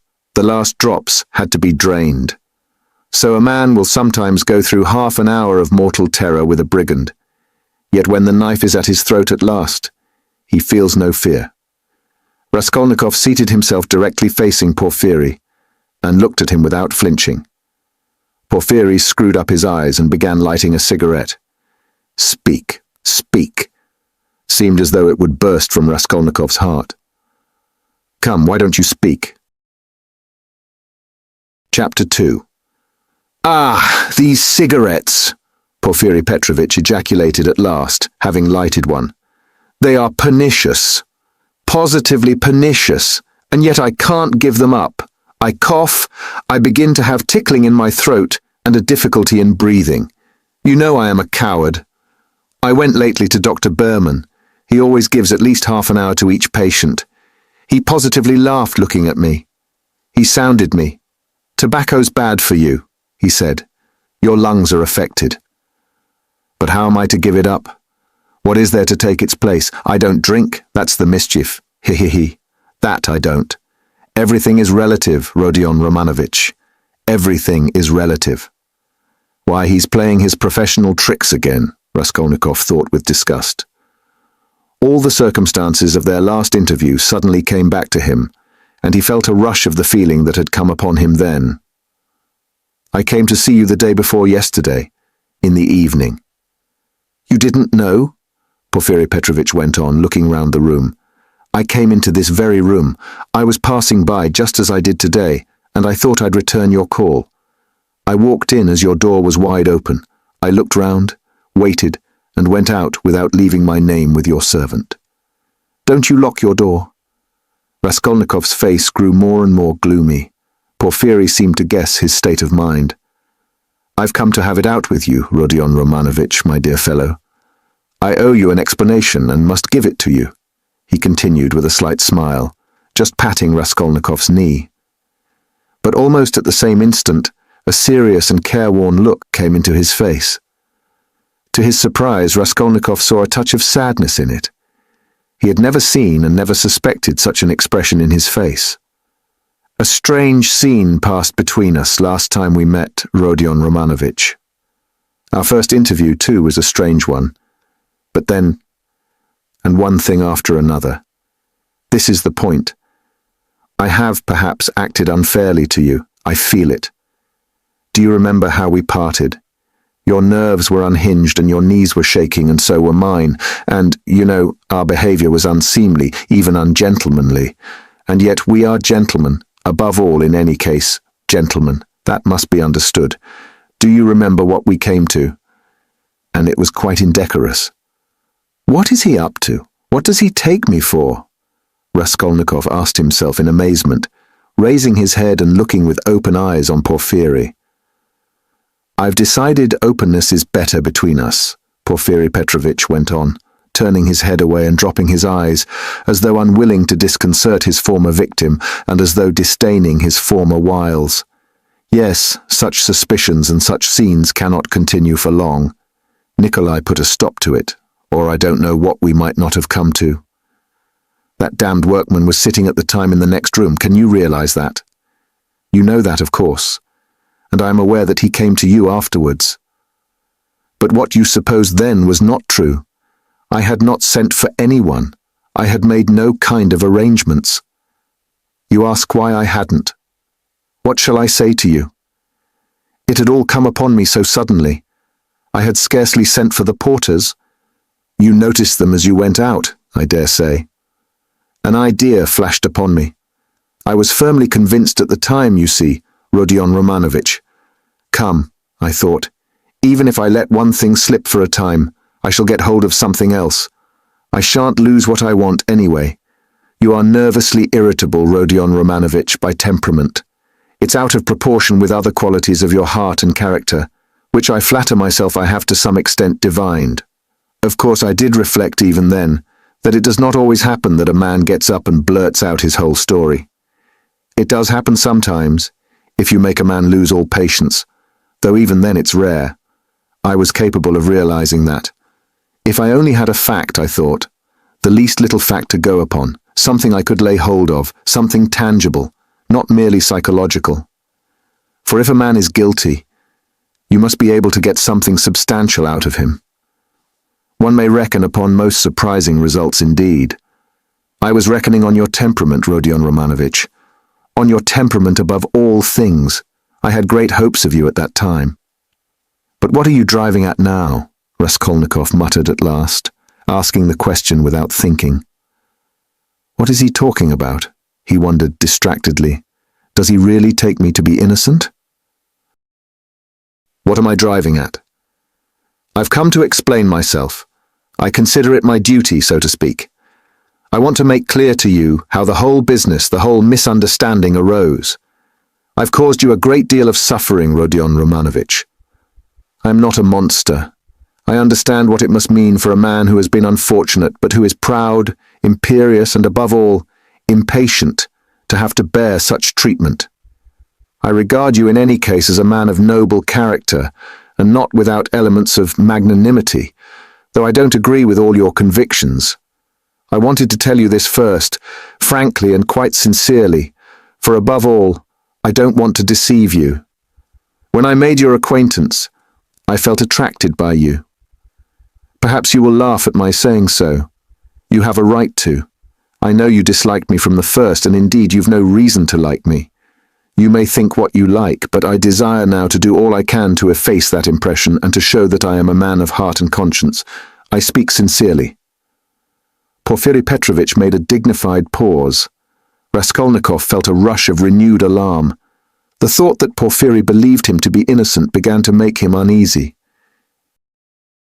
It's scarcely necessary to go over everything in detail, Porfiri Petrovitch went on.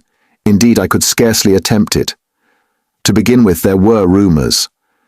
Through whom, how, and when those rumors came to me, and how they affected you, I need not go into. My suspicions were aroused by a complete accident, which might just as easily not have happened.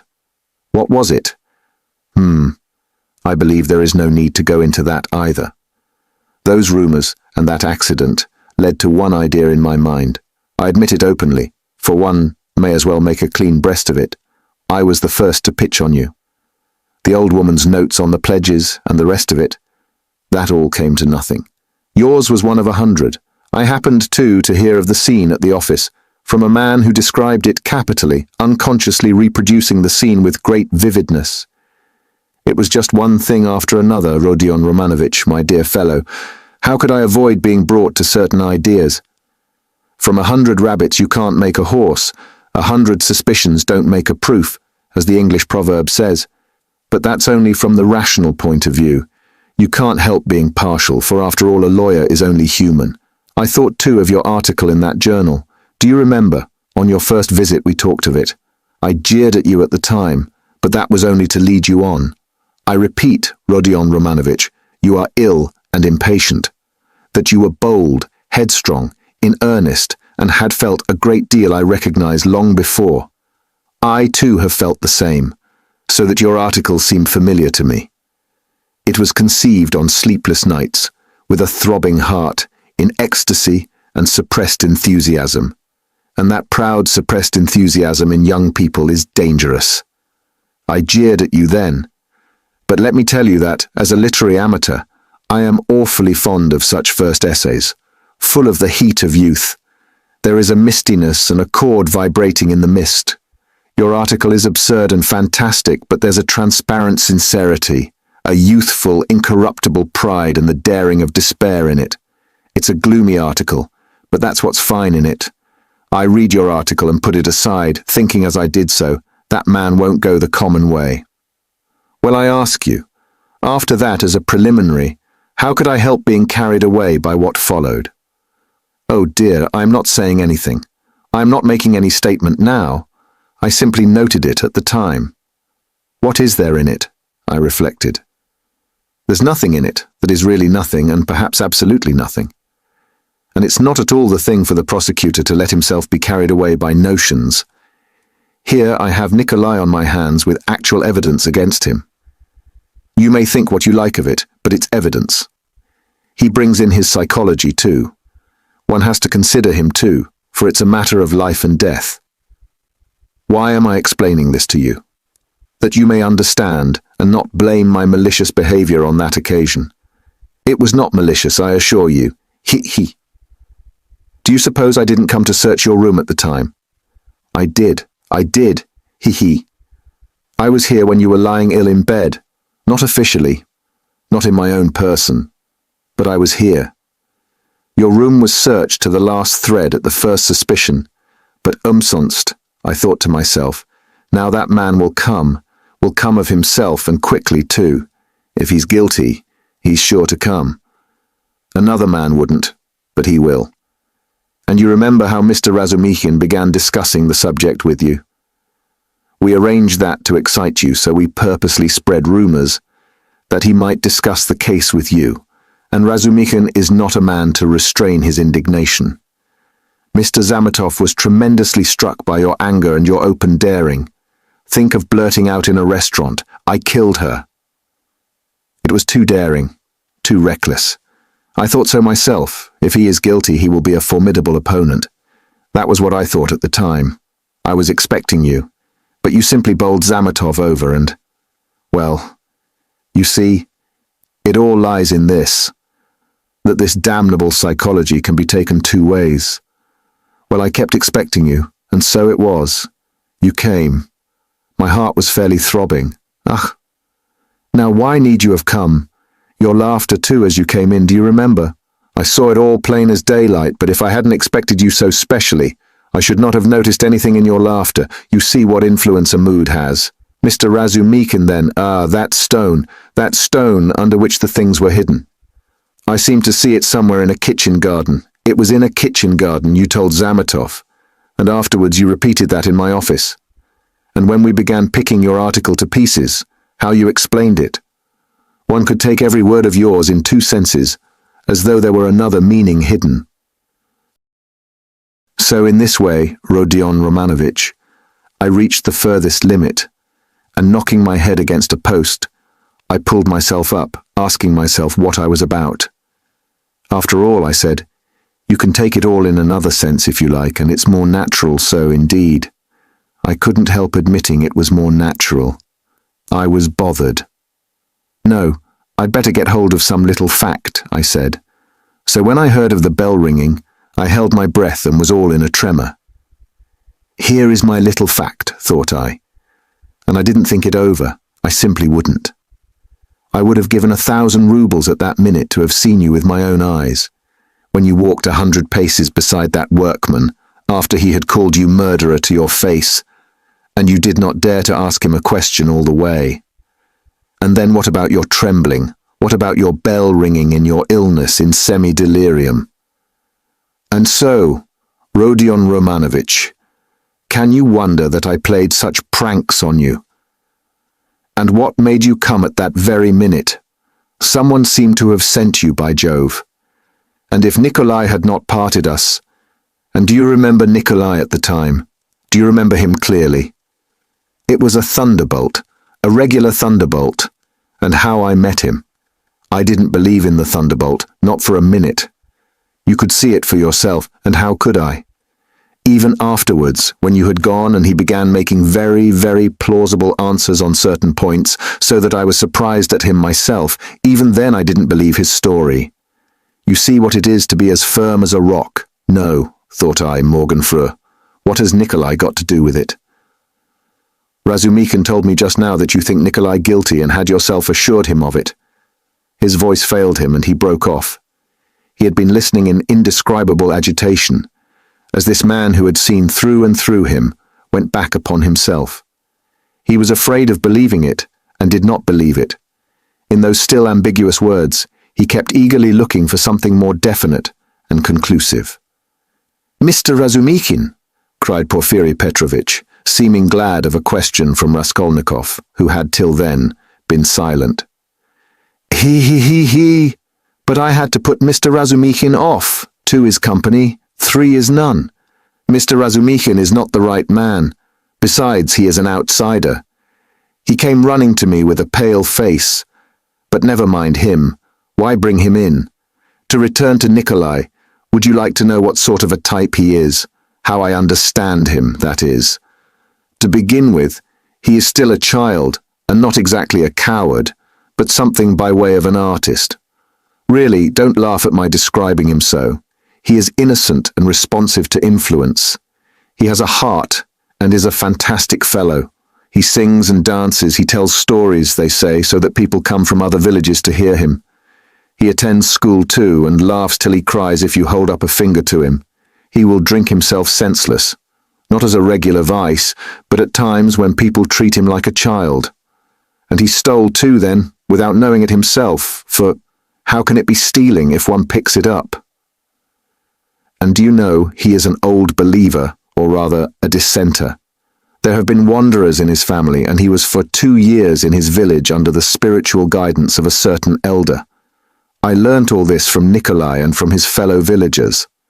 And what's more, he wanted to run into the wilderness.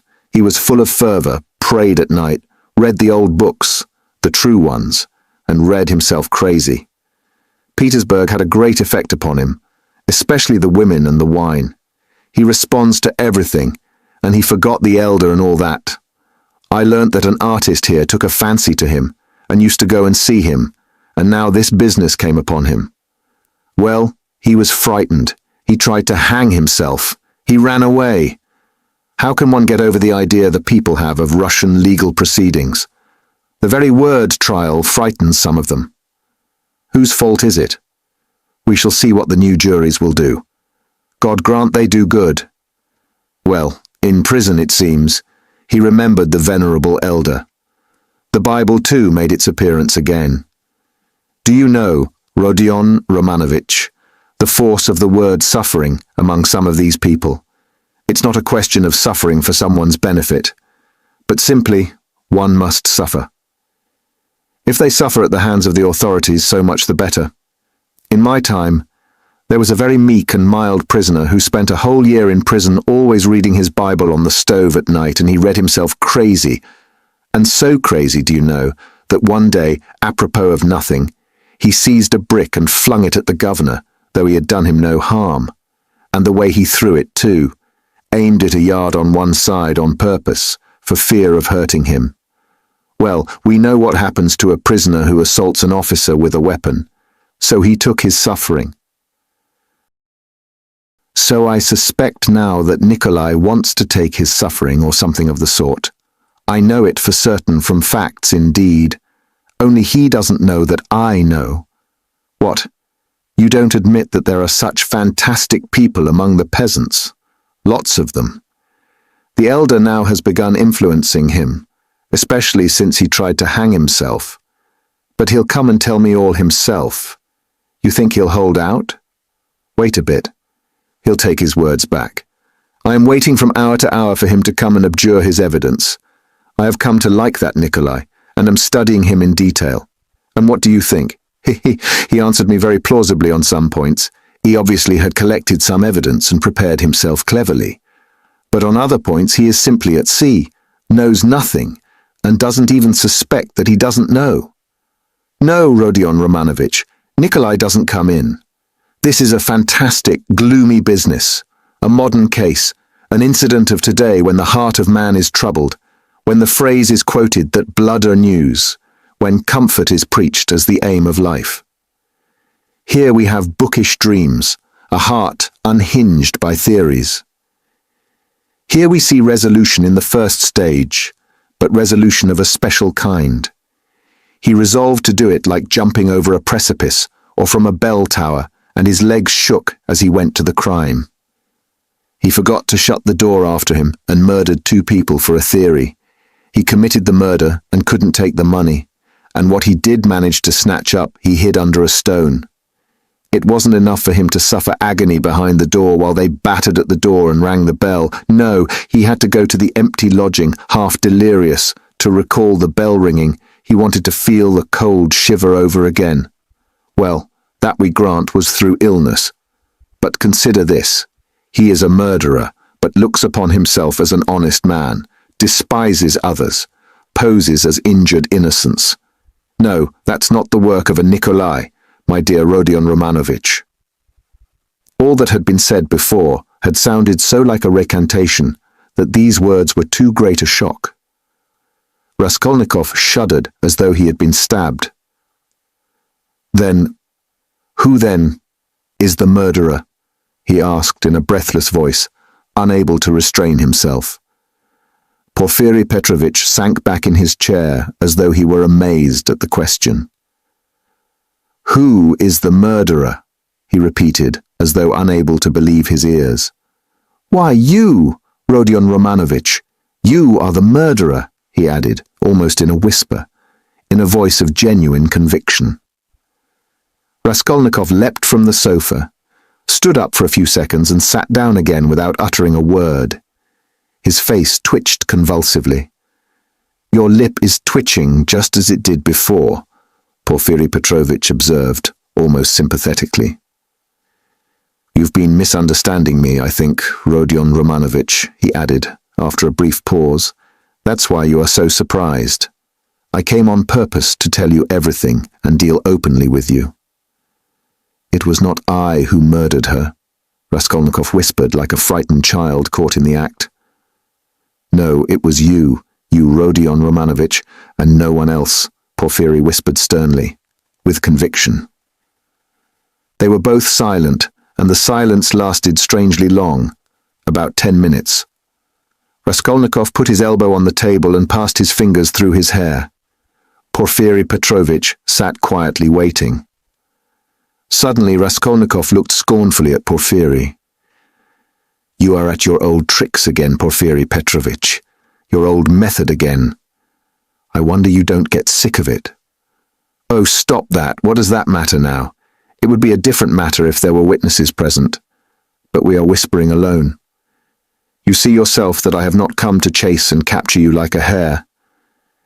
Whether you confess it or not is nothing to me now. For myself, I am convinced without it." "If so, what did you come for?" Raskolnikov asked irritably. "I ask you the same question again. If you consider me guilty, why don't you take me to prison?" "Oh, that's your question. I will answer you point for point. In the first place, to arrest you so directly is not to my interest." "How so? If you are convinced you ought—" "Ah, what if I am convinced? That's only my dream for the time. Why should I put you in safety? You know that's it, since you ask me to do it. If I confront you with that workman, for instance, and you say to him, 'Were you drunk or not? Who saw me with you? I simply took you to be drunk, and you were drunk too.' Well, what could I answer, especially as your story is a more likely one than his? For there's nothing but psychology to support his evidence. That's almost unseemly with his ugly mug, while you hit the mark exactly, for the rascal is an inveterate drunkard and notoriously so. And I have myself admitted candidly several times already that psychology can be taken in 2 ways, and that the second way is stronger and looks far more probable, and that apart from that, I have as yet nothing against you. And though I shall put you in prison, and indeed have come, quite contrary to etiquette, to inform you of it beforehand, yet I tell you frankly, also contrary to etiquette, that it won't be to my advantage. Well, secondly, I've come to you because— Yes, secondly, Raskolnikov was listening breathless. Because, as I told you just now, I consider I owe you an explanation. I don't want you to look upon me as a monster. As I have a genuine liking for you, you may believe me or not. And in the third place, I've come to you with a direct and open proposition, that you should surrender and confess. It will be infinitely more to your advantage, and to my advantage too, for my task will be done. Well, is this open on my part or not?" Raskolnikov thought a minute. "Listen, Porfiry Petrovitch, you said just now you have nothing but psychology to go on, yet now you've gone on mathematics. Well, what if you are mistaken yourself now?" "No, Rodion Romanovich, I am not mistaken. I have a little fact even then. Providence sent it me." "What little fact?" "I won't tell you what, Rodion Romanovich, and in any case, I haven't the right to put it off any longer. I must arrest you, so think it over. It makes no difference to me now, and so I speak only for your sake. Believe me, it will be better, Rodion Romanovich." Raskolnikov smiled malignantly. "That's not simply ridiculous, it's positively shameless. Why, even if I were guilty, which I don't admit, what reason should I have to confess, when you tell me yourself that I shall be in greater safety in prison?" "Ah, Rodion Romanovich, don't put too much faith in words. Perhaps prison will not be altogether a restful place. That's only theory and my theory. And what authority am I for you? Perhaps, too, even now I am hiding something from you. I can't lay bare everything. He. And how can you ask what advantage? Don't you know how it would lessen your sentence? You would be confessing at a moment when another man has taken the crime on himself, and so has muddled the whole case. Consider that. I swear before God that I will so arrange that your confession shall come as a complete surprise. We will make a clean sweep of all these psychological points of a suspicion against you, so that your crime will appear to have been something like an aberration, for in truth it was an aberration. I am an honest man, Rodion Romanovich, and will keep my word." Raskolnikov maintained a mournful silence and let his head sink dejectedly. He pondered a long while and at last smiled again, but his smile was sad and gentle. "No," he said, apparently abandoning all attempt to keep up appearances with Porfiry. "It's not worth it. I don't care about lessening the sentence." "That's just what I was afraid of," Porfiry cried warmly, and, as it seemed, involuntarily. "That's just what I feared, that you wouldn't care about the mitigation of sentence." Raskolnikov looked sadly and expressively at him. "Ah, don't disdain life," Porfiry went on. "You have a great deal of it still before you. How can you say you don't want a mitigation of sentence? You are an impatient fellow." "A great deal of what lies before me?" "Of life." "What sort of prophet are you? Do you know much about it?" "Seek and ye shall find. This may be God's means for bringing you to him. And it's not forever. The bondage." "The time will be shortened," laughed Raskolnikov. "Why, is it the bourgeois disgrace you are afraid of?" "It may be that you are afraid of it without knowing it because you are young. But anyway, you shouldn't be afraid of giving yourself up and confessing." "Ach, hang it," Raskolnikov whispered with loathing and contempt, as though he did not want to speak aloud. He got up again as though he meant to go away, but sat down again in evident despair. "Hang it, if you like. You've lost faith, and you think that I am grossly flattering you. But how long has your life been? How much do you understand? You made up a theory, and then were ashamed that it broke down, and turned out to be not at all original. It turned out something base, that's true, but you are not hopelessly base. By no means so base. At least you didn't deceive yourself for long. You went straight to the furthest point at one bound. How do I regard you? I regard you as one of those men who would stand and smile at their torturer while he cuts their entrails out, if only they have found faith or God. Find it, and you will live. You have long needed a change of air. Suffering too is a good thing. Suffer. Maybe Nikolai is right in wanting to suffer. I know you don't believe in it, but don't be overwise. Fling yourself straight into life without deliberation. Don't be afraid. The flood will bear you to the bank and set you safe on your feet again. What bank? How can I tell? I only believe that you have long life before you. I know that you take all my words now for a set speech prepared beforehand, but maybe you will remember them after. They may be of use some time. That's why I speak. It's as well that you only killed the old woman. If you'd invented another theory, you might perhaps have done something 1,000 times more hideous. You ought to thank God, perhaps. How do you know? Perhaps God is saving you for something. But keep a good heart and have less fear. Are you afraid of the great expiation before you? No. It would be shameful to be afraid of it. Since you have taken such a step, you must harden your heart. There is justice in it. You must fulfill the demands of justice. I know that you don't believe it, but indeed, life will bring you through. You will live it down in time. What you need now is fresh air. Fresh air. Fresh air. Raskolnikov positively started. But who are you? What prophet are you? From the height of what majestic calm do you proclaim these words of wisdom? Who am I? I am a man with nothing to hope for, that's all. A man perhaps of feeling and sympathy, maybe of some knowledge too, but my day is over. But you are a different matter. There is life waiting for you. Though, who knows? Maybe your life too will pass off in smoke and come to nothing. Come, what does it matter that you will pass into another class of men? It's not comfort you regret with your heart. What of it that perhaps no one will see you for so long? It's not time, but yourself that will decide that. Be the sun, and all will see you. The sun has before all to be the sun. Why are you smiling again? At my being such a shiller? I bet you're imagining that I am trying to get round you by flattery. Well, perhaps I am, he. Perhaps you'd better not believe my word. Perhaps you'd better never believe it altogether. I'm made that way, I confess it. But let me add, you can judge for yourself, I think, how far I am a base sort of man, and how far I am honest. When do you mean to arrest me? Well, I can let you walk about another day or two. Think it over, my dear fellow, and pray to God. It's more in your interest, believe me. And what if I run away?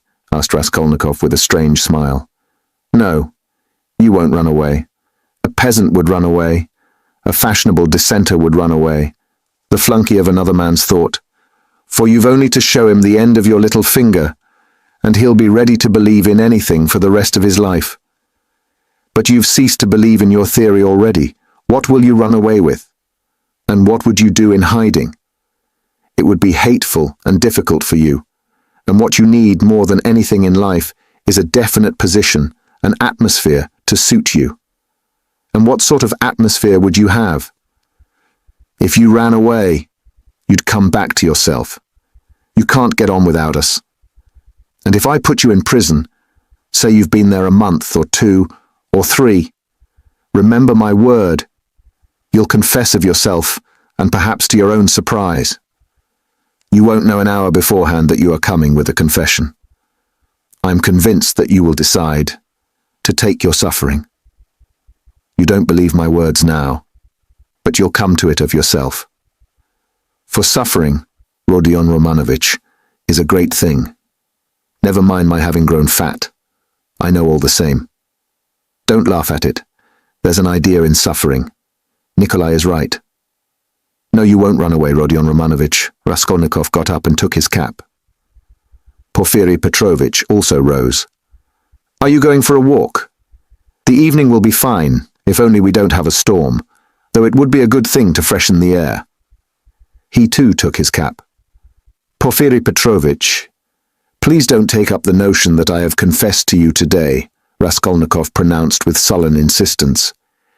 You're a strange man, and I have listened to you from simple curiosity, but I have admitted nothing. Remember that. Oh, I know that. I'll remember. Look at him. He's trembling. Don't be uneasy, my dear fellow. Have it your own way. Walk about a bit. You won't be able to walk too far. If anything happens, I have one request to make of you, he added, dropping his voice. It's an awkward one, but important. If anything were to happen, though indeed I don't believe in it and think you quite incapable of it, yet in case you were taken during these 40 or 50 hours with the notion of putting an end to the business in some other way, in some fantastic fashion, laying hands on yourself. It's an absurd proposition, but you must forgive me for it. Do leave a brief but precise note, only 2 lines, and mention the stone. It will be more generous. Come, till we meet. Good thoughts and sound decisions to you. Porfiry went out, stooping and avoiding looking at Raskolnikov. The latter went to the window and waited with irritable impatience till he calculated that Porfiry had reached the street and moved away. Then he too went hurriedly out of the room. Chapter 3. He hurried to Svidrigailov's. What he had to hope from that man he did not know, but that man had some hidden power over him. Having once recognized this, he could not rest, and now the time had come. On the way, one question particularly worried him. Had Svidrigailov been to Porfiry's? As far as he could judge, he would swear to it, that he had not. He pondered again and again, went over Porfiry's visit. No, he hadn't been. Of course he hadn't. But if he had not been yet, would he go? Meanwhile, for the present, he fancied he couldn't. Why? He could not have explained, but if he could, he would not have wasted much thought over it at the moment. It all worried him, and at the same time he could not attend to it. Strange to say, none would have believed it perhaps, but he only felt a faint, vague anxiety about his immediate future. Another, Much more important anxiety tormented him. It concerned himself, but in a different, more vital way. Moreover, he was conscious of immense moral fatigue, though his mind was working better that morning than it had done of late. And was it worthwhile, after all that had happened, to contend with these new trivial difficulties? Was it worthwhile, for instance, to maneuver that Svidrigailov should not go to Porphyry's? Was it worthwhile to investigate, to ascertain the facts, to waste time over anyone like Svidrigailov? Oh, how sick he was of it all. And yet he was hastening to Svidrigailov. Could he be expecting something new from him, information or means of escape? Men will catch at straws. Was it destiny or some instinct bringing them together? Perhaps it was only fatigue, despair. Perhaps it was not Svidrigailov, but some other whom he needed, and Svidrigailov had simply presented himself by chance. Sonia. But what should he go to Sonia for now? To beg her tears again? He was afraid of Sonia too. Sonia stood before him as an irrevocable sentence. He must go his own way or hers. At that moment especially, he did not feel equal to seeing her. No, would it not be better to try Svidrigailov? And he could not help inwardly owning that he had long felt that he must see him for some reason. But what could they have in common? Their very evil doing could not be of the same kind. The man, moreover, was very unpleasant, evidently depraved, undoubtedly cunning and deceitful, possibly malignant. Such stories were told about him. It is true he was befriending Katerina Ivanovna's children, but who could tell with what motive and what it meant? The man always had some design, some project. There was another thought which had been continually hovering of late about Raskolnikov's mind, and causing him great uneasiness.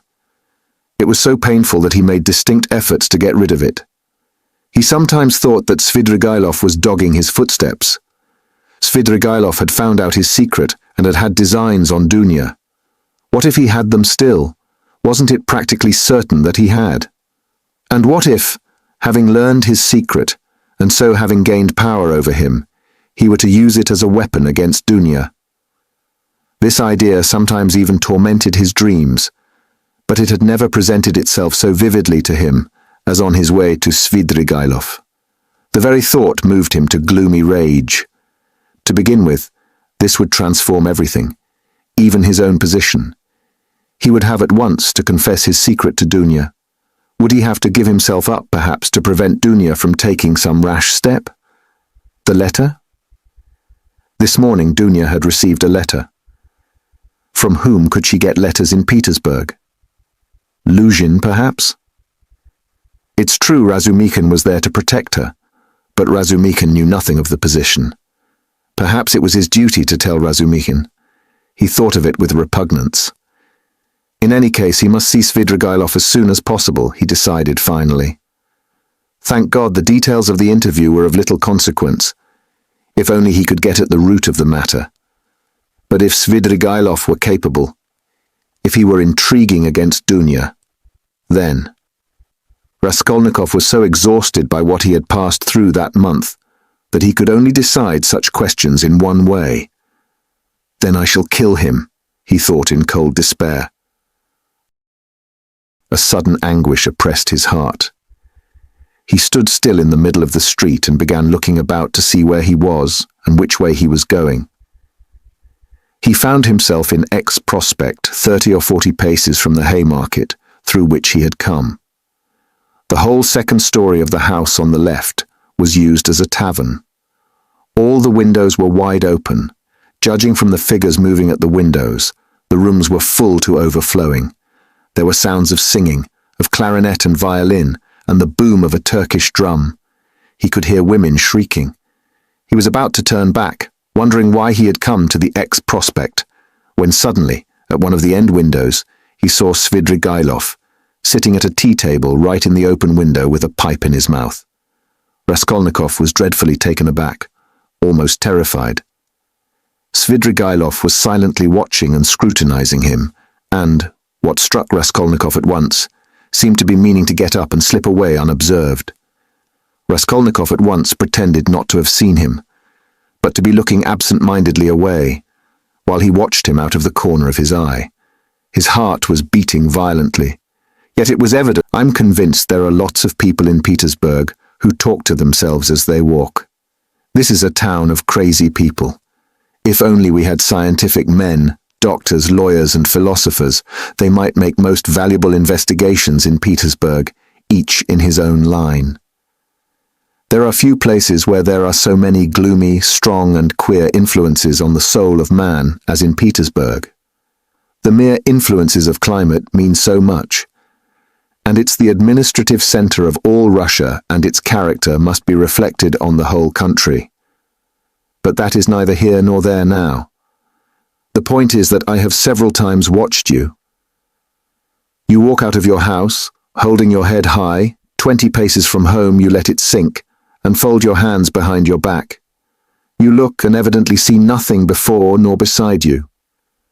At last, you begin moving your lips and talking to yourself, and sometimes you wave one hand and declaim, and at last stand still in the middle of the road. That's not at all the thing. Someone may be watching you besides me, and it won't do you any good.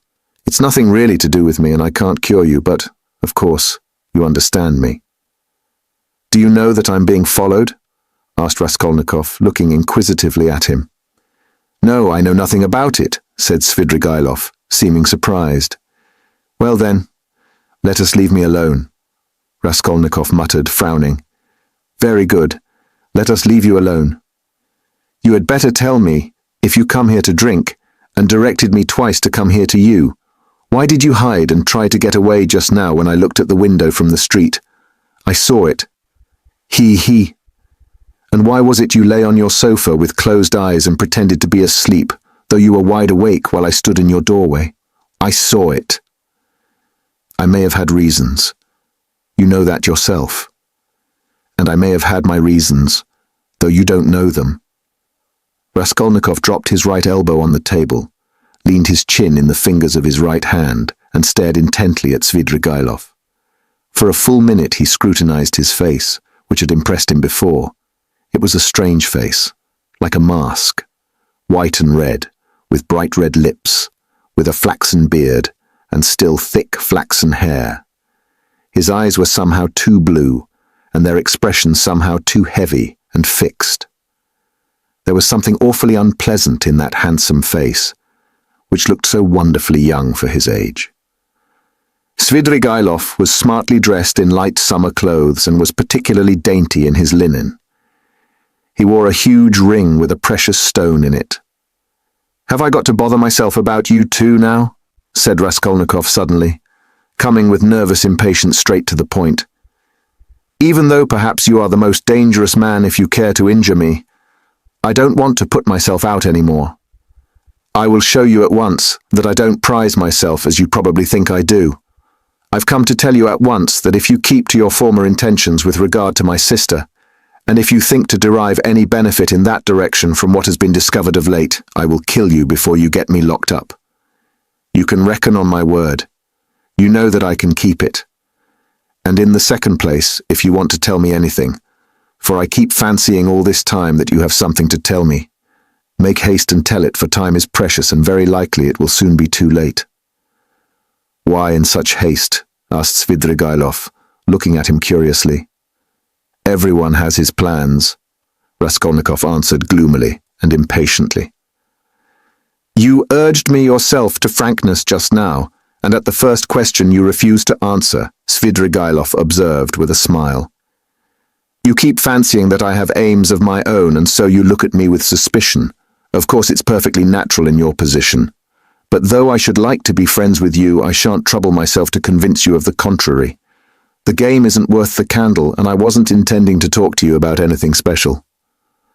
What did you want me for, then? It was you who came hanging about me. Why, simply as an interesting subject for observation. I liked the fantastic nature of your position. That's what it was. Besides, you are the brother of a person who greatly interested me, and from that person I had in the past heard a very great deal about you, from which I gathered that you had a great influence over her. Isn't that enough? Ha ha ha. Still, I must admit that your question is rather complex and is difficult for me to answer. Here, you, for instance, have come to me not only for a definite object, but for the sake of hearing something new. Isn't that so? Isn't that so? Persisted Svidrigailov with a sly smile. Well, can't you fancy then that I, too, on my way here in the train was reckoning on you, on your telling me something new, and on my making some profit out of you? You see what rich men we are. What profit could you make? How can I tell you? How do I know? You see in what a tavern I spend all my time, and it's my enjoyment. That's to say, it's no great enjoyment, but one must sit somewhere. That poor Katya now, you saw her. If only I had been a glutton now, a club gourmand. But you see I can eat this. He pointed to a little table in the corner where the remnants of a terrible-looking beefsteak and potatoes lay on a tin dish. Have you dined, by the way? I've had something and want nothing more. I don't drink, for instance, at all. Except for champagne, I never touch anything, and not more than a glass of that all the evening. And even that is enough to make my head ache. I ordered it just now to wind myself up, for I'm just going off somewhere, and you see me in a peculiar state of mind. That was why I hid myself just now like a schoolboy, for I was afraid you would hinder me. But I believe, he pulled out his watch, I can spend an hour with you. It's 4:30 now. If only I'd been something, a landowner, a father, a cavalry officer, a photographer, a journalist. I am nothing, no specialty, and sometimes I am positively bored. I really thought you would tell me something new. But what are you? And why have you come here? What am I? You know, a gentleman.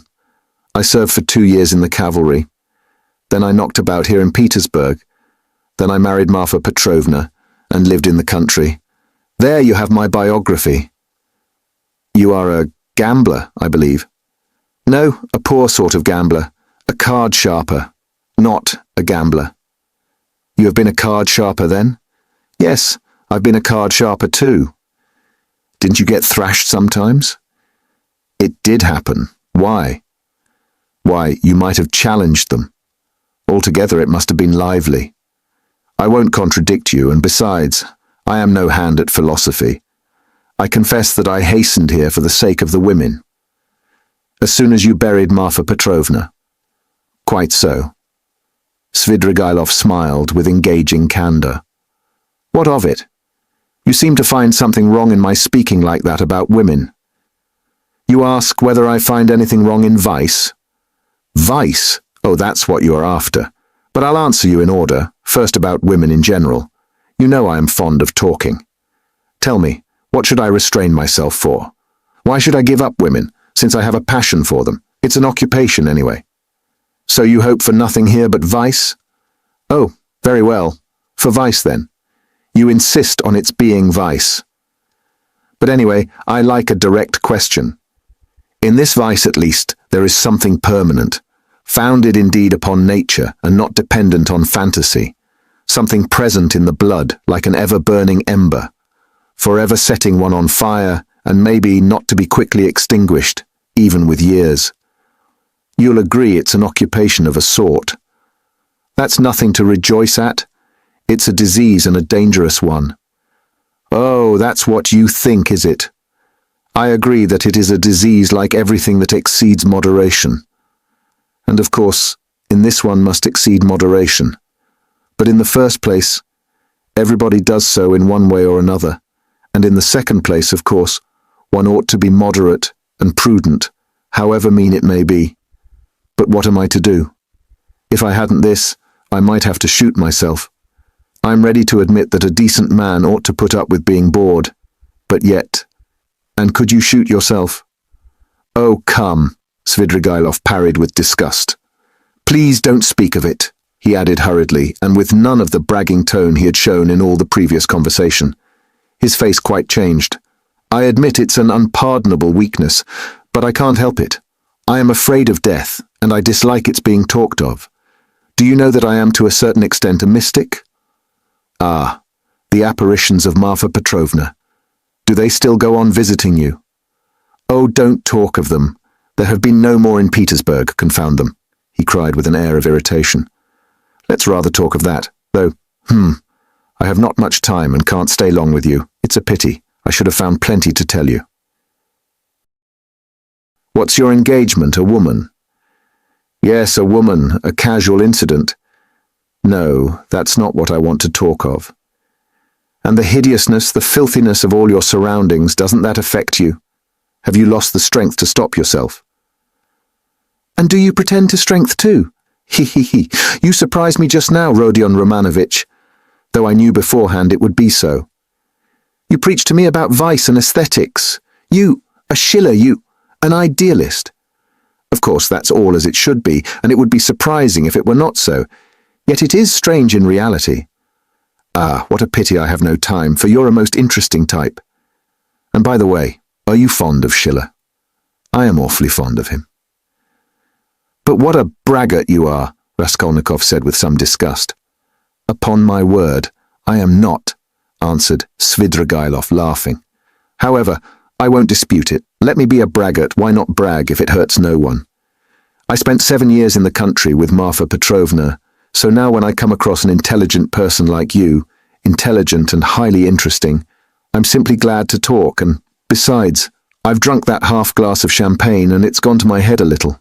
And besides, there's a certain fact that has wound me up tremendously, but about that I will keep quiet.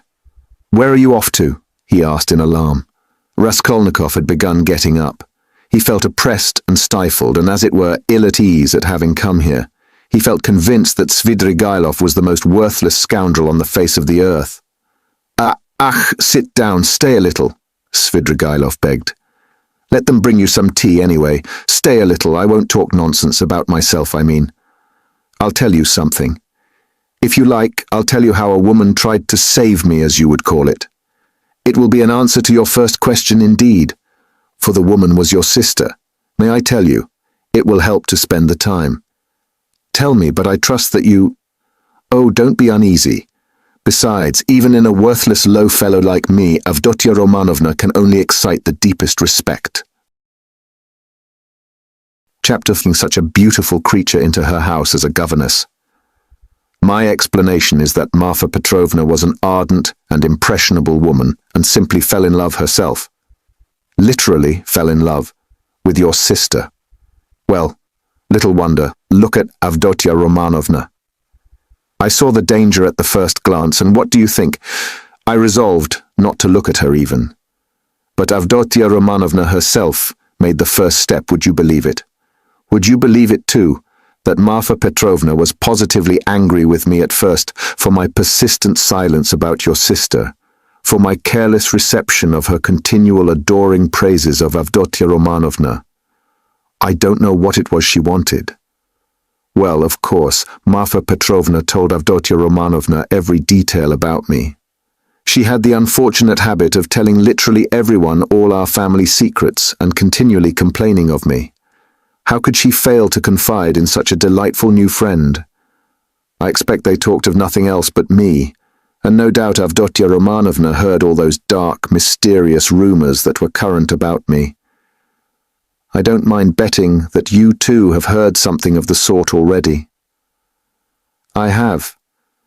Luzhin charged you with having caused the death of a child. Is that true? Don't refer to those vulgar tales, I beg, said Svidrigailov with disgust and annoyance. If you insist on wanting to know about all that idiocy, I will tell you one day. But now, I was told too about some footman of yours in the country whom you treated badly. I beg you to drop the subject. Svidrigailov interrupted again with obvious impatience. Was that the footman who came to you after death to fill your pipe? You told me about it yourself. Raskolnikov felt more and more irritated.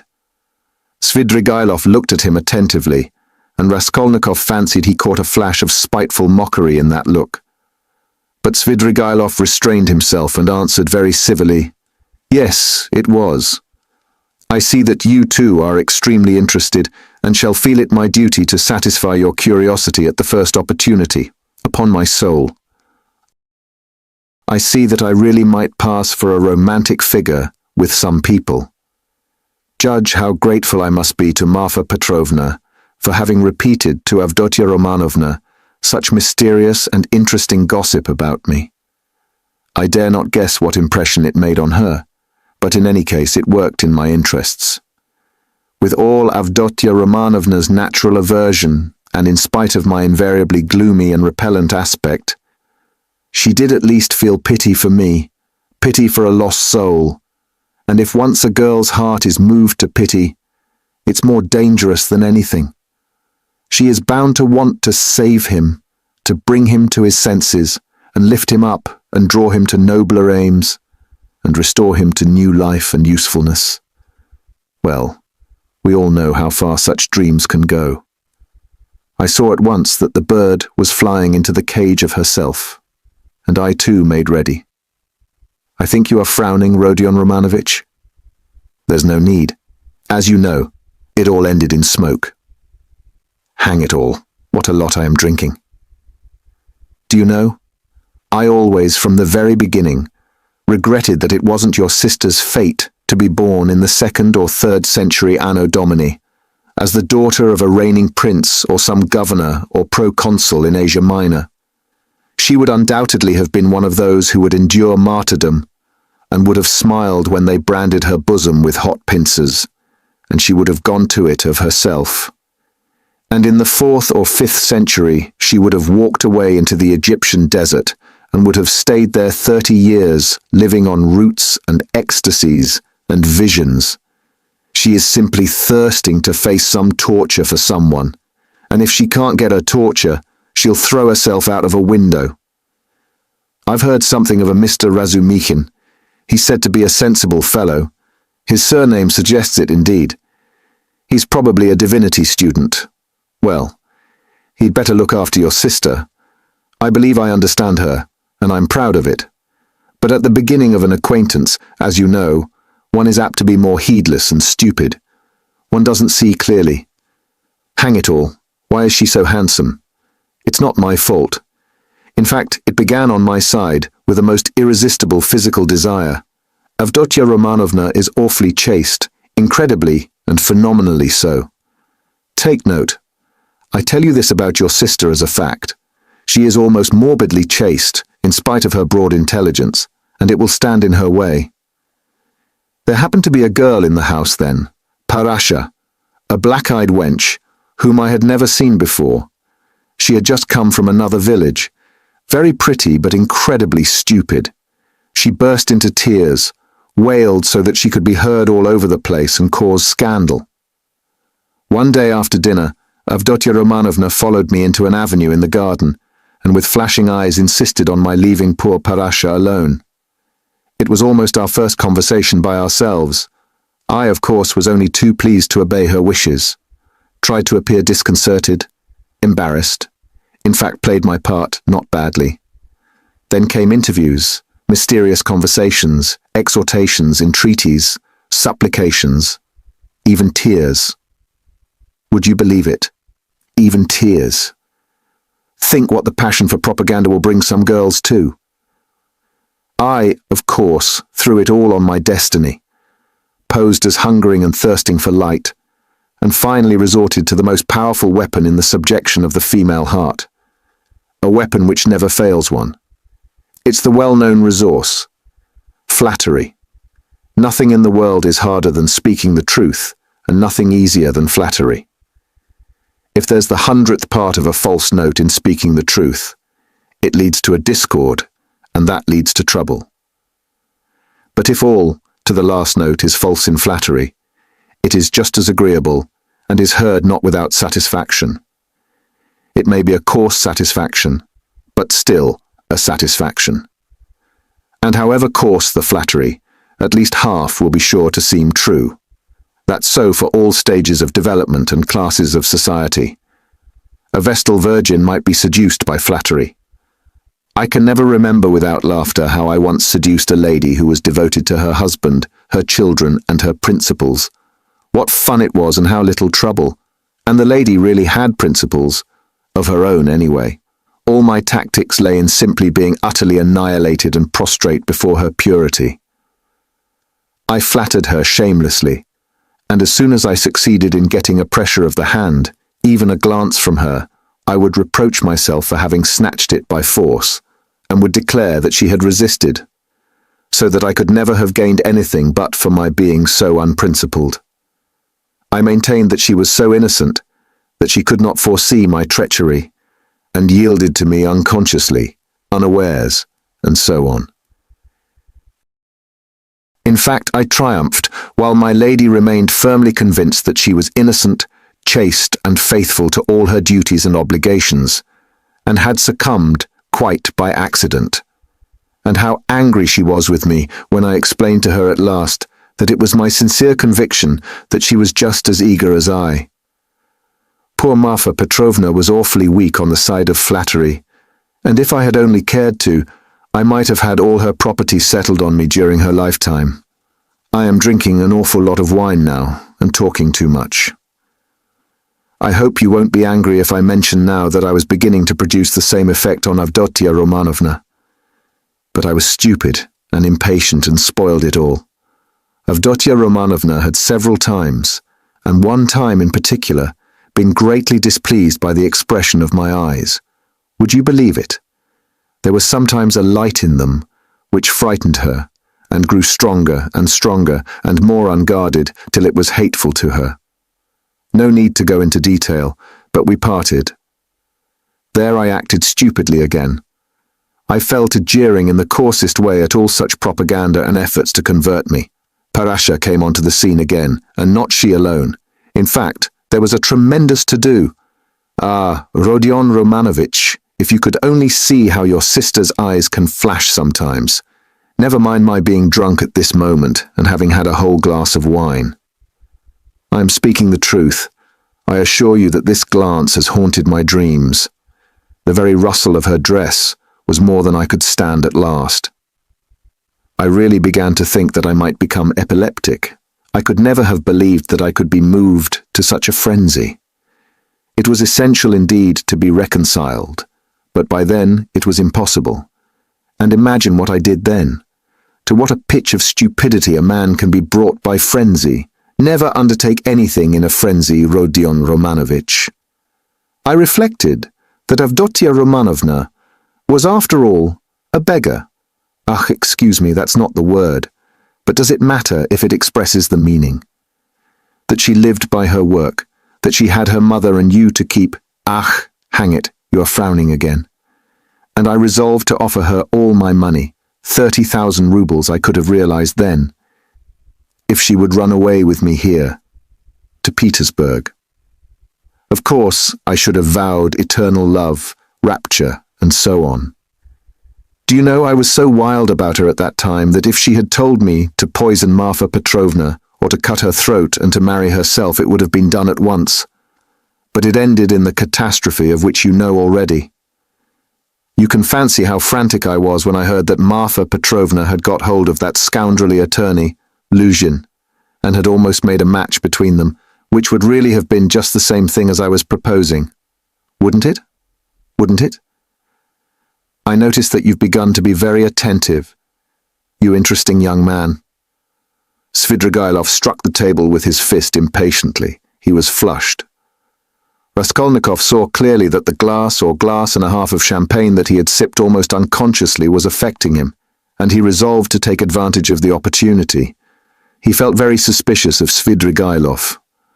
Well, after what you have said, I am fully convinced that you have come to Petersburg with designs on my sister, he said, directly to Svidrigailov, in order to irritate him further.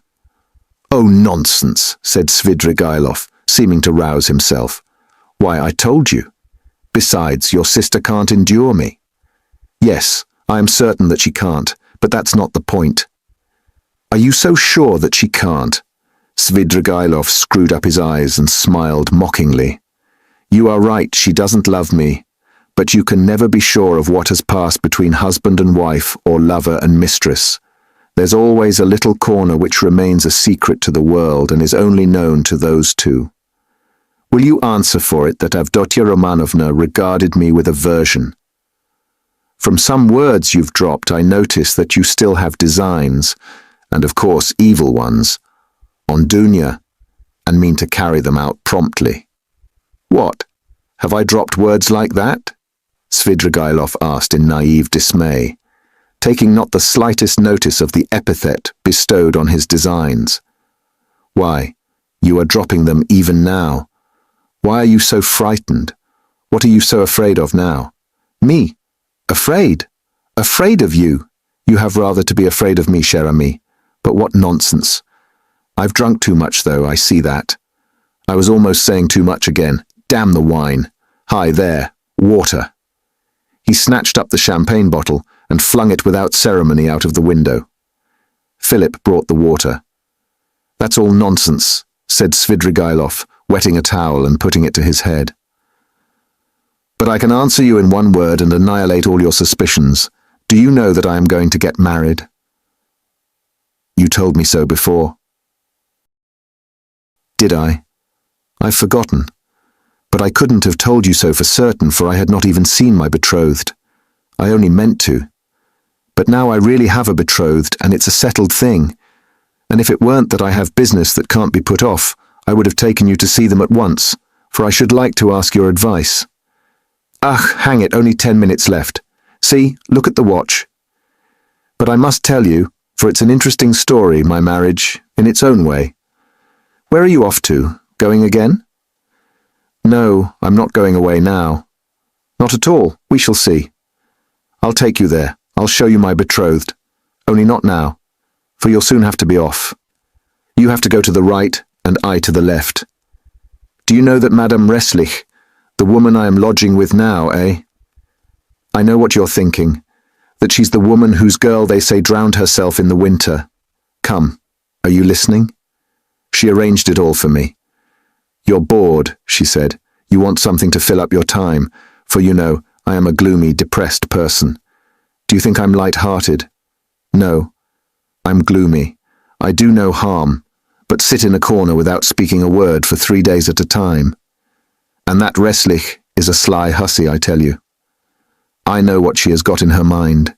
She thinks I shall get sick of it, abandon my wife and depart, and she'll get hold of her and make a profit out of her. In our class, of course, or higher.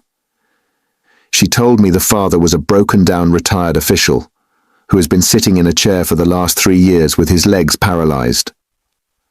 The mama, she said, was a sensible woman. There is a son serving in the provinces, but he doesn't help. There is a daughter who is married, but she doesn't visit them. And they've 2 little nephews on their hands, as though their own children were not enough. And they've taken from school their youngest daughter, a girl who'll be 16 in another month, so that then she can be married. She was for me. We went there. How funny it was. I present myself, a landowner, a widower of a well-known name with connections, with a fortune. What if I am 50 and she is not 16? Who thinks of that? But it's fascinating, isn't it? It is fascinating, ha ha. You should have seen how I talked to the papa and mama. It was worth paying to have seen me at that moment. She comes in, curtsies you can fancy, still in a short frock, an unopened bud. Flushing like a sunset, she'd been told, no doubt. I don't know how you feel about female faces, but to my mind, these 16 years, these childish eyes, shyness and tears of bashfulness are better than beauty. And she is a perfect little picture too. Fair hair in little curls like a lamb's, full little rosy lips, tiny feet. A charmer. Well, we made friends. I told them I was in a hurry owing to domestic circumstances, and the next day, that is the day before yesterday, we were betrothed. When I go now, I take her on my knee at once and keep her there. Well, she flushes like a sunset and I kiss her every minute. Her mama, of course, impresses on her that this is her husband and that this must be so. It's simply delicious. The present betrothed condition is perhaps better than marriage. Here you have what is called la nature et la vérité, ha ha. I've talked to her twice. She is far from a fool. Sometimes she steals a look at me that positively scorches me. Her face is like Raphael's Madonna. You know, the Sistine Madonna's face has something fantastic in it. The face of mournful religious ecstasy. Haven't you noticed it? Well, she's something in that line. The day after we'd been betrothed, I bought her presents to the value of 1,500 rubles, a set of diamonds and another of pearls, and a silver dressing case as large as this, with all sorts of things in it, so that even my Madonna's face glowed. I sat her on my knee yesterday, and I suppose rather too unceremoniously. She flushed crimson and the tears started, but she didn't want to show it. We were left alone. She suddenly flung herself on my neck, for the first time of her own accord, put her little arms round me, kissed me, and vowed that she would be an obedient, faithful, and good wife, would make me happy, would devote all her life, every minute of her life, would sacrifice everything, and that all she asks in return is my respect, and that she wants nothing more from me, no presents.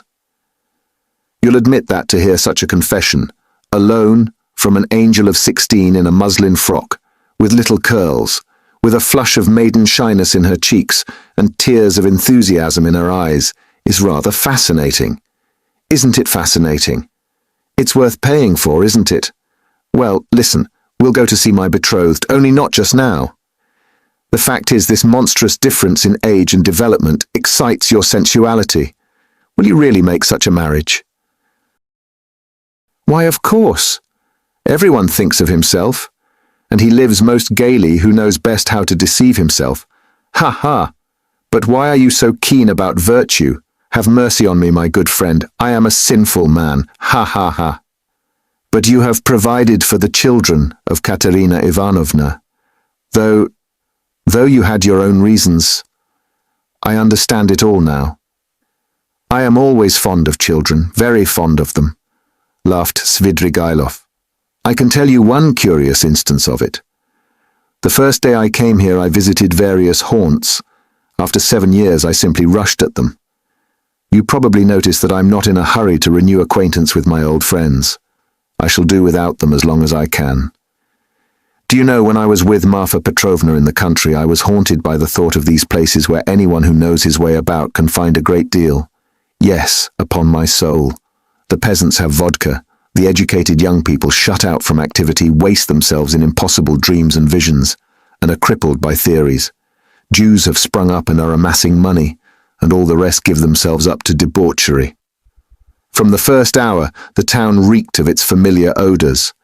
I chanced to be in a frightful den. I like my dens dirty. It was a dance, so-called, and there was a can-can such as I never saw in my day. Yes, there you have progress. All of a sudden I saw a little girl of 13, nicely dressed, dancing with a specialist in that line, with another one vis-à-vis. Her mother was sitting on a chair by the wall. You can't fancy what a can-can that was. The girl was ashamed, blushed, at last felt insulted, and began to cry. Her partner seized her and began whirling her round and performing before her. Everyone laughed, and I like your public, even the can-can public. They laughed and shouted, serves her right, shouldn't bring children. Well, it's not my business whether that consoling reflection was logical or not. I at once fixed on my plan, sat down by the mother, and began by saying that I too was a stranger, and that people here were ill-bred, and that they couldn't distinguish decent folks and treat them with respect, gave her to understand that I had plenty of money, offered to take them home in my carriage. I took them home and got to know them. They were lodging in a miserable little hole and had only just arrived from the country. She told me that she and her daughter could only regard my acquaintance as an honour.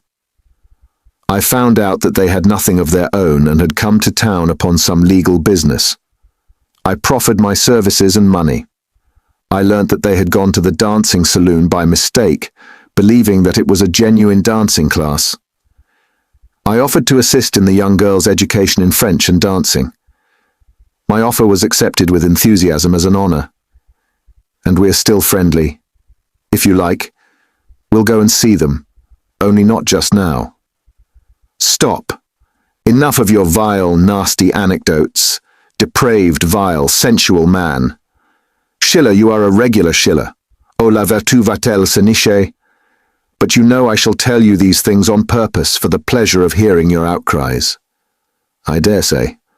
I can see I'm ridiculous myself, muttered Raskolnikov angrily. Svidrigailov laughed heartily. Finally, he called Philip, paid his bill, and began getting up.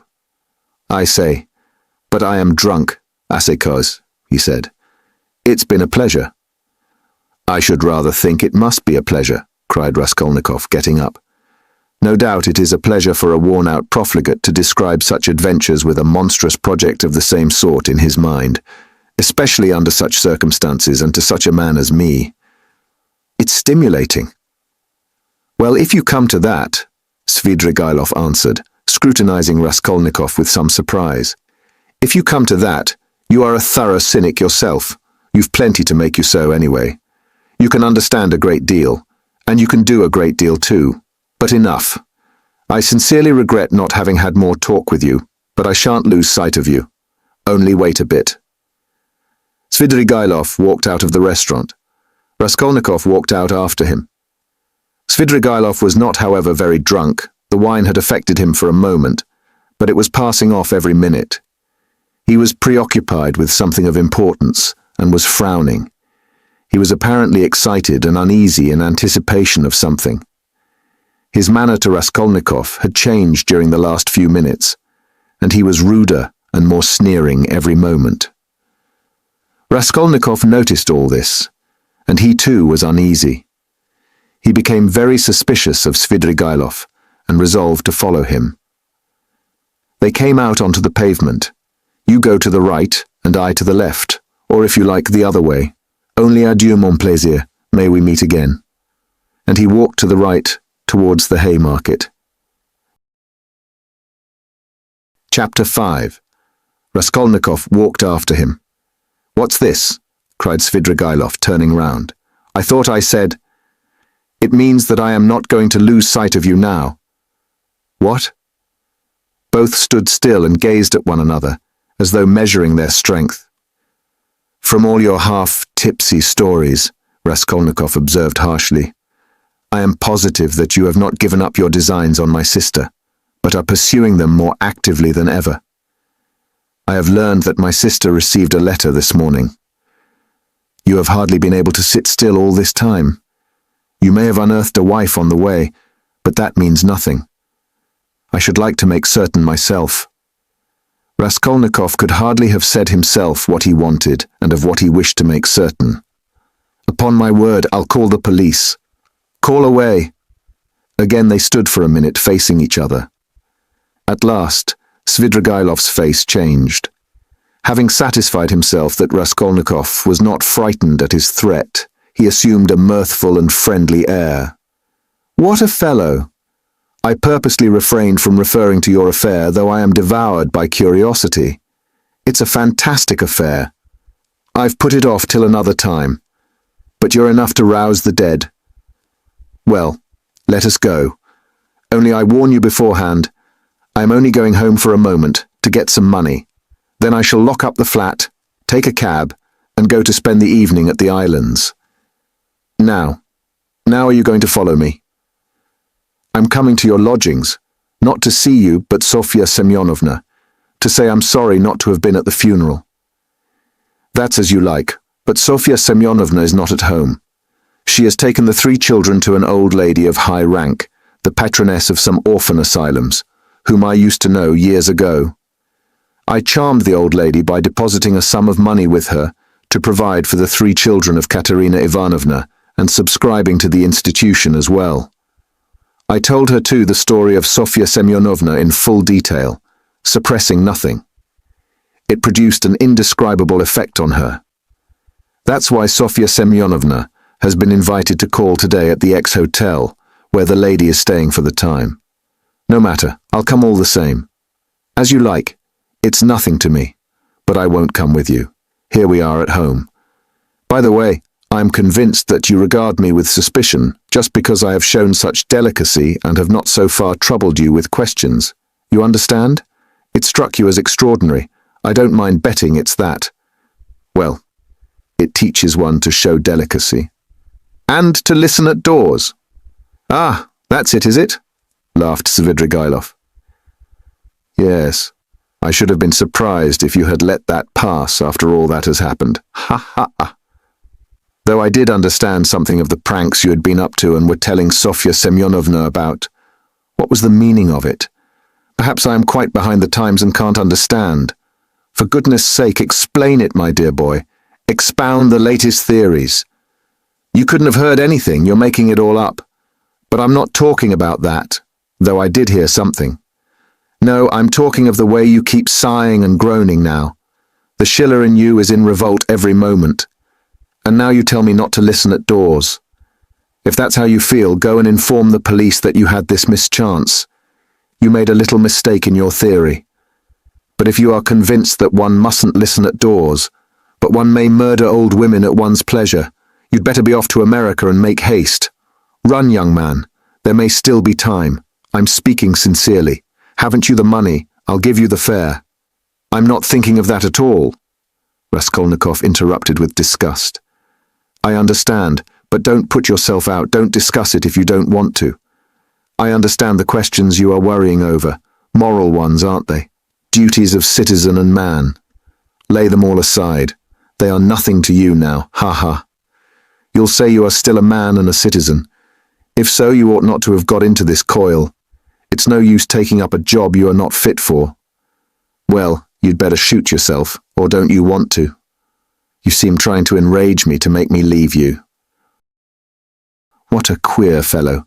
But here we are. Welcome to the staircase. You see, that's the way to Sofya Semyonovna. Look, there is no one at home. Don't you believe me? Ask Kapernaumov. She leaves the key with him. Here is Madame de Kapernaumov herself. Hey, what? She's rather deaf. Has she gone out? Where? Did you hear? She is not in and won't be till late in the evening, probably. Well, come to my room. You wanted to come and see me, didn't you? Here we are. Madame Resslich's not at home. She is a woman who is always busy. An excellent woman, I assure you. She might have been of use to you if you had been a little more sensible. Now see, I take this 5% bond out of the bureau. See what a lot I've got of them still. This one will be turned into cash today. I mustn't waste any more time. The bureau is locked, the flat is locked, and here we are again on the stairs. Shall we take a cab? I'm going to the islands. Would you like a lift? I'll take this carriage. Ah, you refuse? You're tired of it. Come for a drive. I believe it will come on to rain. Never mind, we'll put down the hood. Svidrigailov was already in the carriage. Raskolnikov decided that his suspicions were at least for that moment unjust. Without answering a word, he turned and walked back towards the Haymarket. If he had only turned round on his way, he might have seen Svidrigailov get out not 100 paces off, dismiss the cab and walk along the pavement. But he had turned the corner and could see nothing. Intense disgust drew him away from Svidrigailov. To think that I could for one instant have looked for help from that coarse brute, that depraved sensualist and blackguard, he cried. Raskolnikov's judgment was uttered too lightly and hastily. There was something about Svidrigailov which gave him a certain original, even a mysterious character. As concerned his sister, Raskolnikov was convinced that Svidrigailov would not leave her in peace. But it was too tiresome and unbearable to go on thinking and thinking about this. When he was alone, he had not gone 20 paces before he sank, as usual, into deep thought. On the bridge, he stood by the railing and began gazing at the water. And his sister was standing close by him. He met her at the entrance to the bridge, but passed by without seeing her. Dunya had never met him like this in the street before, and was struck with dismay. She stood still, and did not know whether to call to him or not. Suddenly, she saw Svidrigailov coming quickly from the direction of the Haymarket. He seemed to be approaching cautiously. He did not go onto the bridge, but stood aside on the pavement, doing all he could to avoid Raskolnikov seeing him. He had observed Dunya for some time, and had been making signs to her. She fancied he was signaling to beg her not to speak to her brother, but to come to him. That was what Dunya did. She stole by her brother and went up to Svidrigailov. "Let us make haste away," Svidrigailov whispered to her. "I don't want Rodion Romanovich to know of our meeting. I must tell you, I've been sitting with him in the restaurant close by, where he looked me up and I had great difficulty in getting rid of him. He has somehow heard of my letter to you and suspects something. It wasn't you who told him, of course, but if not you, who then? Well, we've turned the corner now, Dunya interrupted, and my brother won't see us. I have to tell you that I am going no further with you. Speak to me here. You can tell it all in the street. In the first place, I can't say it in the street. Secondly, you must hear Sofya Semyonovna too. And thirdly, I will show you some papers. Oh well, if you won't agree to come with me, I shall refuse to give any explanation and go away at once. But I beg you not to forget that a very curious secret of your beloved brother's is entirely in my keeping. Dunya stood still, hesitating, and looked at Svidrigailov with searching eyes. What are you afraid of? He observed quietly. The town is not the country, and even in the country you did me more harm than I did you. Have you prepared Sofya Semyonovna? No, I have not said a word to her, and am not quite certain whether she is at home now, but most likely she is. She has buried her stepmother today. She is not likely to go visiting on such a day. For the time, I don't want to speak to anyone about it, and I half regret having spoken to you. The slightest indiscretion is as bad as betrayal in a thing like this. I live there in that house. We are coming to it. That's the porter of our house. He knows me very well. You see, he's bowing. He sees I'm coming with a lady, and no doubt he has noticed your face already, and you will be glad of that if you are afraid of me and suspicious. Excuse my putting things so coarsely. I haven't a flat to myself. Sofya Semyonovna's room is next to mine. She lodges in the next flat. The whole floor is let out in lodgings. Why are you frightened like a child? Am I really so terrible? Svidrigailov's lips were twisted in a condescending smile, but he was in no smiling mood. His heart was throbbing and he could scarcely breathe. He spoke rather loud to cover his growing excitement, but Dunya did not notice this peculiar excitement. She was so irritated by his remark that she was frightened of him like a child, and that he was so terrible to her. Though I know that you are not a man sacked of honor, I am not in the least afraid of you. Lead the way, she said with apparent composure, but her face was very pale. Svidrigailov stopped at Sonia's room. If she's gone out, it can only be to see a lady about the orphans. Their mother is dead. I've been meddling and making arrangements for them. If Sofya Semyonovna does not come back in 10 minutes, I will send her to you, today if you like. This is my flat. These are my 2 rooms. Madame Reslich, my landlady, has the next room. Now look this way. I will show you my chief piece of evidence.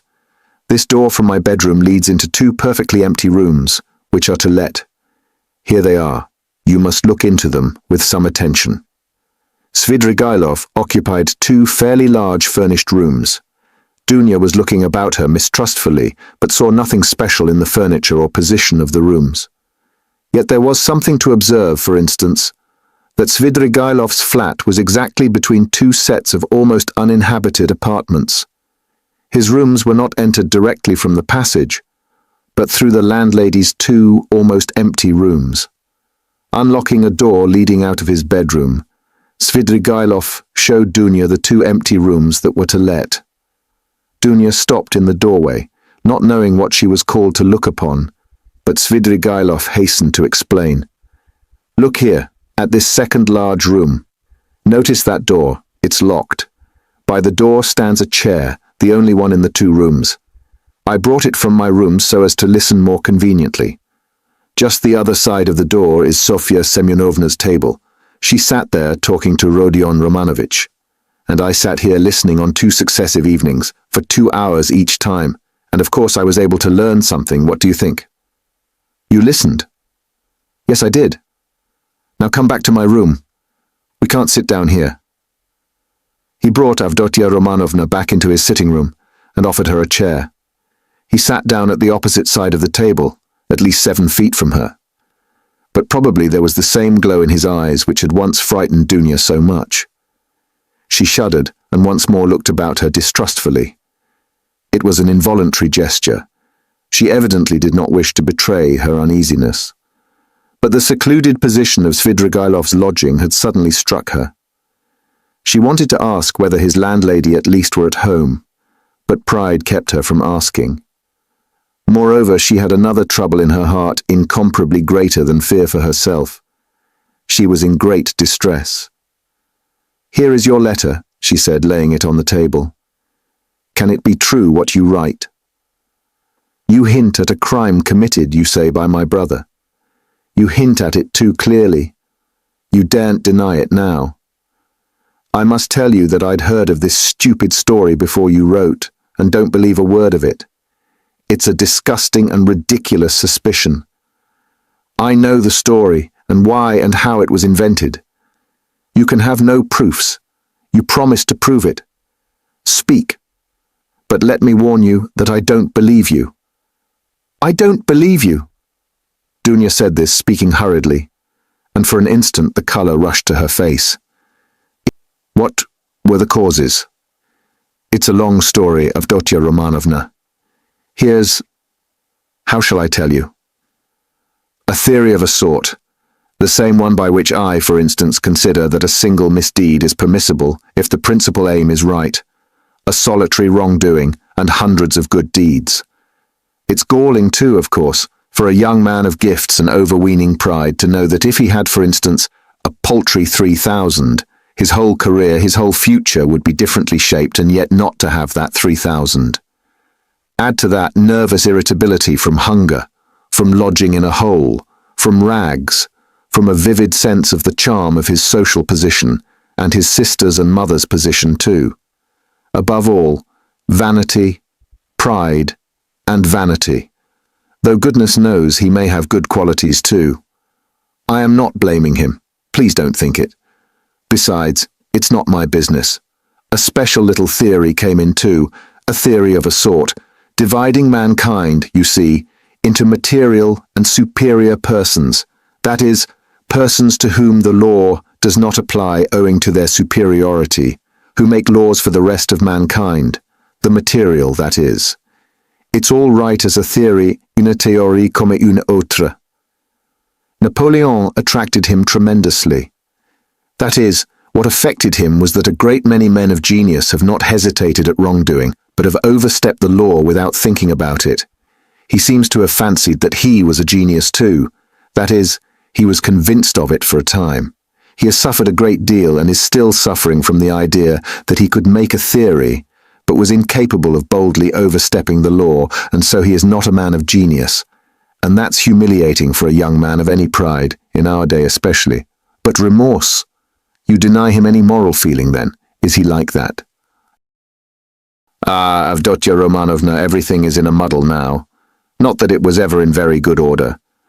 Russians in general are broad in their ideas, Avdotya Romanovna, broad like their land and exceedingly disposed to the fantastic, the chaotic. But it's a misfortune to be broad without a special genius. Do you remember what a lot of talk we had together on this subject, sitting in the evenings on the terrace after supper? Why, you used to reproach me with breadth. Who knows, perhaps we were talking at the very time when he was lying here thinking over his plan. There are no sacred traditions amongst us, especially in the educated class, Avdotya Romanovna. At the best, someone will make them up somehow for himself, out of books, or from some old chronicle. But those are for the most part the learned and all old fogies, so that it would be almost ill-bred in a man of society. You know my opinions in general, though. I never blame anyone. I do nothing at all, I persevere in that. But we've talked of this more than once before. I was so happy indeed as to interest you in my opinions. You are very pale, Avdotya Romanovna. I know his theory. I read that article of his about men to whom all is permitted. Razumikhin brought it to me. Mr. Razumikhin? Your brother's article? In a magazine? Is there such an article? I didn't know. It must be interesting. But where are you going, Avdotya Romanovna? I want to see Sofya Semyonovna, Dunya articulated faintly. How do I go to her? She has come in, perhaps. I must see her at once. Perhaps she... Avdotya Romanovna could not finish. Her breath literally failed her. Sofya Semyonovna will not be back till night, at least I believe not. She was to have been back at once, but if not, then she will not be until quite late. Ah, then you are lying. I see. You were lying. Lying all the time. I don't believe you. I don't believe you, cried Dunya, completely losing her head. Almost fainting, she sank onto a chair which Svidrigailov made haste to give her. Avdotia Romanovna, what is it? Control yourself. Here is some water. Drink a little. He sprinkled some water over her. Dunya shuddered and came to herself. It has acted violently, Svidrigailov muttered to himself, frowning. Avdotia Romanovna, calm yourself. Believe me, he has friends. We will save him. Would you like me to take him abroad? I have money. I can get a ticket in 3 days. And as for the murder, he will do all sorts of good deeds yet to atone for it. Calm yourself. He may become a great man yet. Well, how are you? How do you feel? Cruel man. To be able to jeer at it. Let me go. Where are you going? To him. Where is he? Do you know? Why is this door locked? We came in at that door and now it is locked. When did you manage to lock it? We couldn't be shouting all over the flat on such a subject. I'm far from jeering. It's simply that I'm sick of talking like this. But how can you go in such a state? Do you want to betray him? You will drive him to fury and he will give himself up. Let me tell you, he is already being watched. They are already on his track. You will simply be giving him away. Wait a little. I saw him and was talking to him just now. He can still be saved. Wait a bit. Sit down. Let us think it over together. I asked you to come in order to discuss it alone with you and to consider it thoroughly. But do sit down. How can you save him? Can he really be saved? Dunya sat down. Svidrigailov sat down beside her. It all depends on you. On you. On you alone, he began with glowing eyes, almost in a whisper and hardly able to utter the words for emotion. Dunya drew back from him in alarm. He too was trembling all over. You. One word from you, and he is saved. I'll save him. I have money and friends. I'll send him away at once.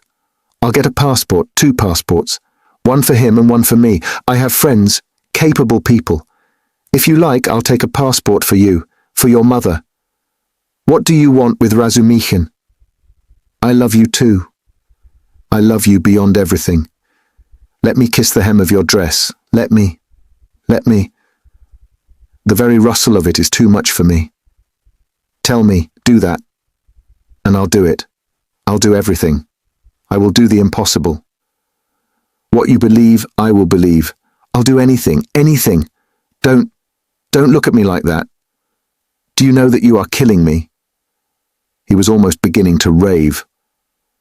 Something seemed suddenly to go to his head. Dunya jumped up and rushed to the door. Open it, she called, shaking the door. Open it. Is there no one there? Svidrigailov got up and came to himself. His still trembling lips slowly broke into an angry, mocking smile. There is no one at home, he said quietly and emphatically. The landlady has gone out, and it's waste of time to shout like that. You are only exciting yourself uselessly. Where is the key? Open the door at once, spaceman. I have lost the key and cannot find it. This is an outrage, cried Dunya, turning pale as death. She rushed to the furthest corner, where she made haste to barricade herself with a little table. She did not scream, but she fixed her eyes on her tormentor and watched every movement he made. Svidrigailov remained standing at the other end of the room facing her. He was positively composed, at least in appearance, but his face was pale as before. The mocking smile did not leave his face. You spoke of outrage just now, Avdotia Romanovna. In that case, you may be sure I have taken measures. Sofya Semyonovna is not at home. The Kapernaumovs are far away. There are 5 locked rooms between. I am at least twice as strong as you are, and I have nothing to fear besides, for you could not complain afterwards. You surely would not be willing actually to betray your brother. Besides, no one would believe you.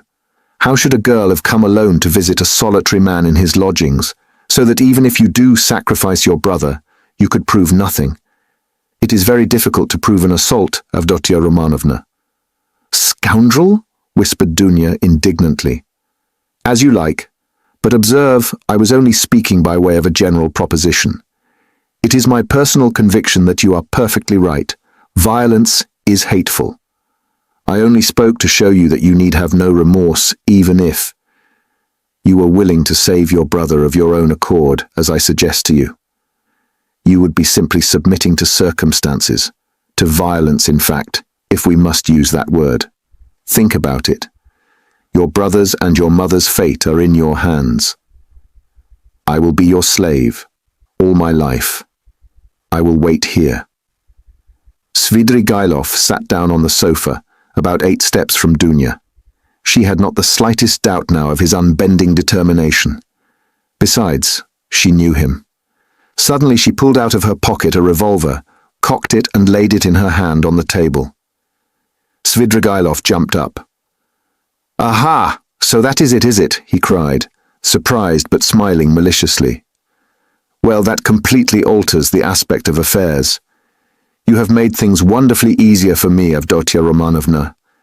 But where did you get the revolver? Was it Mr. Razumikin? Why, it is my revolver, an old friend, and how I have hunted for it. The shooting lessons I have given you in the country have not been thrown away. It is not your revolver. It belonged to Marfa Petrovna, whom you killed, wretch. There was nothing of yours in her house. I took it when I began to suspect what you were capable of. If you dare to advance one step, I swear I will kill you."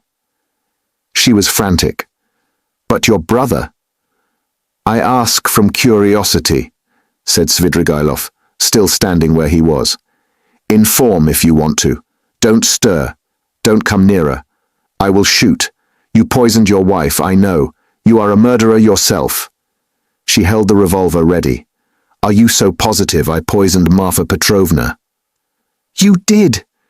You hinted it yourself. You talked to me of poison. I know you went to get it. You had it in readiness. It was your doing. It must have been your doing. Scoundrel!" "Even if that were true, it would have been for your sake. You would have been the cause." "You are lying. I hated you always, always. Oho, Avdotia Romanovna, you seem to have forgotten how you softened to me in the heat of propaganda. I saw it in your eyes. Do you remember that moonlit night, when the nightingale was singing?" "That is a lie." There was a flash of fury in Dunya's eyes. "That is a lie and a libel." "A lie? Well, if you like, it is a lie. I made it up. Women ought not to be reminded of such things," he smiled. "I know you will shoot, you pretty wild creature. Well, shoot away." Dunya raised the revolver and, deadly pale, gazed at him, measuring the distance and awaiting the first movement on his part. Her lower lip was white and quivering, and her big black eyes flashed like fire. He had never seen her so handsome. The fire glowing in her eyes at the moment she raised the revolver seemed to kindle him, and there was a pang of anguish in his heart. He took a step forward, and a shot rang out. The bullet grazed his hair and flew into the wall behind. He stood still and laughed softly. "The wasp has stung me.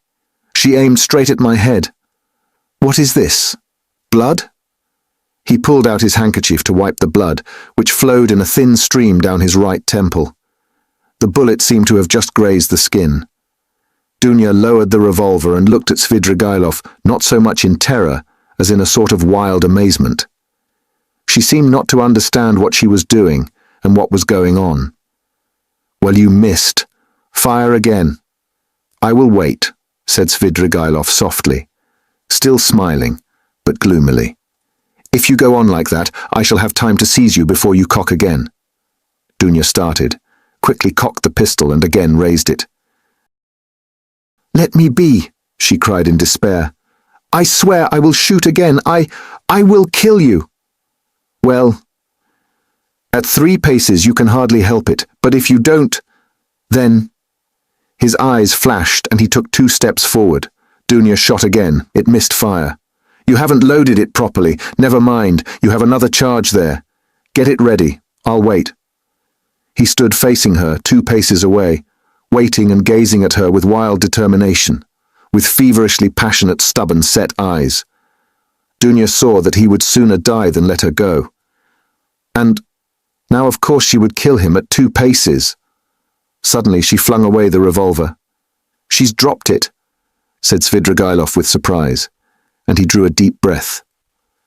A weight seemed to have rolled from his heart, perhaps not only the fear of death, indeed he may scarcely have felt it at that moment.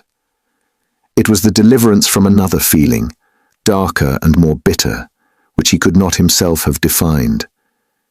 He went to Dunya and gently put his arm around her waist. She did not resist, but trembling like a leaf, looked at him with suppliant eyes. He tried to say something, but his lips moved without being able to utter a sound. "Let me go," Dunya implored. Svidrigailov shuddered. Her voice now was quite different. "Then you don't love me?" he asked softly. Dunya shook her head. And you can't. Never," he whispered in despair. "Never." There followed a moment of terrible dumb struggle in the heart of Svidrigailov. He looked at her with an indescribable gaze. Suddenly he withdrew his arm, turned quickly to the window, and stood facing it. Another moment passed. "Here's the key." He took it out of the left pocket of his coat and laid it on the table behind him, without turning or looking at Dunya. "Take it. Make haste." He looked stubbornly out of the window. Dunya went up to the table to take the key. "Make haste, repeated Svidrigailov, still without turning or moving. But there seemed a terrible significance in the tone of that "make haste." Dunya understood it, snatched up the key, flew to the door, unlocked it quickly, and rushed out of the room. A minute later, beside herself, she ran out onto the canal bank in the direction of X Bridge. Svidrigailov remained 3 minutes standing at the window. At last he slowly turned, looked about him, and passed his hand over his forehead. A strange smile contorted his face, a pitiful, sad, weak smile, a smile of despair. The blood, which was already getting dry, smeared his hand. He looked angrily at it, then wetted a towel and washed his temple. The revolver, which Dunya had flung away, lay near the door and suddenly caught his eye. He picked it up and examined it. It was a little pocket 3-barrel revolver of old-fashioned construction. There were still 2 charges and 1 capsule left in it. It could be fired again. He thought a little, put the revolver in his pocket, took his hat, and went out. Chapter 6. He spent that evening till 10 o'clock going from one low haunt to another. Katya too turned up and sang another gutter song, how a certain villain and tyrant began kissing Katya. Svidrigailov treated Katya and the organ grinder and some singers and the waiters and 2 little clerks. He was particularly drawn to these clerks by the fact that they both had crooked noses, one bent to the left and the other to the right.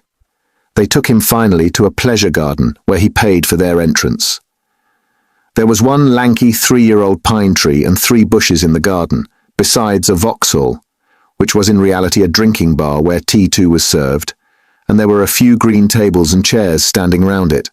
A chorus of wretched singers and a drunken but exceedingly depressed German clown from Munich with a red nose entertained the public. The clerks quarrelled with some other clerks, and a fight seemed imminent. Svidrigailov was chosen to decide the dispute. He listened to them for a quarter of an hour, but they shouted so loud that there was no possibility of understanding them. The only fact that seemed certain was that one of them had stolen something, and had even succeeded in selling it on the spot to a Jew, but would not share the spoil with his companion. Finally it appeared that the stolen object was a teaspoon belonging to the Vauxhall. It was missed, and the affair began to seem troublesome.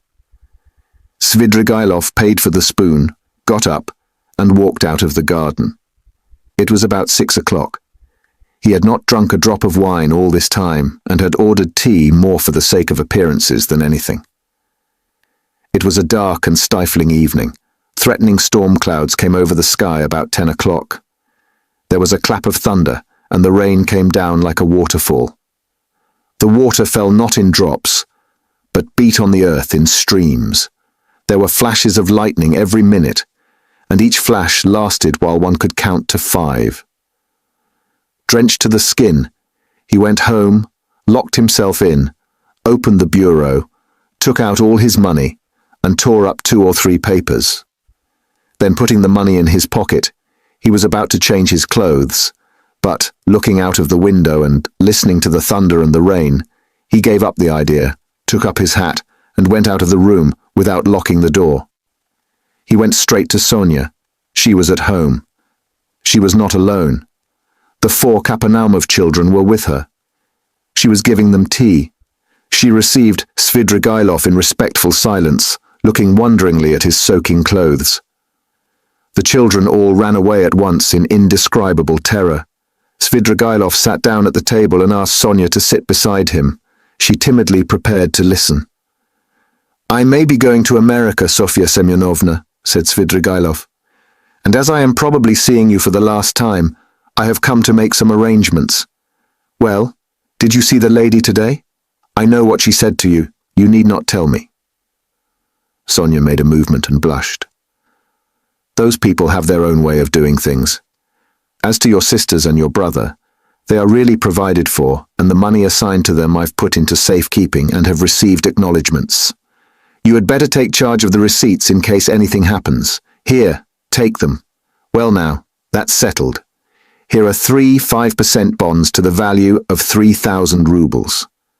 Take those for yourself, entirely for yourself, and let that be strictly between ourselves, so that no one knows of it, whatever you hear. You will need the money, for to go on living in the old way, Sofya Semyonovna, is bad, and besides there is no need for it now."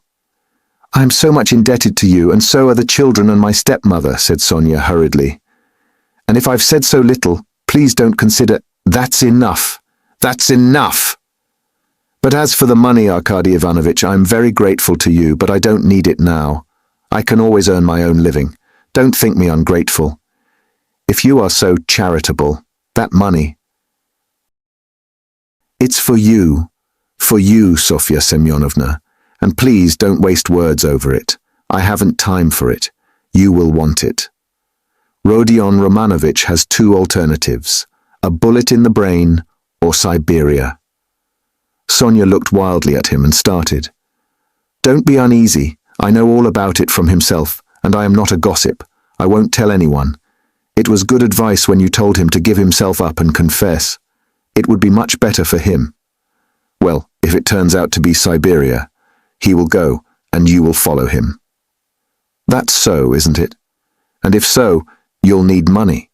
You'll need it for him, do you understand? Giving it to you is the same as my giving it to him. Besides, you promised Amalia Ivanovna to pay what's owing." "I heard you. How can you undertake such obligations so heedlessly, Sofya Semyonovna? It was Katerina Ivanovna's debt and not yours, so you ought not to have taken any notice of the German woman. You can't get through the world like that. If you are ever questioned about me, tomorrow or the day after you will be asked.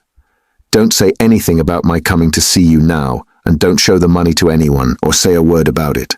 Well, now, goodbye." He got up. "My greetings to Rodion Romanovich.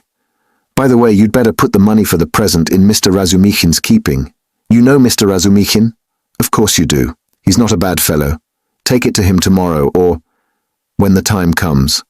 Until then, hide it carefully."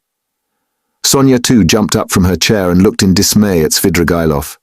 She longed to speak, to ask a question, but for the first moments she did not dare and did not know how to begin. How can you be going now in such rain? Why, be starting for America and be stopped by rain. Ha ha! Goodbye, Sofya Semyonovna, my dear. Live and live long, you will be of use to others. By the way, tell Mr. Razumikhin I send my greetings to him. Tell him Arkady Ivanovich Svidrigailov sends his greetings. Be sure to." He went out, leaving Sonia in a state of wondering anxiety and vague apprehension. It appeared afterwards that on the same evening, at 11:20, he made another very eccentric and unexpected visit. The rain still persisted. Drenched to the skin, He walked into the little flat where the parents of his betrothed lived, in 3rd Street in Vasilyevsky Island. He knocked some time before he was admitted, and his visit at first caused great perturbation. But Svidrigailov could be very fascinating when he liked, so that the first, and indeed very intelligent surmise of the sensible parents that Svidrigailov had probably had so much to drink that he did not know what he was doing vanished immediately. The decrepit father was wheeled in to see Svidrigailov by the tender and sensible mother, who as usual began the conversation with various irrelevant questions.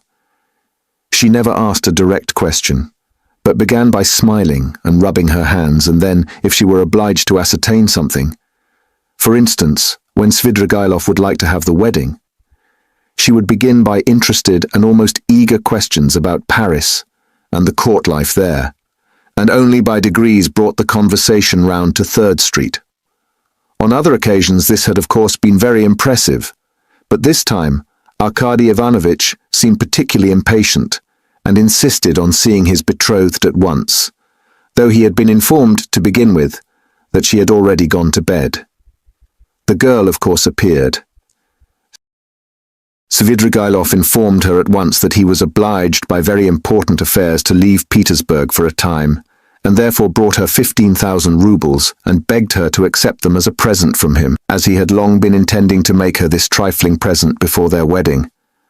The logical connection of the present with his immediate departure and the absolute necessity of visiting them for that purpose in pouring rain at midnight was not made clear.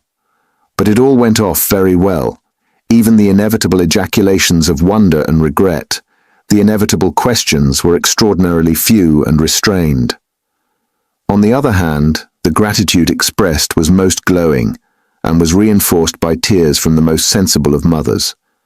Svidrigailov got up, laughed, kissed his betrothed, patted her cheek, declared he would soon come back, and noticing in her eyes, together with childish curiosity, a sort of earnest, dumb inquiry, reflected and kissed her again, though he felt sincere anger inwardly at the thought that his present would be immediately locked up in the keeping of the most sensible of mothers.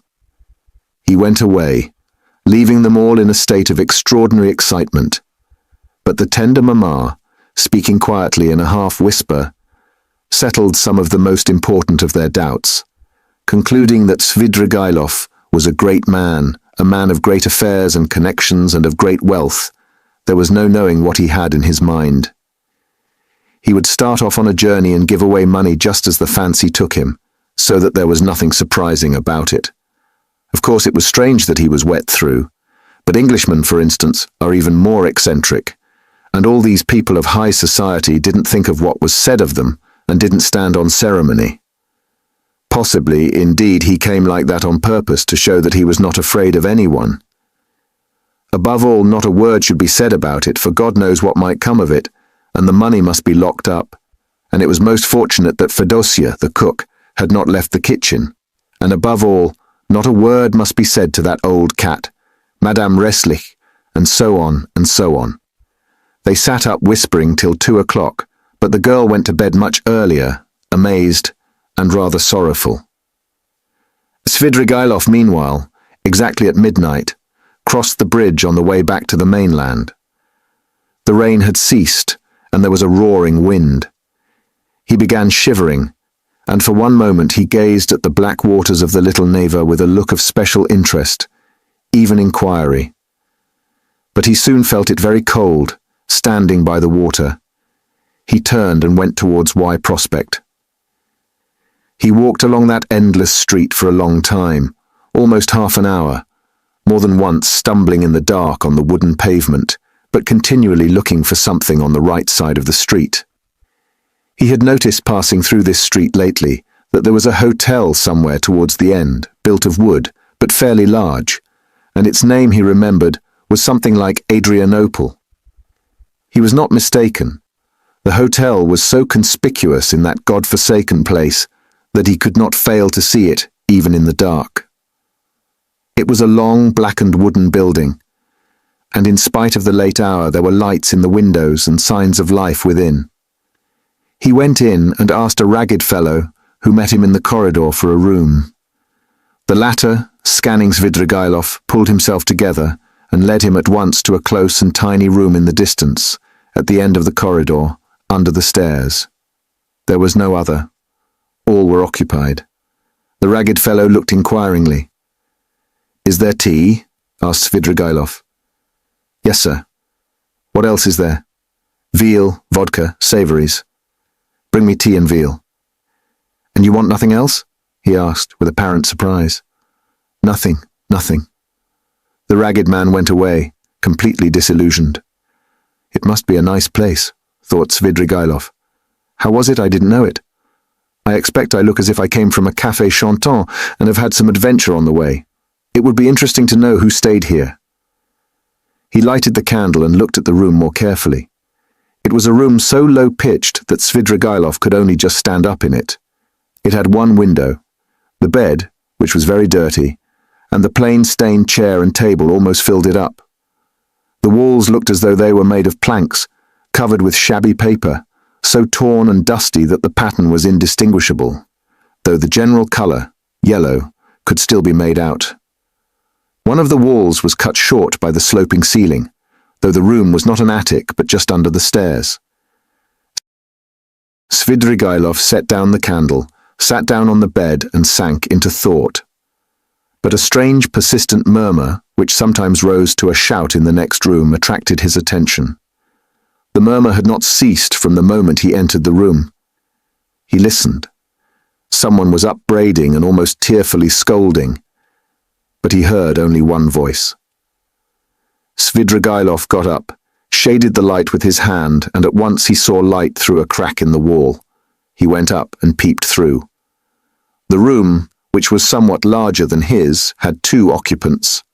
One of them, a very curly-headed man with a red inflamed face, was standing in the pose of an orator, without his coat, with his legs wide apart to preserve his balance, and smiting himself on the breast. He reproached the other with being a beggar, with having no standing whatever. He declared that he had taken the other out of the gutter, and he could turn him out when he liked, and that only the finger of Providence sees it all. The object of his reproaches was sitting in a chair, and had the air of a man who wants dreadfully to sneeze, but can't. He sometimes turned sheepish and befogged eyes on the speaker, but obviously had not the slightest idea what he was talking about and scarcely heard it. A candle was burning down on the table. There were wine glasses, a nearly empty bottle of vodka, bread and cucumber, and glasses with the dregs of stale tea. After gazing attentively at this, Svidrigailov turned away indifferently and sat down on the bed. The ragged attendant, returning with the tea, could not resist asking him again whether he didn't want anything more, and again receiving a negative reply, finally withdrew. Svidrigailov made haste to drink a glass of tea to warm himself, but could not eat anything. He began to feel feverish. He took off his coat, and wrapping himself in the blanket, lay down on the bed. He was annoyed. It would have been better to be well for the occasion, he thought with a smile. The room was close. The candle burnt dimly. The wind was roaring outside. He heard a mouse scratching in the corner, and the room smelt of mice and of leather. He lay in a sort of reverie. One thought followed another. He felt a longing to fix his imagination on something. It must be a garden under the window, he thought. There's a sound of trees. How I dislike the sound of trees on a stormy night, in the dark. They give one a horrid feeling. He remembered how he had disliked it when he passed Petrovsky Park just now. This reminded him of the bridge over the Little Neva, and he felt cold again as he had when standing there. I never have liked water, he thought, even in a landscape, and he suddenly smiled again at a strange idea. Surely now all these questions of taste and comfort ought not to matter, but I've become more particular, like an animal that picks out a special place for such an occasion. I ought to have gone into the Petrovsky Park. I suppose it seemed dark, cold, as though I were seeking pleasant sensations. By the way, why haven't I put out the candle? He blew it out. They've gone to bed next door, he thought, not seeing the light at the crack. Well now, Marfa Petrovna, now is the time for you to turn up. It's dark and the very time and place for you. But now you won't come. He suddenly recalled how, an hour before carrying out his design on Dunya, he had recommended Raskolnikov to trust her to Razumikin's keeping. I suppose I really did say it, as Raskolnikov guessed, to tease myself. But what a rogue that Raskolnikov is. He's gone through a good deal. He may be a successful rogue in time when he's got over his nonsense. But now he's too eager for life. These young men are contemptible on that point. But hang the fellow. Let him please himself, it's nothing to do with me. He could not get to sleep. By degrees Dunya's image rose before him, and a shudder ran over him. No, I must give up all that now, he thought, rousing himself. I must think of something else. It's queer and funny. I never had a great hatred for anyone. I never particularly desired to avenge myself even, and that's a bad sign, a bad sign, a bad sign. I never liked quarrelling either, and never lost my temper. That's a bad sign too. And the promises I made her just now too. Damnation. But, who knows? Perhaps she would have made a new man of me somehow. He ground his teeth and sank into silence again.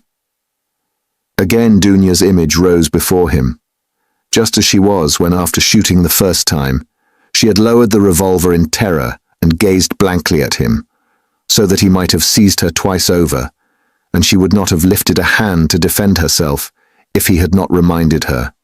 He recalled how at that instant he felt almost sorry for her, how he had felt a pang at his heart. Aye, damnation, these thoughts again. I must put it away. He was dozing off. The feverish shiver had ceased, when suddenly something seemed to run over his arm and leg under the bedclothes. He started. Ugh, hang it. I believe it's a mouse, he thought. That's the veal I left on the table. He felt fearfully disinclined to pull off the blanket, get up, get cold, but all at once something unpleasant ran over his leg again. He pulled off the blanket and lighted the candle. Shaking with feverish chill, he bent down to examine the bed. There was nothing. He shook the blanket, and suddenly a mouse jumped out on the sheet. He tried to catch it, but the mouse ran to and fro in zigzags without leaving the bed, slipped between his fingers, ran over his hand, and suddenly darted under the pillow. He threw down the pillow, but in one instant felt something leap on his chest and dart over his body and down his back under his shirt. He trembled nervously and woke up. The room was dark. He was lying on the bed and wrapped up in the blanket as before. The wind was howling under the window. How disgusting, he thought with annoyance. He got up and sat on the edge of the bedstead with his back to the window. It's better not to sleep at all, he decided. There was a cold, damp draught from the window, however. Without getting up, he drew the blanket over him and wrapped himself in it. He was not thinking of anything, and did not want to think. But one image rose after another. Incoherent scraps of thought without beginning or end passed through his mind. He sank into drowsiness. Perhaps the cold, or the dampness, or the dark, or the wind that howled under the window and tossed the trees roused a sort of persistent craving for the fantastic. He kept dwelling on images of flowers. He fancied a charming flower garden, a bright, warm, almost hot day, a holiday, Trinity Day. A fine, sumptuous country cottage in the English taste, overgrown with fragrant flowers, with flower beds going round the house. The porch, wreathed in climbers, was surrounded with beds of roses. A light, cool staircase, carpeted with rich rugs, was decorated with rare plants in china pots. He noticed particularly in the windows nosegays of tender, white, heavily fragrant narcissus, bending over their bright green, thick, long stalks. He was reluctant to move away from them, but he went up the stairs and came into a large, high drawing room, and again everywhere, at the windows, the doors onto the balcony, and on the balcony itself, were flowers. The floors were strewn with freshly cut fragrant hay, the windows were open, and a fresh, cool, light air came into the room. The birds were chirruping under the window, and in the middle of the room, on a table covered with a white satin shroud, stood a coffin. The coffin was covered with white silk and edged with a thick white frill. Wreaths of flowers surrounded it on all sides. Among the flowers lay a girl in a white muslin dress, with her arms crossed and pressed on her bosom, as though carved out of marble. But her loose fair hair was wet. There was a wreath of roses on her head. The stern and already rigid profile of her face looked as though chiseled of marble too, and the smile on her pale lips was full of an immense, unchildish misery and sorrowful appeal. Svidrigailov knew that girl. There was no holy image, no burning candle beside the coffin, no sound of prayers. The girl had drowned herself. She was only 14, but her heart was broken. And she had destroyed herself, crushed by an insult that had appalled and amazed that childish soul, had smirched that angel purity with unmerited disgrace, and torn from her a last scream of despair, unheeded and brutally disregarded, on a dark night in the cold and wet, while the wind howled. Svidrigailov came to himself, got up from the bed and went to the window. He felt for the latch and opened it. The wind lashed furiously into the little room and stung his face and his chest, only covered with his shirt, as though with frost. Under the window, there must have been something like a garden, and apparently a pleasure garden. There too, probably there were tea tables, and singing in the daytime. Now drops of rain flew in at the window from the trees and bushes. It was dark as in a cellar, so that he could only just make out some dark blurs of objects. Svidrigailov, bending down with elbows on the windowsill, gazed for 5 minutes into the darkness. The boom of a cannon, followed by a second one, resounded in the darkness of the night. Ah, the signal! The river is overflowing, he thought. By morning it will be swirling down the street, in the lower parts, flooding the basements and cellars. The cellar rats will swim out, and men will curse in the rain and wind as they drag their rubbish to their upper stories. What time is it now? And he had hardly thought it when somewhere near, a clock on the wall, ticking away hurriedly, struck 3. Aha! It will be light in an hour. Why wait? I'll go out at once straight to the park. I'll choose a great bush there drenched with rain, so that as soon as one's shoulder touches it, millions of drops drip on one's head. He moved away from the window, shut it, lighted the candle, put on his waistcoat, his overcoat and his hat, and went out, carrying the candle, into the passage to look for the ragged attendant who would be asleep somewhere in the midst of candle ends and all sorts of rubbish, to pay him for the room and leave the hotel. It's the best minute. I couldn't choose a better. He walked for some time through a long narrow corridor without finding anyone, and was just going to call out, when suddenly in a dark corner between an old cupboard and the door, he caught sight of a strange object, which seemed to be alive. He bent down with the candle and saw a little girl, not more than 5 years old, shivering and crying, with her clothes as wet as a soaking house flannel. She did not seem afraid of Svidrigailov, but looked at him with blank amazement out of her big black eyes. Now and then she sobbed as children do when they have been crying a long time, but are beginning to be comforted. The child's face was pale and tired. She was numb with cold. How can she have come here? She must have hidden here and not slept all night. He began questioning her, the child suddenly becoming animated, chattered away in her baby language, something about Mammy and that Mammy would beat her, and about some cup that she had broken. The child chattered on without stopping. He could only guess from what she said that she was a neglected child, whose mother, probably a drunken cook, in the service of the hotel, whipped and frightened her, that the child had broken a cup of her mother's, and was so frightened that she had run away the evening before, had hidden for a long while somewhere outside in the rain, at last had made her way in here, hidden behind the cupboard, and spent the night there, crying and trembling from the damp, the darkness, and the fear that she would be badly beaten for it. He took her in his arms, went back to his room, sat her on the bed, and began undressing her. The torn shoes which she had on her stockingless feet were as wet as if they had been standing in a puddle all night. When he had undressed her, he put her on the bed, covered her up, and wrapped her in the blanket from her head downwards. She fell asleep at once. Then he sank into dreary musing again. What folly to trouble myself, he decided suddenly with an oppressive feeling of annoyance. What idiocy! In vexation he took up the candle to go and look for the ragged attendant again, and make haste to go away. Damn the child, he thought as he opened the door, but he turned again to see whether the child was asleep. He raised the blanket carefully. The child was sleeping soundly. She had got warm under the blanket, and her pale cheeks were flushed. But strange to say, that flush seemed brighter and coarser than the rosy cheeks of childhood.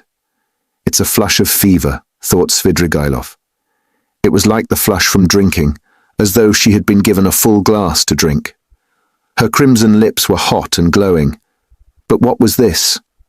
He suddenly fancied that her long black eyelashes were quivering, as though the lids were opening, and a sly, crafty eye peeped out with an unchildlike wink, as though the little girl were not asleep, but pretending. Yes, it was so. Her lips parted in a smile. The corners of her mouth quivered, as though she were trying to control them. But now she quite gave up all effort. Now it was a grin, a broad grin. There was something shameless, provocative in that quite unchildish face. It was depravity. It was the face of a harlot, the shameless face of a French harlot. Now both eyes opened wide. They turned a glowing, shameless glance upon him. They laughed, invited him. There was something infinitely hideous and shocking in that laugh, in those eyes, in such nastiness in the face of a child. What, at 5 years old? Svidrigailov muttered in genuine horror. What does it mean? And now she turned to him, her little face all aglow, holding out her arms. Accursed child! Svidrigailov cried, raising his hand to strike her, but at that moment he woke up. He was in the same bed, still wrapped in the blanket. The candle had not been lighted, and daylight was streaming in at the windows. I've had a nightmare all night. He got up angrily, feeling utterly shattered. His bones ached. There was a thick mist outside and he could see nothing. It was nearly 5. He had overslept himself. He got up, put on his still damp jacket and overcoat. Feeling the revolver in his pocket, he took it out, and then he sat down, took a notebook out of his pocket, and in the most conspicuous place on the title page, wrote a few lines in large letters. Reading them over, he sank into thought with his elbows on the table. The revolver and the notebook lay beside him. Some flies woke up and settled on the untouched veal, which was still on the table. He stared at them, and at last, with his free right hand, began trying to catch one. He tried until he was tired, but could not catch it. At last, realizing that he was engaged in this interesting pursuit, he started, got up, and walked resolutely out of the room. A minute later, he was in the street. A thick, milky mist hung over the town. Svidrigailov walked along the slippery, dirty wooden pavement towards the Little Neva. He was picturing the waters of the Little Neva, swollen in the night, Petrovsky Island, the wet paths, the wet grass, the wet trees and bushes, and at last, the bush. He began ill-humouredly staring at the houses, trying to think of something else. There was not a cabman or a passer-by in the street. The bright yellow, wooden little houses looked dirty and dejected with their closed shutters. The cold and damp penetrated his whole body, and he began to shiver. From time to time he came across shop signs, and read each carefully. At last he reached the end of the wooden pavement, and came to a big stone house. A dirty, shivering dog crossed his path with its tail between its legs. A man in a greatcoat lay face downwards, dead drunk across the pavement. He looked at him and went on. A high tower stood up on the left. "Bah!" he shouted. "Here is a place. Why should it be Petrovsky? It will be in the presence of an official witness anyway." He almost smiled at this new thought and turned into the street where there was the big house with the tower. At the great closed gates of the house, a little man stood with his shoulder leaning against them, wrapped in a grey soldier's coat, with a copper Achilles helmet on his head. He cast a drowsy and indifferent glance at Svidrigailov. His face wore that perpetual look of peevish dejection, which is so sourly printed on all faces of the Jewish race without exception. They both, Svidrigailov and Achilles, stared at each other for a few minutes without speaking. At last it struck Achilles as irregular for a man not drunk to be standing 3 steps from him, staring and not saying a word. "What do you want here?" he said, without moving or changing his position. "Nothing, brother. Good morning," answered Svidrigailov. "This isn't the place." "I am going to foreign parts, brother." "To foreign parts?" "To America." "America." Svidrigailov took out the revolver and cocked it. Achilles raised his eyebrows. "I say, this is not the place for such jokes." "Why shouldn't it be the place?" "Because it isn't." "Well, brother, I don't mind that. It's a good place. When you are asked, you just say he was going, he said, to America." He put the revolver to his right temple. "You can't do it here. It's not the place," cried Achilles, rousing himself, his eyes growing bigger and bigger. Svidrigailov pulled the trigger. Chapter 7. The same day, about 7 o'clock in the evening, Raskolnikov was on his way to his mother's and sister's lodging, the lodging in Bakalaev's house, which Razumikin had found for them. The stairs went up from the street. Raskolnikov walked with lagging steps, as though still hesitating whether to go or not, but nothing would have turned him back. His decision was taken. "Besides, it doesn't matter. They still know nothing," he thought, "and they're used to thinking of me as eccentric." He was appallingly dressed, his clothes torn and dirty, soaked with a night's rain. His face was almost distorted from fatigue, exposure, the inward conflict that had lasted for 24 hours. He had spent all the previous night alone, God knows where. But anyway, he had reached a decision. He knocked at the door, which was opened by his mother. Dunya was not at home. Even the servant happened to be out. At first Pulcheria Alexandrovna was speechless with joy and surprise. Then she took him by the hand and drew him into the room. "Here you are," she began, faltering with joy. "Don't be angry with me, Rodya, for welcoming you so foolishly with tears. I am laughing, not crying." "Did you think I was crying?" "No, I am delighted. But I've got into such a stupid habit of shedding tears. I've been like that ever since your father's death. I cry for anything. Sit down, dear boy. You must be tired. I see you are. Ah, how muddy you are." "I was in the rain yesterday, mother," Raskolnikov began. No, Pulcheria Alexandrovna hurriedly interrupted. "You thought I was going to cross-question you in the womanish way I used to. Don't be anxious, I understand it all. Now I've learned the ways here, and truly I see for myself that they are better. I've made up my mind once for all. How could I understand your plans and expect you to give an account of them? God knows what concerns and plans you may have, or what ideas you are hatching, so it's not for me to keep nudging your elbow, asking you what you are thinking about. But my goodness, why am I running to and fro as though I were crazy? I am reading your article in the magazine for the 3rd time, Rodya. Dmitri Prokofitch brought it to me. Directly I saw it, I cried out to myself, 'There, foolish one,' I thought. That's what he is busy about. That's the solution of the mystery. Learned people are always like that. He may have some new ideas in his head just now. He is thinking them over, and I worry him and upset him.' I read it, my dear, and of course there was a great deal I did not understand, but that's only natural. How should I?" "Show me, mother." Raskolnikov took the magazine and glanced at his article. Incongruous as it was with his mood and his circumstances, he felt that strange and bittersweet sensation that every author experiences the first time he sees himself in print. Besides, he was only 23. It lasted only a moment. After reading a few lines, he frowned, and his heart throbbed with anguish. He recalled all the inward conflict of the preceding months. He flung the article on the table with disgust and anger. "But however foolish I may be, Rodya, I can see for myself that you will very soon be one of the leading, if not the leading man, in the world of Russian thought. And they dared to think you were mad. You don't know, but they really thought that. Ah, the despicable creatures, how could they understand genius?" And Dunya was all but believing it. What do you say to that? Your father sent twice to magazines. The first time poems. I've got the manuscript and will show you. And the second time a whole novel. I begged him to let me copy it out. And how we prayed that they should be taken. They weren't. I was breaking my heart, Rodya, 6 or 7 days ago over your food and your clothes and the way you are living. But now I see again how foolish I was. For you can attain any position you like by your intellect and talent. No doubt you don't care about that for the present, and you are occupied with much more important matters.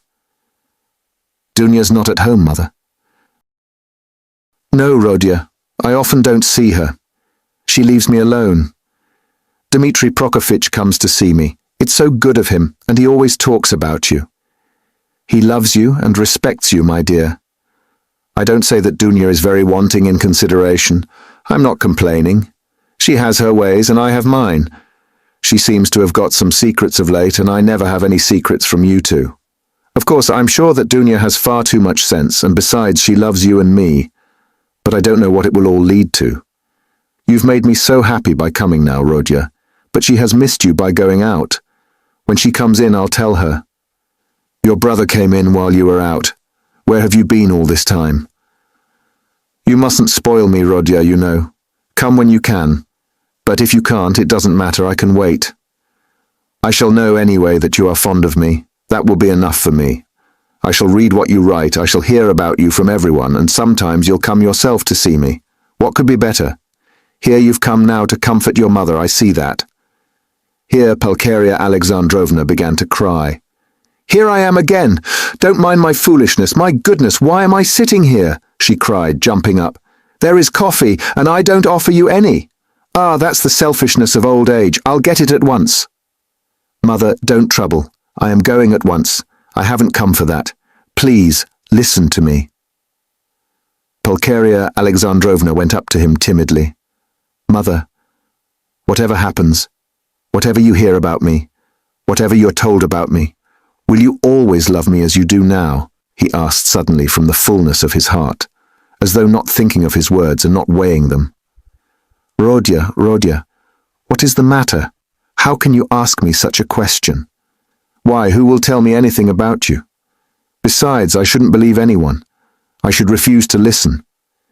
I've come to assure you that I've always loved you, and I'm glad that we are alone. Even glad Dunya is out. He went on with the same impulse. I have come to tell you that though you will be unhappy, you must believe that your son loves you now more than himself, and that all you thought about me, that I was cruel and didn't care about you, was all a mistake. I shall never cease to love you. Well, that's enough. I thought I must do this, and begin with this. Pulcheria Alexandrovna embraced him in silence, pressing him to her bosom and weeping gently. I don't know what is wrong with you, Rodya, she said at last.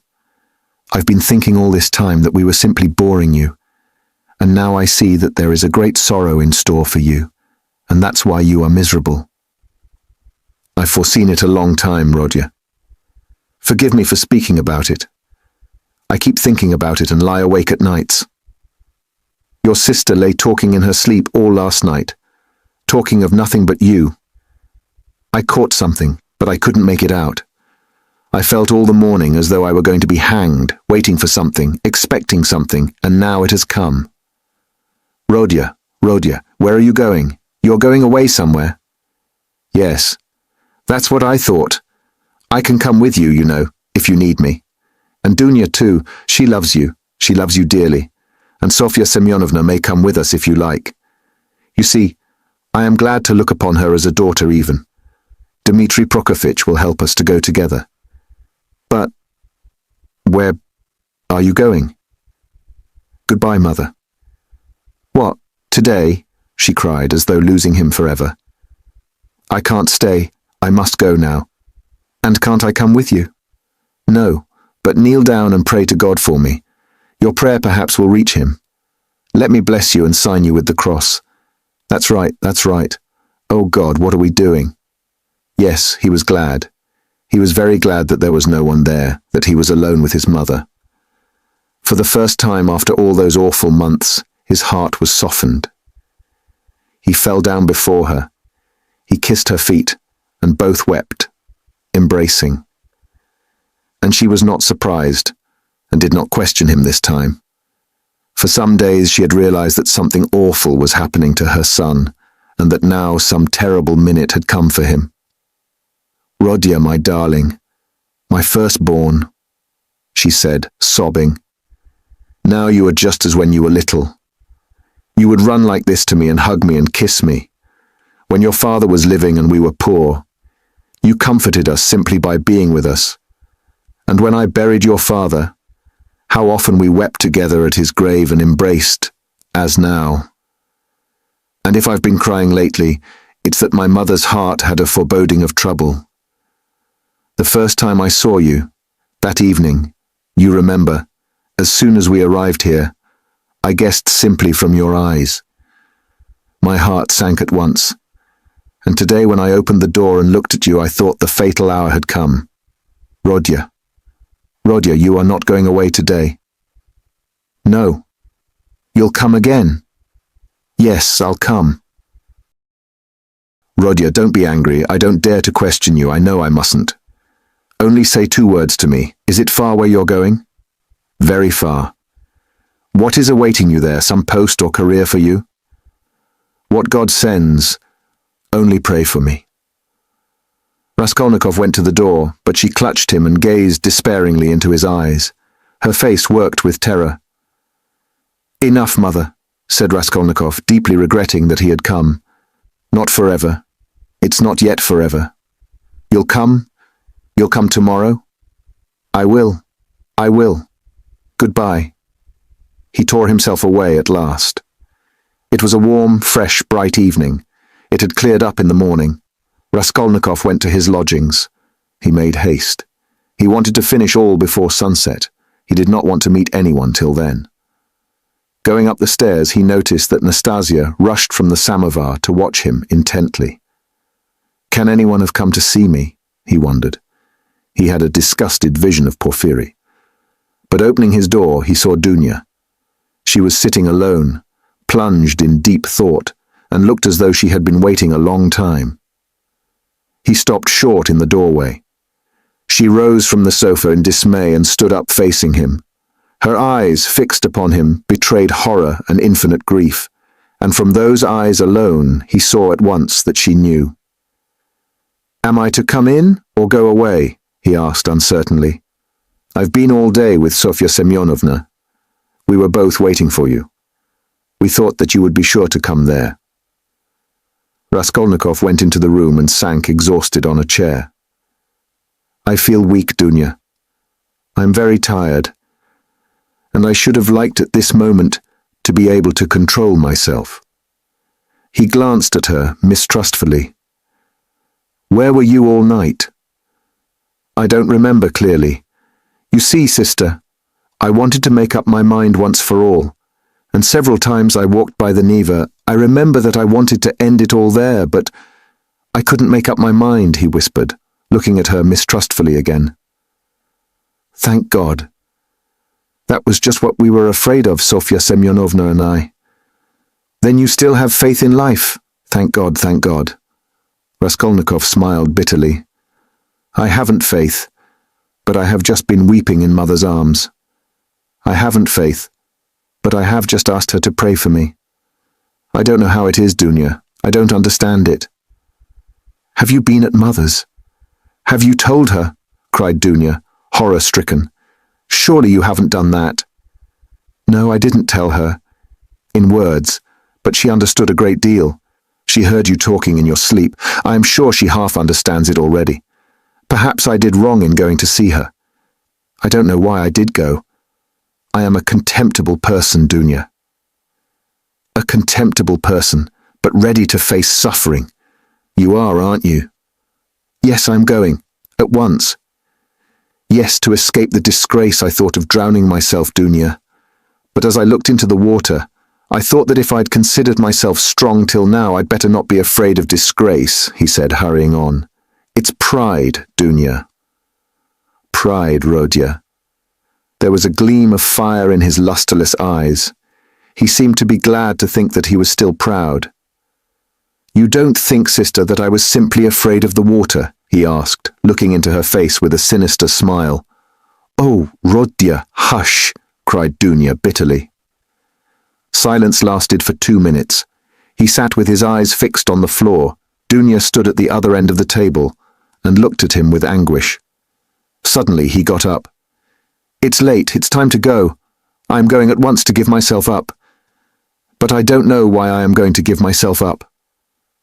Big tears fell down her cheeks. You are crying, sister, but can you hold out your hand to me? You doubted it. She threw her arms round him. Aren't you half expiating your crime by facing the suffering? She cried, holding him close and kissing him. Crime? What crime? He cried in sudden fury. That I killed a vile, noxious insect, an old pawnbroker woman of use to no one. Killing her was atonement for 40 sins. She was sucking the life out of poor people. Was that a crime? I am not thinking of it, and I am not thinking of expiating it, and why are you all rubbing it in on all sides? A crime! A crime! Only now I see clearly the imbecility of my cowardice. Now that I have decided to face this superfluous disgrace, it's simply because I am contemptible and have nothing in me that I have decided to, perhaps too for my advantage, as that Porphyry suggested. Brother, what are you saying? Why, you have shed blood, cried Dunya in despair. Which all men shed, he put in almost frantically, which flows and has always flowed in streams, which is spilt like champagne, and for which men are crowned in the capital and are called afterwards benefactors of mankind. Look into it more carefully and understand it. I too wanted to do good to men and would have done hundreds, thousands of good deeds to make up for that one piece of stupidity. Not stupidity even, simply clumsiness. For the idea was by no means so stupid as it seems now that it has failed. Everything seems stupid when it fails. By that stupidity I only wanted to put myself into an independent position, to take the first step, to obtain means, and then everything would have been smoothed over by benefits immeasurable in comparison. But I couldn't carry out even the first step, because I am contemptible, that's what's the matter. And yet I won't look at it as you do. If I had succeeded, I should have been crowned with glory. But now I'm trapped. But that's not so, not so. Brother, what are you saying? It's not picturesque, not aesthetically attractive. I fail to understand why bombarding people by regular siege is more honorable. The fear of appearances is the first symptom of impotence.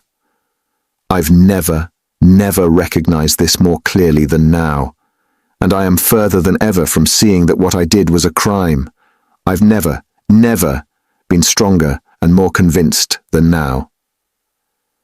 The color had rushed into his pale, exhausted face, but as he uttered his last explanation, he happened to meet Dunya's eyes, and he saw such anguish in them that he could not help being checked. He felt that he had, anyway, made these 2 poor women miserable, that he was, anyway, the cause. Dunya, darling, if I am guilty, forgive me, though I cannot be forgiven if I am guilty. Goodbye. We won't dispute. It's time, high time to go. Don't follow me, I beseech you. I have somewhere else to go. But you go at once and sit with Mother. I entreat you to. It's my last request of you. Don't leave her at all. I left her in a state of anxiety that she is not fit to bear. She will die or go out of her mind. Be with her. Razumikin will be with you. I've been talking to him. Don't cry about me. I'll try to be honest and manly all my life, even if I am a murderer. Perhaps I shall someday make a name. I won't disgrace you, you will see. I'll still show... Now goodbye for the present, he concluded hurriedly, noticing again a strange expression in Dunya's eyes at his last words and promises. Why are you crying? Don't cry, don't cry. We are not parting forever. Ah, yes. Wait a minute. I'd forgotten. He went to the table, took up a thick, dusty book, opened it, and took from between the pages a little watercolor portrait on ivory. It was the portrait of his landlady's daughter, who had died of fever, that strange girl who had wanted to be a nun. For a minute, he gazed at the delicate, expressive face of his betrothed, kissed the portrait, and gave it to Dunya. I used to talk a great deal about it to her, only to her, he said thoughtfully. To her heart I confided much of what has since been so hideously realized. Don't be uneasy, he returned to Dunya. She was as much opposed to it as you, and I'm glad that she is gone. The great point is that everything now is going to be different, is going to be broken in two, he cried, suddenly returning to his dejection. Everything, everything. And am I prepared for it? Do I want it myself? They say it is necessary for me to suffer. What's the object of these senseless sufferings? Shall I know any better what they are for, when I am crushed by hardships and idiocy, and weak as an old man after 20 years' penal servitude? And what shall I have to live for then? Why am I consenting to that life now? Oh, I knew I was contemptible when I stood looking at the Neva at daybreak today. At last they both went out. It was hard for Dunya, but she loved him. She walked away, but after going 50 paces, she turned round to look at him again. He was still in sight. At the corner he too turned, and for the last time their eyes met. But noticing that she was looking at him, he motioned her away with impatience and even vexation, and turned the corner abruptly. I am wicked, I see that, he thought to himself, feeling ashamed a moment later of his angry gesture to Dunya. But why are they so fond of me if I don't deserve it? Oh, if only I were alone, and no one loved me, and I too had never loved anyone. Nothing of all this would have happened. But I wonder, shall I in those 15 or 20 years grow so meek that I shall humble myself before people and whimper at every word that I am a criminal? Yes, that's it, that's what they are sending me there for, that's what they want. Look at them running to and fro about the streets, every one of them a scoundrel and a criminal at heart, and worse still, an idiot. But try to get me off and they'd be wild with righteous indignation. Oh, how I hate them all. He fell to musing by what process it could come to pass, that he could be humbled before all of them, indiscriminately, humbled by conviction. And yet why not? It must be so. Would not 20 years of continual bondage crush him utterly? Water wears out a stone. And why? Why should he live after that? Why should he go now when he knew that it would be so? It was the 100th time, perhaps, that he had asked himself that question since the previous evening, but still he went. Chapter 8. When he went into Sonia's room, it was already getting dark. All day Sonia had been waiting for him in terrible anxiety. Dunya had been waiting with her. She had come to her that morning, remembering Svidrigailov's words that Sonia knew. We will not describe the conversation and tears of the two girls, and how friendly they became. Dunya gained one comfort at least from that interview, that her brother would not be alone. He had gone to her, Sonia, first with his confession. He had gone to her for human fellowship when he needed it. She would go with him wherever fate might send him. Dunya did not ask, but she knew it was so. She looked at Sonia almost with reverence, and at first almost embarrassed her by it. Sonia was almost on the point of tears. She felt herself, on the contrary, hardly worthy to look at Dunya. Dunya's gracious image, when she had bowed to her so attentively and respectfully at their first meeting in Raskolnikov's room, had remained in her mind as one of the fairest visions of her life.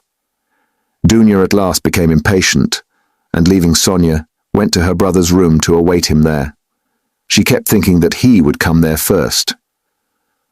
When she had gone, Sonia began to be tortured by the dread of his committing suicide, and Dunya too feared it.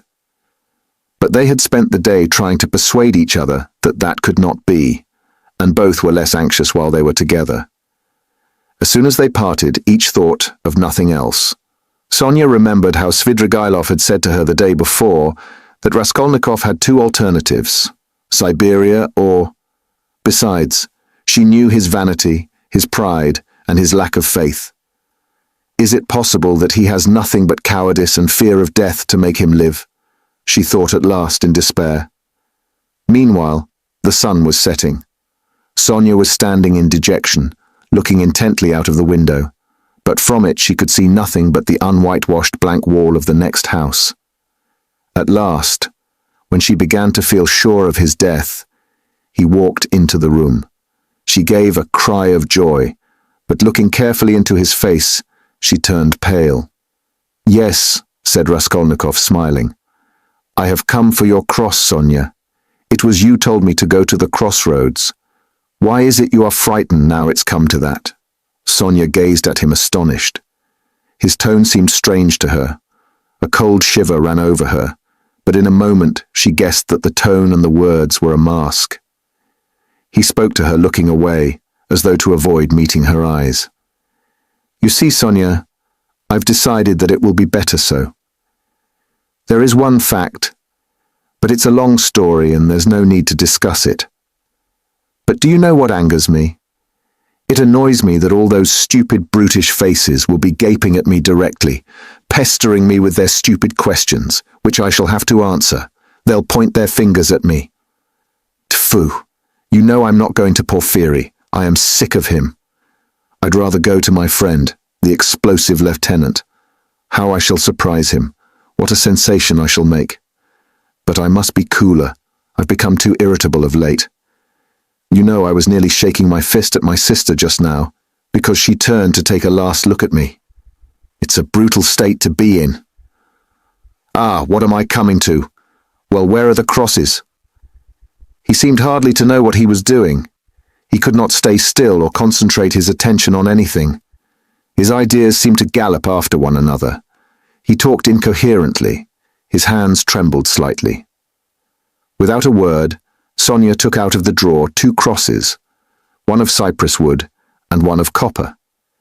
She made the sign of the cross over herself and over him, and put the wooden cross on his neck. "It's the symbol of my taking up the cross," he laughed, "as though I had not suffered much till now. The wooden cross, that is the peasant one. The copper one, that is Lizaveta's. You will wear yourself, show me." So she had it on, at that moment. I remember two things like these too. A silver one, and a little icon. I threw them back on the old woman's neck. Those would be appropriate now, really. Those are what I ought to put on now. But I am talking nonsense and forgetting what matters. I'm somehow forgetful. You see, I have come to warn you, Sonia, so that you might know. That's all. That's all I came for. But I thought I had more to say. You wanted me to go yourself. Well, now I am going to prison, and you'll have your wish. Well, what are you crying for, you too? Don't. Leave off. Oh, how I hate it all. But his feeling was stirred. His heart ached as he looked at her. Why is she grieving too? How trivial it all must be. What I am fretting about now. Of course it must all be interesting.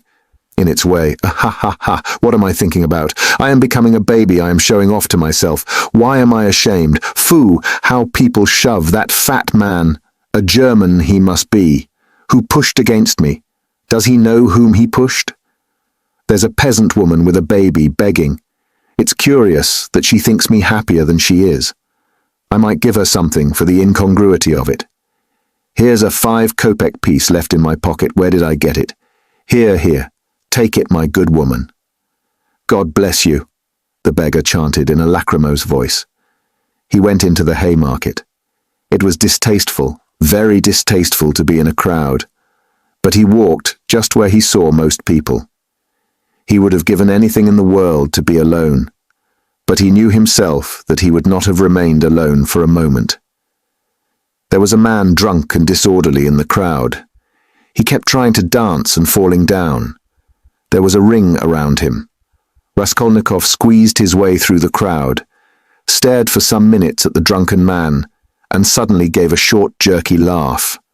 A minute later, he had forgotten him and did not see him, though he still stared.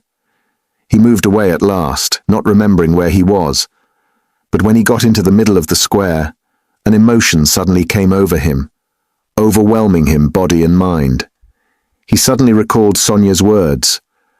"Go to the crossroads, bow down to the people, kiss the earth, for you have sinned against it too, and say aloud to the whole world, 'I am a murderer.'" He trembled, remembering that, and the hopeless misery and anxiety of all that time, especially of the last hours, had weighed so heavily upon him that he positively clutched at the chance of this new, unmixed, complete sensation. It came over him like a fit. It was like a single spark kindled in his soul and spreading fire through him. Everything in him softened at once, and the tears started into his eyes. He fell to the earth on the spot. He knelt down in the middle of the square, bowed down to the earth, and kissed that filthy earth with bliss and rapture. He got up and bowed down a second time. "He's boozed," a youth near him observed. There was a roar of laughter. "He's going to Jerusalem, brothers, and saying goodbye to his children and his country. He's bowing down to all the world and kissing the great city of St. Petersburg and its pavement," added a workman, who was a little drunk. "Quite a young man, too," observed a third. "And a gentleman," someone observed soberly. "There's no knowing who's a gentleman and who isn't nowadays." These exclamations and remarks checked Raskolnikov, and the words, "I am a murderer," which were perhaps on the point of dropping from his lips, died away. He bore these remarks quietly, however, and without looking round, he turned down a street leading to the police office. He had a glimpse of something on the way which did not surprise him. He had felt that it must be so. The second time he bowed down in the Haymarket, he saw, standing 50 paces from him on the left, Sonia. She was hiding from him behind one of the wooden shanties in the marketplace. She had followed him then on his painful way. Raskolnikov at that moment felt and knew once for all that Sonia was with him forever and would follow him to the ends of the earth, wherever fate might take him. It wrung his heart, but he was just reaching the fatal place. He went into the yard fairly resolutely. He had to mount to the third story. "I shall be some time going up," he thought. He felt as though the fateful moment was still far off, as though he had plenty of time left for consideration. Again the same rubbish, the same eggshells lying about on the spiral stairs, again the open doors of the flats, again the same kitchens and the same fumes and stench coming from them. Raskolnikov had not been here since that day. His legs were numb and gave way under him, but still they moved forward. He stopped for a moment to take breath, to collect himself, so as to enter like a man. But why? What for, he wondered, reflecting. If I must drink the cup, what difference does it make? The more revolting, the better. He imagined for an instant the figure of the explosive Lieutenant Ilya Petrovitch. Was he actually going to him? Couldn't he go to someone else? To Nikodim Fomitch? Couldn't he turn back and go straight to Nikodim Fomitch's lodgings? At least then it would be done privately. No, no to the explosive lieutenant. If he must drink it off at once. Turning cold and hardly conscious, he opened the door of the office. There were very few people in it this time. Only a house porter and a peasant. The doorkeeper did not even peep out from behind his screen. Raskolnikov walked into the next room. Perhaps I still need not speak, passed through his mind. Some sort of clerk not wearing a uniform was settling himself at a bureau to write. In a corner, another clerk was seating himself. Zametov was not there, nor, of course, Nikodim Fomich. No one in? Raskolnikov asked, addressing the person at the bureau. Whom do you want? Not a sound was heard, not a sight was seen, but I sent the Russian. How does it go on in the fairy tale? I've forgotten. At your service, a familiar voice cried suddenly. Raskolnikov shuddered. The explosive lieutenant stood before him. He had just come in from the third room. It is the hand of fate, thought Raskolnikov. Why is he here? You've come to see us? What about? Cried Ilya Petrovich. He was obviously in an exceedingly good humor, and perhaps a trifle exhilarated. If it's on business, you're rather early. It's only a chance that I am here. However, I'll do what I can. I must admit What is it? Excuse me. Raskolnikov. Of course, Raskolnikov. You didn't imagine I'd forgotten. Don't think I am like that. Rodionovich, that's it, isn't it? Rodion Romanovich. Yes, of course, Rodion Romanovich. I was just getting at it. I made many inquiries about you. I assure you I've been genuinely grieved since I behaved like that. It was explained to me afterwards that you were a literary man, and a learned one too. And so to say the first steps, mercy on us. What literary or scientific man does not begin by some originality of conduct? My wife and I have the greatest respect for literature. In my wife it's a genuine passion. Literature and art. If only a man is a gentleman, all the rest can be gained by talents, learning, good sense, genius. As for a hat, well, what does a hat matter? I can buy a hat as easily as I can a bun. But what's under the hat, what the hat covers, I can't buy that.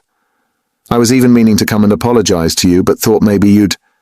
But I am forgetting to ask you, is there anything you want, really? I hear your family have come. Yes, my mother and sister.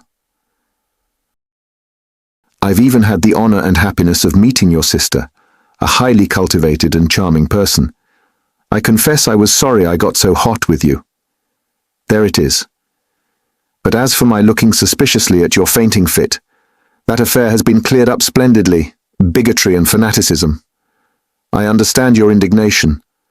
Perhaps you are changing your lodging on account of your family's arriving. No, I only looked in. I came to ask. I thought that I should find Zametov here. Oh, yes. Of course, you've made friends, I heard. Well, no, Zametov is not here. Yes, we've lost Zametov. He's not been here since yesterday. He quarreled with everyone on leaving. In the rudest way. He is a feather-headed youngster, that's all. One might have expected something from him, but there. You know what they are, our brilliant young men. He wanted to go in for some examination, but it's only to talk and boast about it. It will go no further than that. Of course, it's a very different matter with you or Mr. Razumikhin there, your friend. Your career is an intellectual one, and you won't be deterred by failure. For you, one may say, all the attractions of life are nothing. You are an ascetic, a monk, a hermit, a book, a pen behind your ear, a learned research, that's where your spirit soars. I'm the same way myself. Have you read Livingstone's Travels? No? Oh, I have. There are a great many nihilists about nowadays, you know, and indeed it is not to be wondered at. What sort of days are they? I ask you. But we thought, you are not a nihilist, of course.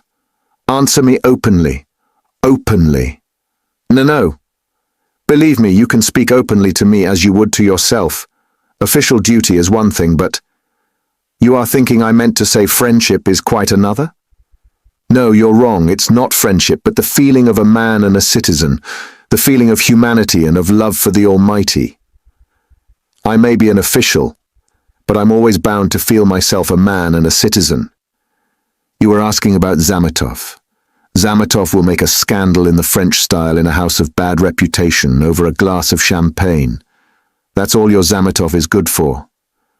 While I'm perhaps, so to speak, burning with devotion and lofty feelings, and besides I have rank, consequence, a post. I am married and have children, I fulfill the duties of a man and a citizen, but who is he, may I ask?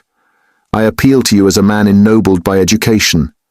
Then these midwives too have become extraordinarily numerous." Raskolnikov raised his eyebrows inquiringly. The words of Ilya Petrovich, who had obviously been dining, were for the most part a stream of empty sounds for him. But some of them he understood. He looked at him inquiringly, not knowing how it would end. "I mean those crop-headed wenches," the talkative Ilya Petrovich continued. "Midwives is my name for them. I think it a very satisfactory one, ha-ha. They go to the academy, study anatomy. If I fall ill, am I to send for a young lady to treat me? What do you say? Ha-ha." Ilya Petrovich laughed, quite pleased with his own wit. "It's an immoderate zeal for education, but once you're educated, that's enough. Why abuse it? Why insult honorable people as that scoundrel Zametov does? Why did he insult me, I ask you? Look at these suicides too. How common they are, you can't fancy. People spend their last halfpenny and kill themselves, boys and girls and old people. Only this morning we heard about a gentleman who had just come to town. Nil Pavlich, I say. What was the name of that gentleman who shot himself?"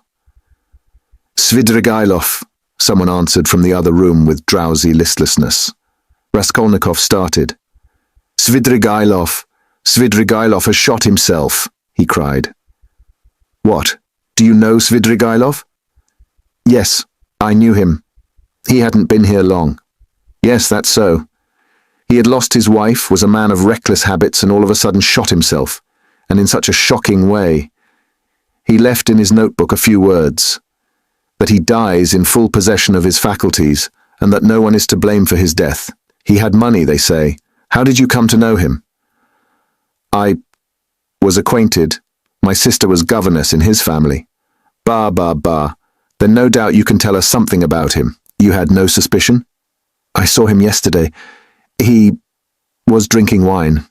I knew nothing." Raskolnikov felt as though something had fallen on him and was stifling him. "You've turned pale again. It's so stuffy here." "Yes, I must go," muttered Raskolnikov. "Excuse my troubling you." "Oh, not at all. As often as you like. It's a pleasure to see you, and I am glad to say so." Ilya Petrovich held out his hand. I came to see Zametov." I understand. And it's a pleasure to see you." "I am very glad. Goodbye," Raskolnikov smiled.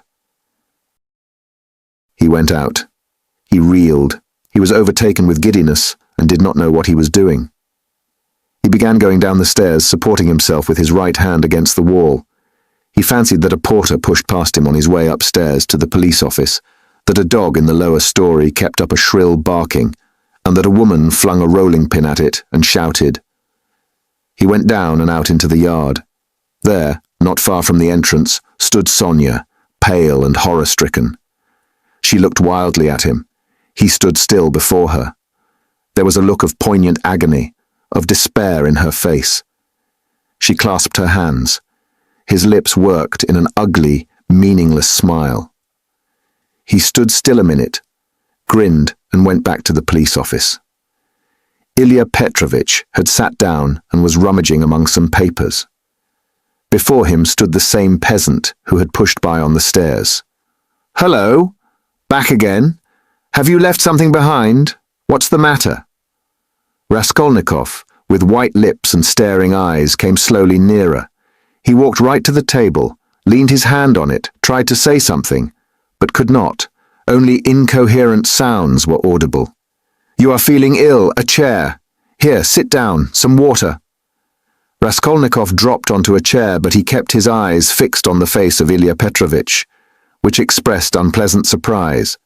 Both looked at one another for a minute and waited. Water was brought. "It was I," began Raskolnikov. "Drink some water." Raskolnikov refused the water with his hand, and softly and brokenly, but distinctly said, "It was I killed the old pawnbroker woman and her sister Lizaveta with an axe and robbed them." Ilya Petrovich opened his mouth. People ran up on all sides. Raskolnikov repeated his statement. Epilogue 1. Siberia. On the banks of a broad solitary river stands a town, one of the administrative centers of Russia. In the town there is a fortress. In the fortress there is a prison. In the prison the second-class convict Rodion Raskolnikov has been confined for 9 months. Almost a year and a half has passed since his crime. There had been little difficulty about his trial. The criminal adhered exactly, firmly, and clearly to his statement. He did not confuse nor misrepresent the facts, nor soften them in his own interest, nor omit the smallest detail. He explained every incident of the murder, the secret of the pledge, which was found in the murdered woman's hand. He described minutely how he had taken her keys, what they were like, as well as the chest and its contents. He explained the mystery of Lizaveta's murder, described how Koch and, after him, the student knocked, and repeated all they had said to one another, how he afterwards had run downstairs and heard Nikolai and Dmitri shouting, how he had hidden in the empty flat and afterwards gone home. He ended by indicating the stone in the yard off the Voznesensky Prospect under which the purse and the trinkets were found. The whole thing, in fact, was perfectly clear. The lawyers and the judges were very much struck, among other things, by the fact that he had hidden the trinkets and the purse under a stone, without making use of them, and that, what was more, he did not now remember what the trinkets were like, or even how many there were. The fact that he had never opened the purse, and did not even know how much was in it, seemed incredible. There turned out to be in the purse 317 rubles and 60 kopecks. From being so long under the stone, some of the most valuable notes lying uppermost had suffered from the damp. They were a long while trying to discover why the accused man should tell a lie about this, when about everything else he had made a truthful and straightforward confession. Finally, some of the lawyers more versed in psychology admitted that it was possible he had really not looked into the purse, and so didn't know what was in it when he hid it under the stone. But they immediately drew the deduction that the crime could only have been committed through temporary mental derangement, through homicidal mania, without object or the pursuit of gain. This fell in with the most recent fashionable theory of temporary insanity, so often applied in our days in criminal cases. Moreover, Raskolnikov's hypochondriacal condition was proved by many witnesses, by Dr. Zosimov, his former fellow students, his landlady, and her servant.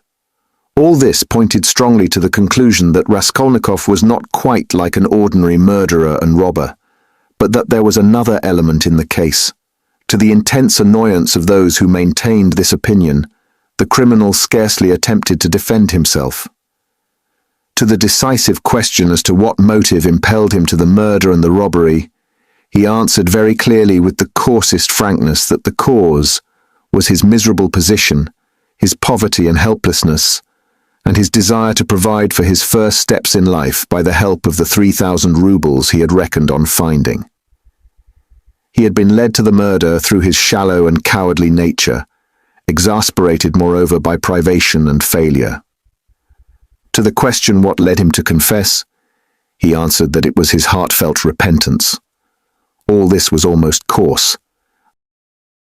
The sentence, however, was more merciful than could have been expected, perhaps partly because the criminal had not tried to justify himself, but had rather shown a desire to exaggerate his guilt. All the strange and peculiar circumstances of the crime were taken into consideration. There could be no doubt of the abnormal and poverty-stricken condition of the criminal at the time. The fact that he had made no use of what he had stolen was put down partly to the effect of remorse, partly to his abnormal mental condition at the time of the crime. Incidentally, the murder of Lizaveta served indeed to confirm the last hypothesis. A man commits 2 murders and forgets that the door is open. Finally, the confession at the very moment when the case was hopelessly muddled by the false evidence given by Nikolai, through melancholy and fanaticism, and when, moreover, there were no proofs against the real criminal, no suspicions even, Porfiry Petrovitch fully kept his word. All this did much to soften the sentence. Other circumstances, too, in the prisoner's favor came out quite unexpectedly. Razumikin somehow discovered and proved that while Raskolnikov was at the university, he had helped a poor, consumptive fellow student and had spent his last penny on supporting him for 6 months. And when this student died, leaving a decrepit old father whom he had maintained almost from his 13th year, Raskolnikov had got the old man into a hospital and paid for his funeral when he died. Raskolnikov's landlady bore witness, too, that when they had lived in another house at 5 Corners, Raskolnikov had rescued 2 little children from a house on fire and was burnt in doing so. This was investigated and fairly well confirmed by many witnesses. These facts made an impression in his favor. And in the end, the criminal was, in consideration of extenuating circumstances, condemned to penal servitude in the 2nd class for a term of 8 years only. At the very beginning of the trial, Raskolnikov's mother fell ill. Dunya and Razumikin found it possible to get her out of Petersburg during the trial. Razumikin chose a town on the railway not far from Petersburg, so as to be able to follow every step of the trial, and at the same time to see Avdotia Romanovna as often as possible. Pulcheria Alexandrovna's illness was a strange nervous one, and was accompanied by a partial derangement of her intellect. When Dunya returned from her last interview with her brother, she had found her mother already ill, in feverish delirium. That evening, Razumikin and she agreed what answers they must make to her mother's questions about Raskolnikov, and made up a complete story for her mother's benefit of his having to go away to a distant part of Russia on a business commission, which would bring him in the end money and reputation. But they were struck by the fact that Pulcheria Alexandrovna never asked them anything on the subject, neither then nor thereafter. On the contrary, she had her own version of her son's sudden departure. She told them with tears how he had come to say goodbye to her, hinting that she alone knew many mysterious and important facts, and that Rodya had many very powerful enemies, so that it was necessary for him to be in hiding. As for his future career, she had no doubt that it would be brilliant when certain sinister influences could be removed. She assured Razumikin that her son would be one day a great statesman, that his article and brilliant literary talent proved it. This article she was continually reading. She even read it aloud, almost took it to bed with her, but scarcely asked where Rodya was, though the subject was obviously avoided by the others, which might have been enough to awaken her suspicions. They began to be frightened at last at Pulcheria Alexandrovna's strange silence on certain subjects. She did not, for instance, complain of getting no letters from him, though in previous years she had only lived on the hope of letters from her beloved Rodya. This was the cause of great uneasiness to Dunya. The idea occurred to her that her mother suspected that there was something terrible in her son's fate, and was afraid to ask, for fear of hearing something still more awful. In any case, Dunya saw clearly that her mother was not in full possession of her faculties. It happened once or twice, however, that Pulcheria Alexandrovna gave such a turn to the conversation that it was impossible to answer her without mentioning where Rodya was, and on receiving unsatisfactory and suspicious answers, she became at once gloomy and silent, and this mood lasted for a long time. Dunya saw at last that it was hard to deceive her, and came to the conclusion that it was better to be absolutely silent on certain points. But it became more and more evident that the poor mother suspected something terrible.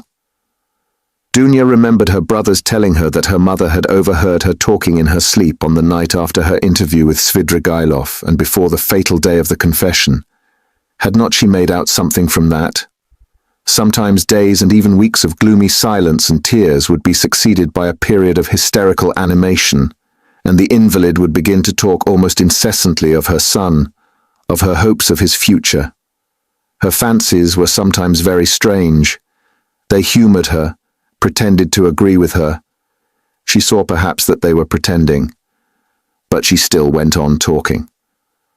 5 months after Raskolnikov's confession, he was sentenced. Razumikin and Sonia saw him in prison as often as it was possible. At last the moment of separation came. Dunya swore to her brother that the separation should not be forever. Razumikin did the same.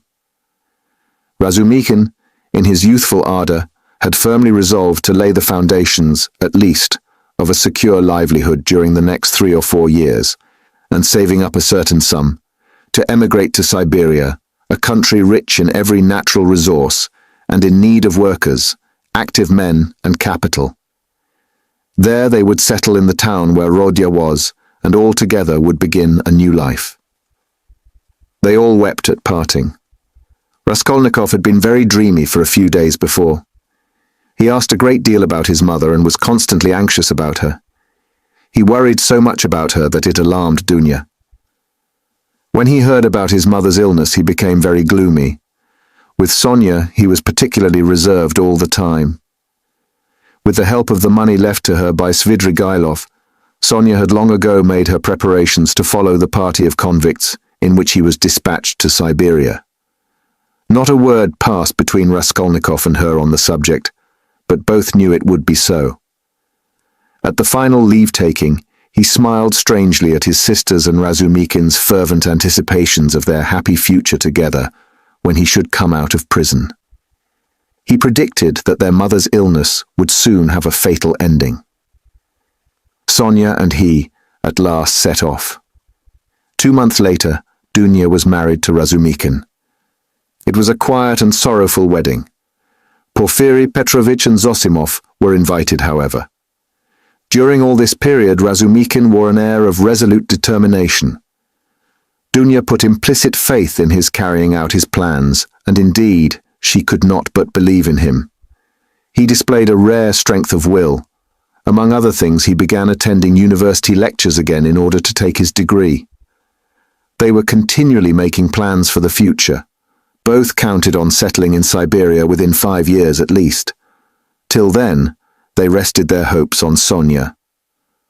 Pulcheria Alexandrovna was delighted to give her blessing to Dunya's marriage with Razumikin. But after the marriage, she became even more melancholy and anxious. To give her pleasure, Razumikin told her how Raskolnikov had looked after the poor student and his decrepit father, and how a year ago he had been burnt and injured in rescuing 2 little children from a fire. These 2 pieces of news excited Pulcheria Alexandrovna's disordered imagination almost to ecstasy. She was continually talking about them, even entering into conversation with strangers in the street, though Dunya always accompanied her. In public conveyances and shops, wherever she could capture a listener, she would begin the discourse about her son, his article, how he had helped the student, how he had been burnt at the fire, and so on. Dunya did not know how to restrain her. Apart from the danger of her morbid excitement, there was the risk of someone's recalling Raskolnikov's name and speaking of the recent trial. Pulcheria Alexandrovna found out the address of the mother of the 2 children her son had saved and insisted on going to see her. At last, her restlessness reached an extreme point. She would sometimes begin to cry suddenly, and was often ill and feverishly delirious. One morning she declared that by her reckoning Rodya ought soon to be home, that she remembered when he said goodbye to her, he said that they must expect him back in 9 months. She began to prepare for his coming, began to do up her room for him, to clean the furniture, to wash and put up new hangings, and so on. Dunya was anxious, but said nothing, and helped her to arrange the room. After a fatiguing day spent in continual fancies, in joyful daydreams and tears, Pulcheria Alexandrovna was taken ill in the night, and by morning she was feverish and delirious. It was brain fever. She died within a fortnight. In her delirium she dropped words which showed that she knew a great deal more about her son's terrible fate than they had supposed. For a long time Raskolnikov did not know of his mother's death, though a regular correspondence had been maintained from the time he reached Siberia. It was carried on by means of Sonia, who wrote every month to the Razumikins and received an answer with unfailing regularity. At first they found Sonia's letters dry and unsatisfactory, but later on they came to the conclusion that the letters could not be better, for from these letters they received a complete picture of their unfortunate brother's life. Sonia's letters were full of the most matter-of-fact detail, the simplest and clearest description of all Raskolnikov's surroundings as a convict. There was no word of her own hopes, no conjecture as to the future, no description of her feelings. Instead of any attempt to interpret his state of mind and inner life, she gave the simple facts. That is, his own words, an exact account of his health, what he asked for at their interviews, what commission he gave her, and so on. All these facts she gave with extraordinary minuteness. The picture of their unhappy brother stood out at last with great clearness and precision. There could be no mistake because nothing was given but facts. But Dunya and her husband could get little comfort out of the news, especially at first. Sonia wrote that he was constantly sullen and not ready to talk, that he scarcely seemed interested in the news she gave him from their letters, that he sometimes asked after his mother, and that when, seeing that he had guessed the truth, she told him at last of her death, she was surprised to find that he did not seem greatly affected by it, not externally at any rate. She told them that, although he seemed so wrapped up in himself and, as it were, shut himself off from everyone, he took a very direct and simple view of his new life, that he understood his position, expected nothing better for the time, had no ill-founded hopes, as is so common in his position, and scarcely seemed surprised at anything in his surroundings, so unlike anything he had known before. She wrote that his health was satisfactory. He did his work without shirking or seeking to do more. He was almost indifferent about food, but except on Sundays and holidays, the food was so bad that at last he had been glad to accept some money from her, Sonia, to have his own tea every day. He begged her not to trouble about anything else, declaring that all this fuss about him only annoyed him. Sonia wrote further that in prison he shared the same room with the rest, that she had not seen the inside of their barracks, but concluded that they were crowded, miserable and unhealthy, that he slept on a plank bed with a rug under him and was unwilling to make any other arrangement, but that he lived so poorly and roughly, not from any plan or design, but simply from inattention and indifference. Sonia wrote simply that he had at first shown no interest in her visits, had almost been vexed with her indeed for coming, unwilling to talk and rude to her, but that in the end these visits had become a habit and almost a necessity for him, so that he was positively distressed when she was ill for some days and could not visit him. She used to see him on holidays at the prison gates or in the guard room, to which he was brought for a few minutes to see her. On working days, she would go to see him at work, either at the workshops or at the brick kilns or at the sheds on the banks of the Irtish. About herself, Sonia wrote that she had succeeded in making some acquaintances in the town, that she did sewing, and, as there was scarcely a dressmaker in the town, she was looked upon as an indispensable person in many houses. But she did not mention that the authorities were, through her, interested in Raskolnikov, that his task was lightened, and so on. At last the news came. Dunya had indeed noticed signs of alarm and uneasiness in the preceding letters, that he held aloof from everyone, that his fellow prisoners did not like him, that he kept silent for days at a time and was becoming very pale. In the last letter, Sonia wrote that he had been taken very seriously ill and was in the convict ward of the hospital. Epilogue 2.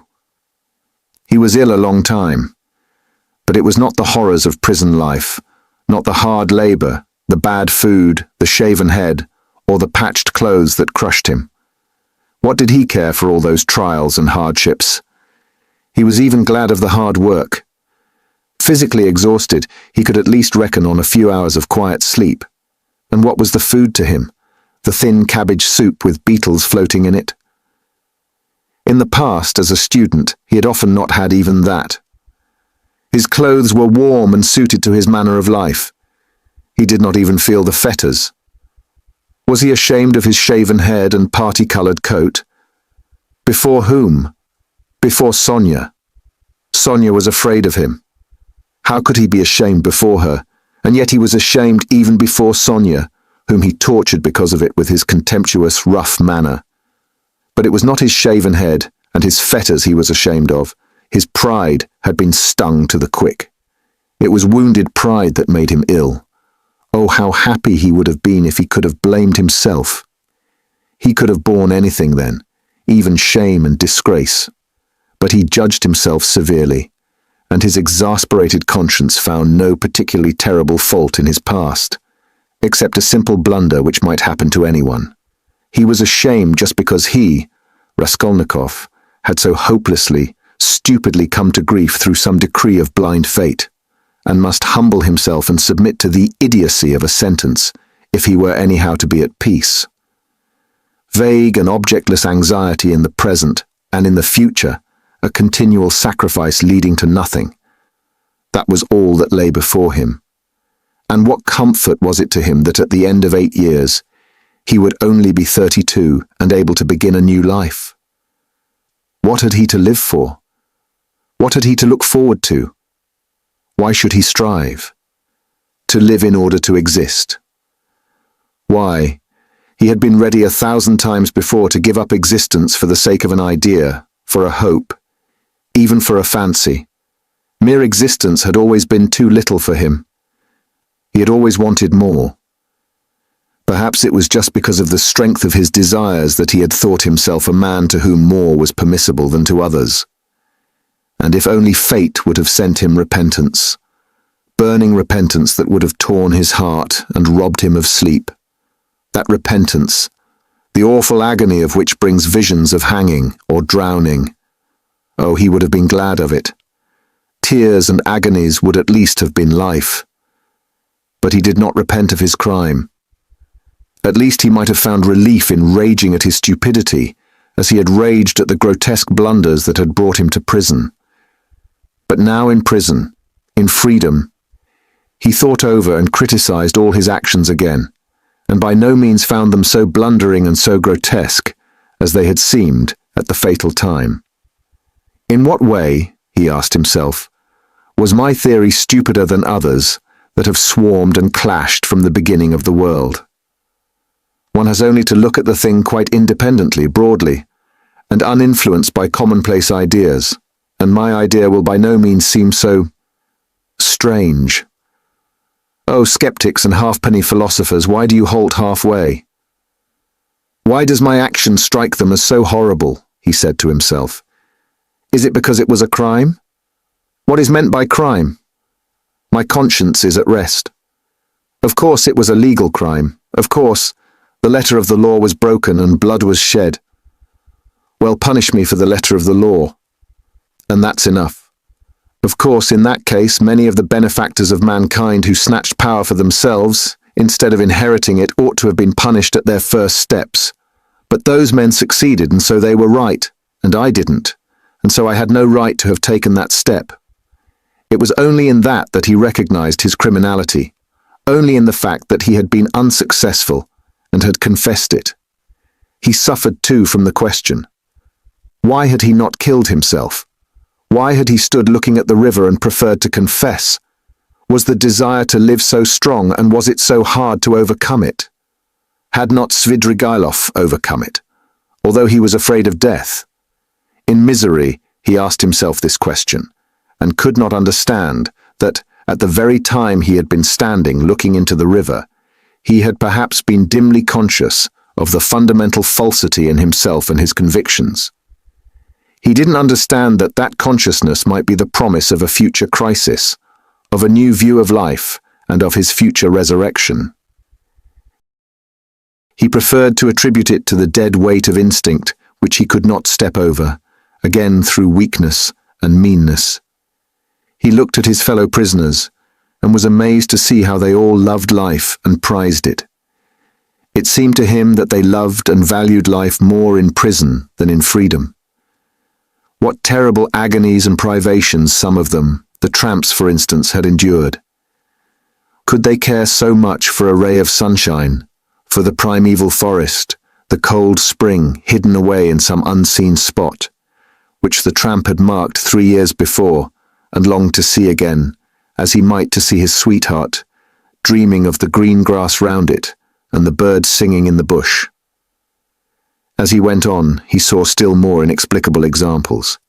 In prison, of course, there was a great deal he did not see and did not want to see. He lived, as it were, with downcast eyes. It was loathsome and unbearable for him to look. But in the end, there was much that surprised him, and he began, as it were, involuntarily, to notice much that he had not suspected before. What surprised him most of all was the terrible, impossible gulf that lay between him and all the rest. They seemed to be a different species, and he looked at them and they at him with distrust and hostility. He felt and knew the reasons of his isolation, but he would never have admitted till then that those reasons were so deep and strong. There were some Polish exiles, political prisoners among them. They simply looked down upon all the rest as ignorant churls, but Raskolnikov could not look upon them like that. He saw that these ignorant men were in many respects far wiser than the Poles. There were some Russians who were just as contemptuous, a former officer and 2 seminarists. Raskolnikov saw their mistake as clearly. He was disliked and avoided by everyone. They even began to hate him at last. Why, he could not tell. Men who had been far more guilty despised and laughed at his crime. "You are a gentleman," they used to say. "You should not hack about with an axe. That is not a gentleman's work." The second week in Lent, his turn came to take the sacrament with his gang. He went to church and prayed with the others. A quarrel broke out one day, he did not know how.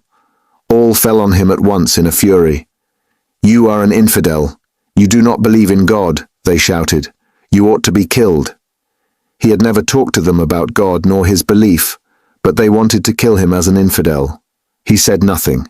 One of the prisoners rushed at him in a perfect frenzy. Raskolnikov awaited him calmly and silently. His eyebrows did not quiver. His face did not flinch. The guard succeeded in intervening between him and his assailant, or there would have been bloodshed. There was another question he could not decide. Why were they all so fond of Sonia? She did not try to win their favor. She rarely met them. Sometimes only she came to see him at work for a moment. And yet everybody knew her. They knew that she had come out to follow him, knew how and where she lived. She never gave them money, did them no particular services. Only once at Christmas she sent them all presents of pies and rolls. But by degrees, closer relations sprang up between them and Sonia. She would write and post letters for them to their relations. Relations of the prisoners who visited the town, at their instructions, left with Sonia presents and money for them. Their wives and sweethearts knew her and used to visit her. And when she visited Raskolnikov at work, or met a party of the prisoners on the road, they all took off their hats to her. "Little mother Sofya Semyonovna, you are our dear good little mother," coarse branded criminals said to that frail little creature. She would smile and bow to them, and everyone was delighted when she smiled. They even admired her gait and turned round to watch her walking. They admired her too for being so little, and in fact did not know what to admire her most for. They even came to her for help in their illnesses. He was in the hospital from the middle of Lent till after Easter. When he was better, he remembered the dreams he had had while he was feverish and delirious. He dreamt that the whole world was condemned to a terrible new strange plague that had come to Europe from the depths of Asia. All were to be destroyed, except a very few chosen. Some new sorts of microbes were attacking the bodies of men, but these microbes were endowed with intelligence and will. Men attacked by them became at once mad and furious. But never had men considered themselves so intellectual and so completely in possession of the truth as these sufferers. Never had they considered their decisions, their scientific conclusions, their moral convictions so infallible. Whole villages, whole towns and peoples went mad from the infection. All were excited and did not understand one another. Each thought that he alone had the truth and was wretched looking at the others, beat himself on the breast, wept and wrung his hands. They did not know how to judge and could not agree what to consider evil and what good. They did not know whom to blame, whom to justify. Men killed each other in a sort of senseless spite. They gathered together in armies against one another, but even on the march, the armies would begin attacking each other. The ranks would be broken, and the soldiers would fall on each other, stabbing and cutting, biting and devouring each other. The alarm bell was ringing all day long in the towns. Men rushed together. But why they were summoned and who was summoning them, no one knew.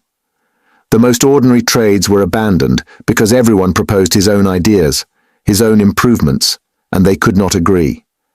The land too was abandoned. Men met in groups, agreed on something, swore to keep together, but at once began on something quite different from what they had proposed. They accused one another, fought and killed each other. There were conflagrations and famine. All men and all things were involved in destruction. The plague spread and moved further and further. Only a few men could be saved in the whole world. They were a pure, chosen people, destined to found a new race and a new life, to renew and purify the earth. But no one had seen these men. No one had heard their words and their voices. Raskolnikov was worried that this senseless dream haunted his memory so miserably. The impression of this feverish delirium persisted so long. The second week after Easter had come. There were warm, bright spring days. In the prison ward, the grating windows under which the sentinel paced were opened. Sonia had only been able to visit him twice during his illness. Each time she had to obtain permission, and it was difficult. But she often used to come to the hospital yard, especially in the evening, sometimes only to stand a minute and look up at the windows of the ward. One evening, when he was almost well again, Raskolnikov fell asleep. On waking up, he chanced to go to the window, and at once saw Sonia in the distance at the hospital gate. She seemed to be waiting for someone. Something stabbed him to the heart at that minute. He shuddered and moved away from the window. Next day, Sonia did not come, nor the day after. He noticed that he was expecting her uneasily. At last, he was discharged. On reaching the prison, he learned from the convicts that Sofya Semyonovna was lying ill at home and was unable to go out. He was very uneasy and sent to inquire after her. He soon learned that her illness was not dangerous. Hearing that he was anxious about her, Sonia sent him a penciled note telling him that she was much better, that she had a slight cold, and that she would soon, very soon, come and see him at his work. His heart throbbed painfully as he read it. Again it was a warm, bright day. Early in the morning at 6 o'clock, he went off to work on the river bank, where they used to pound alabaster, and where there was a kiln for baking it in a shed. There were only 3 of them sent.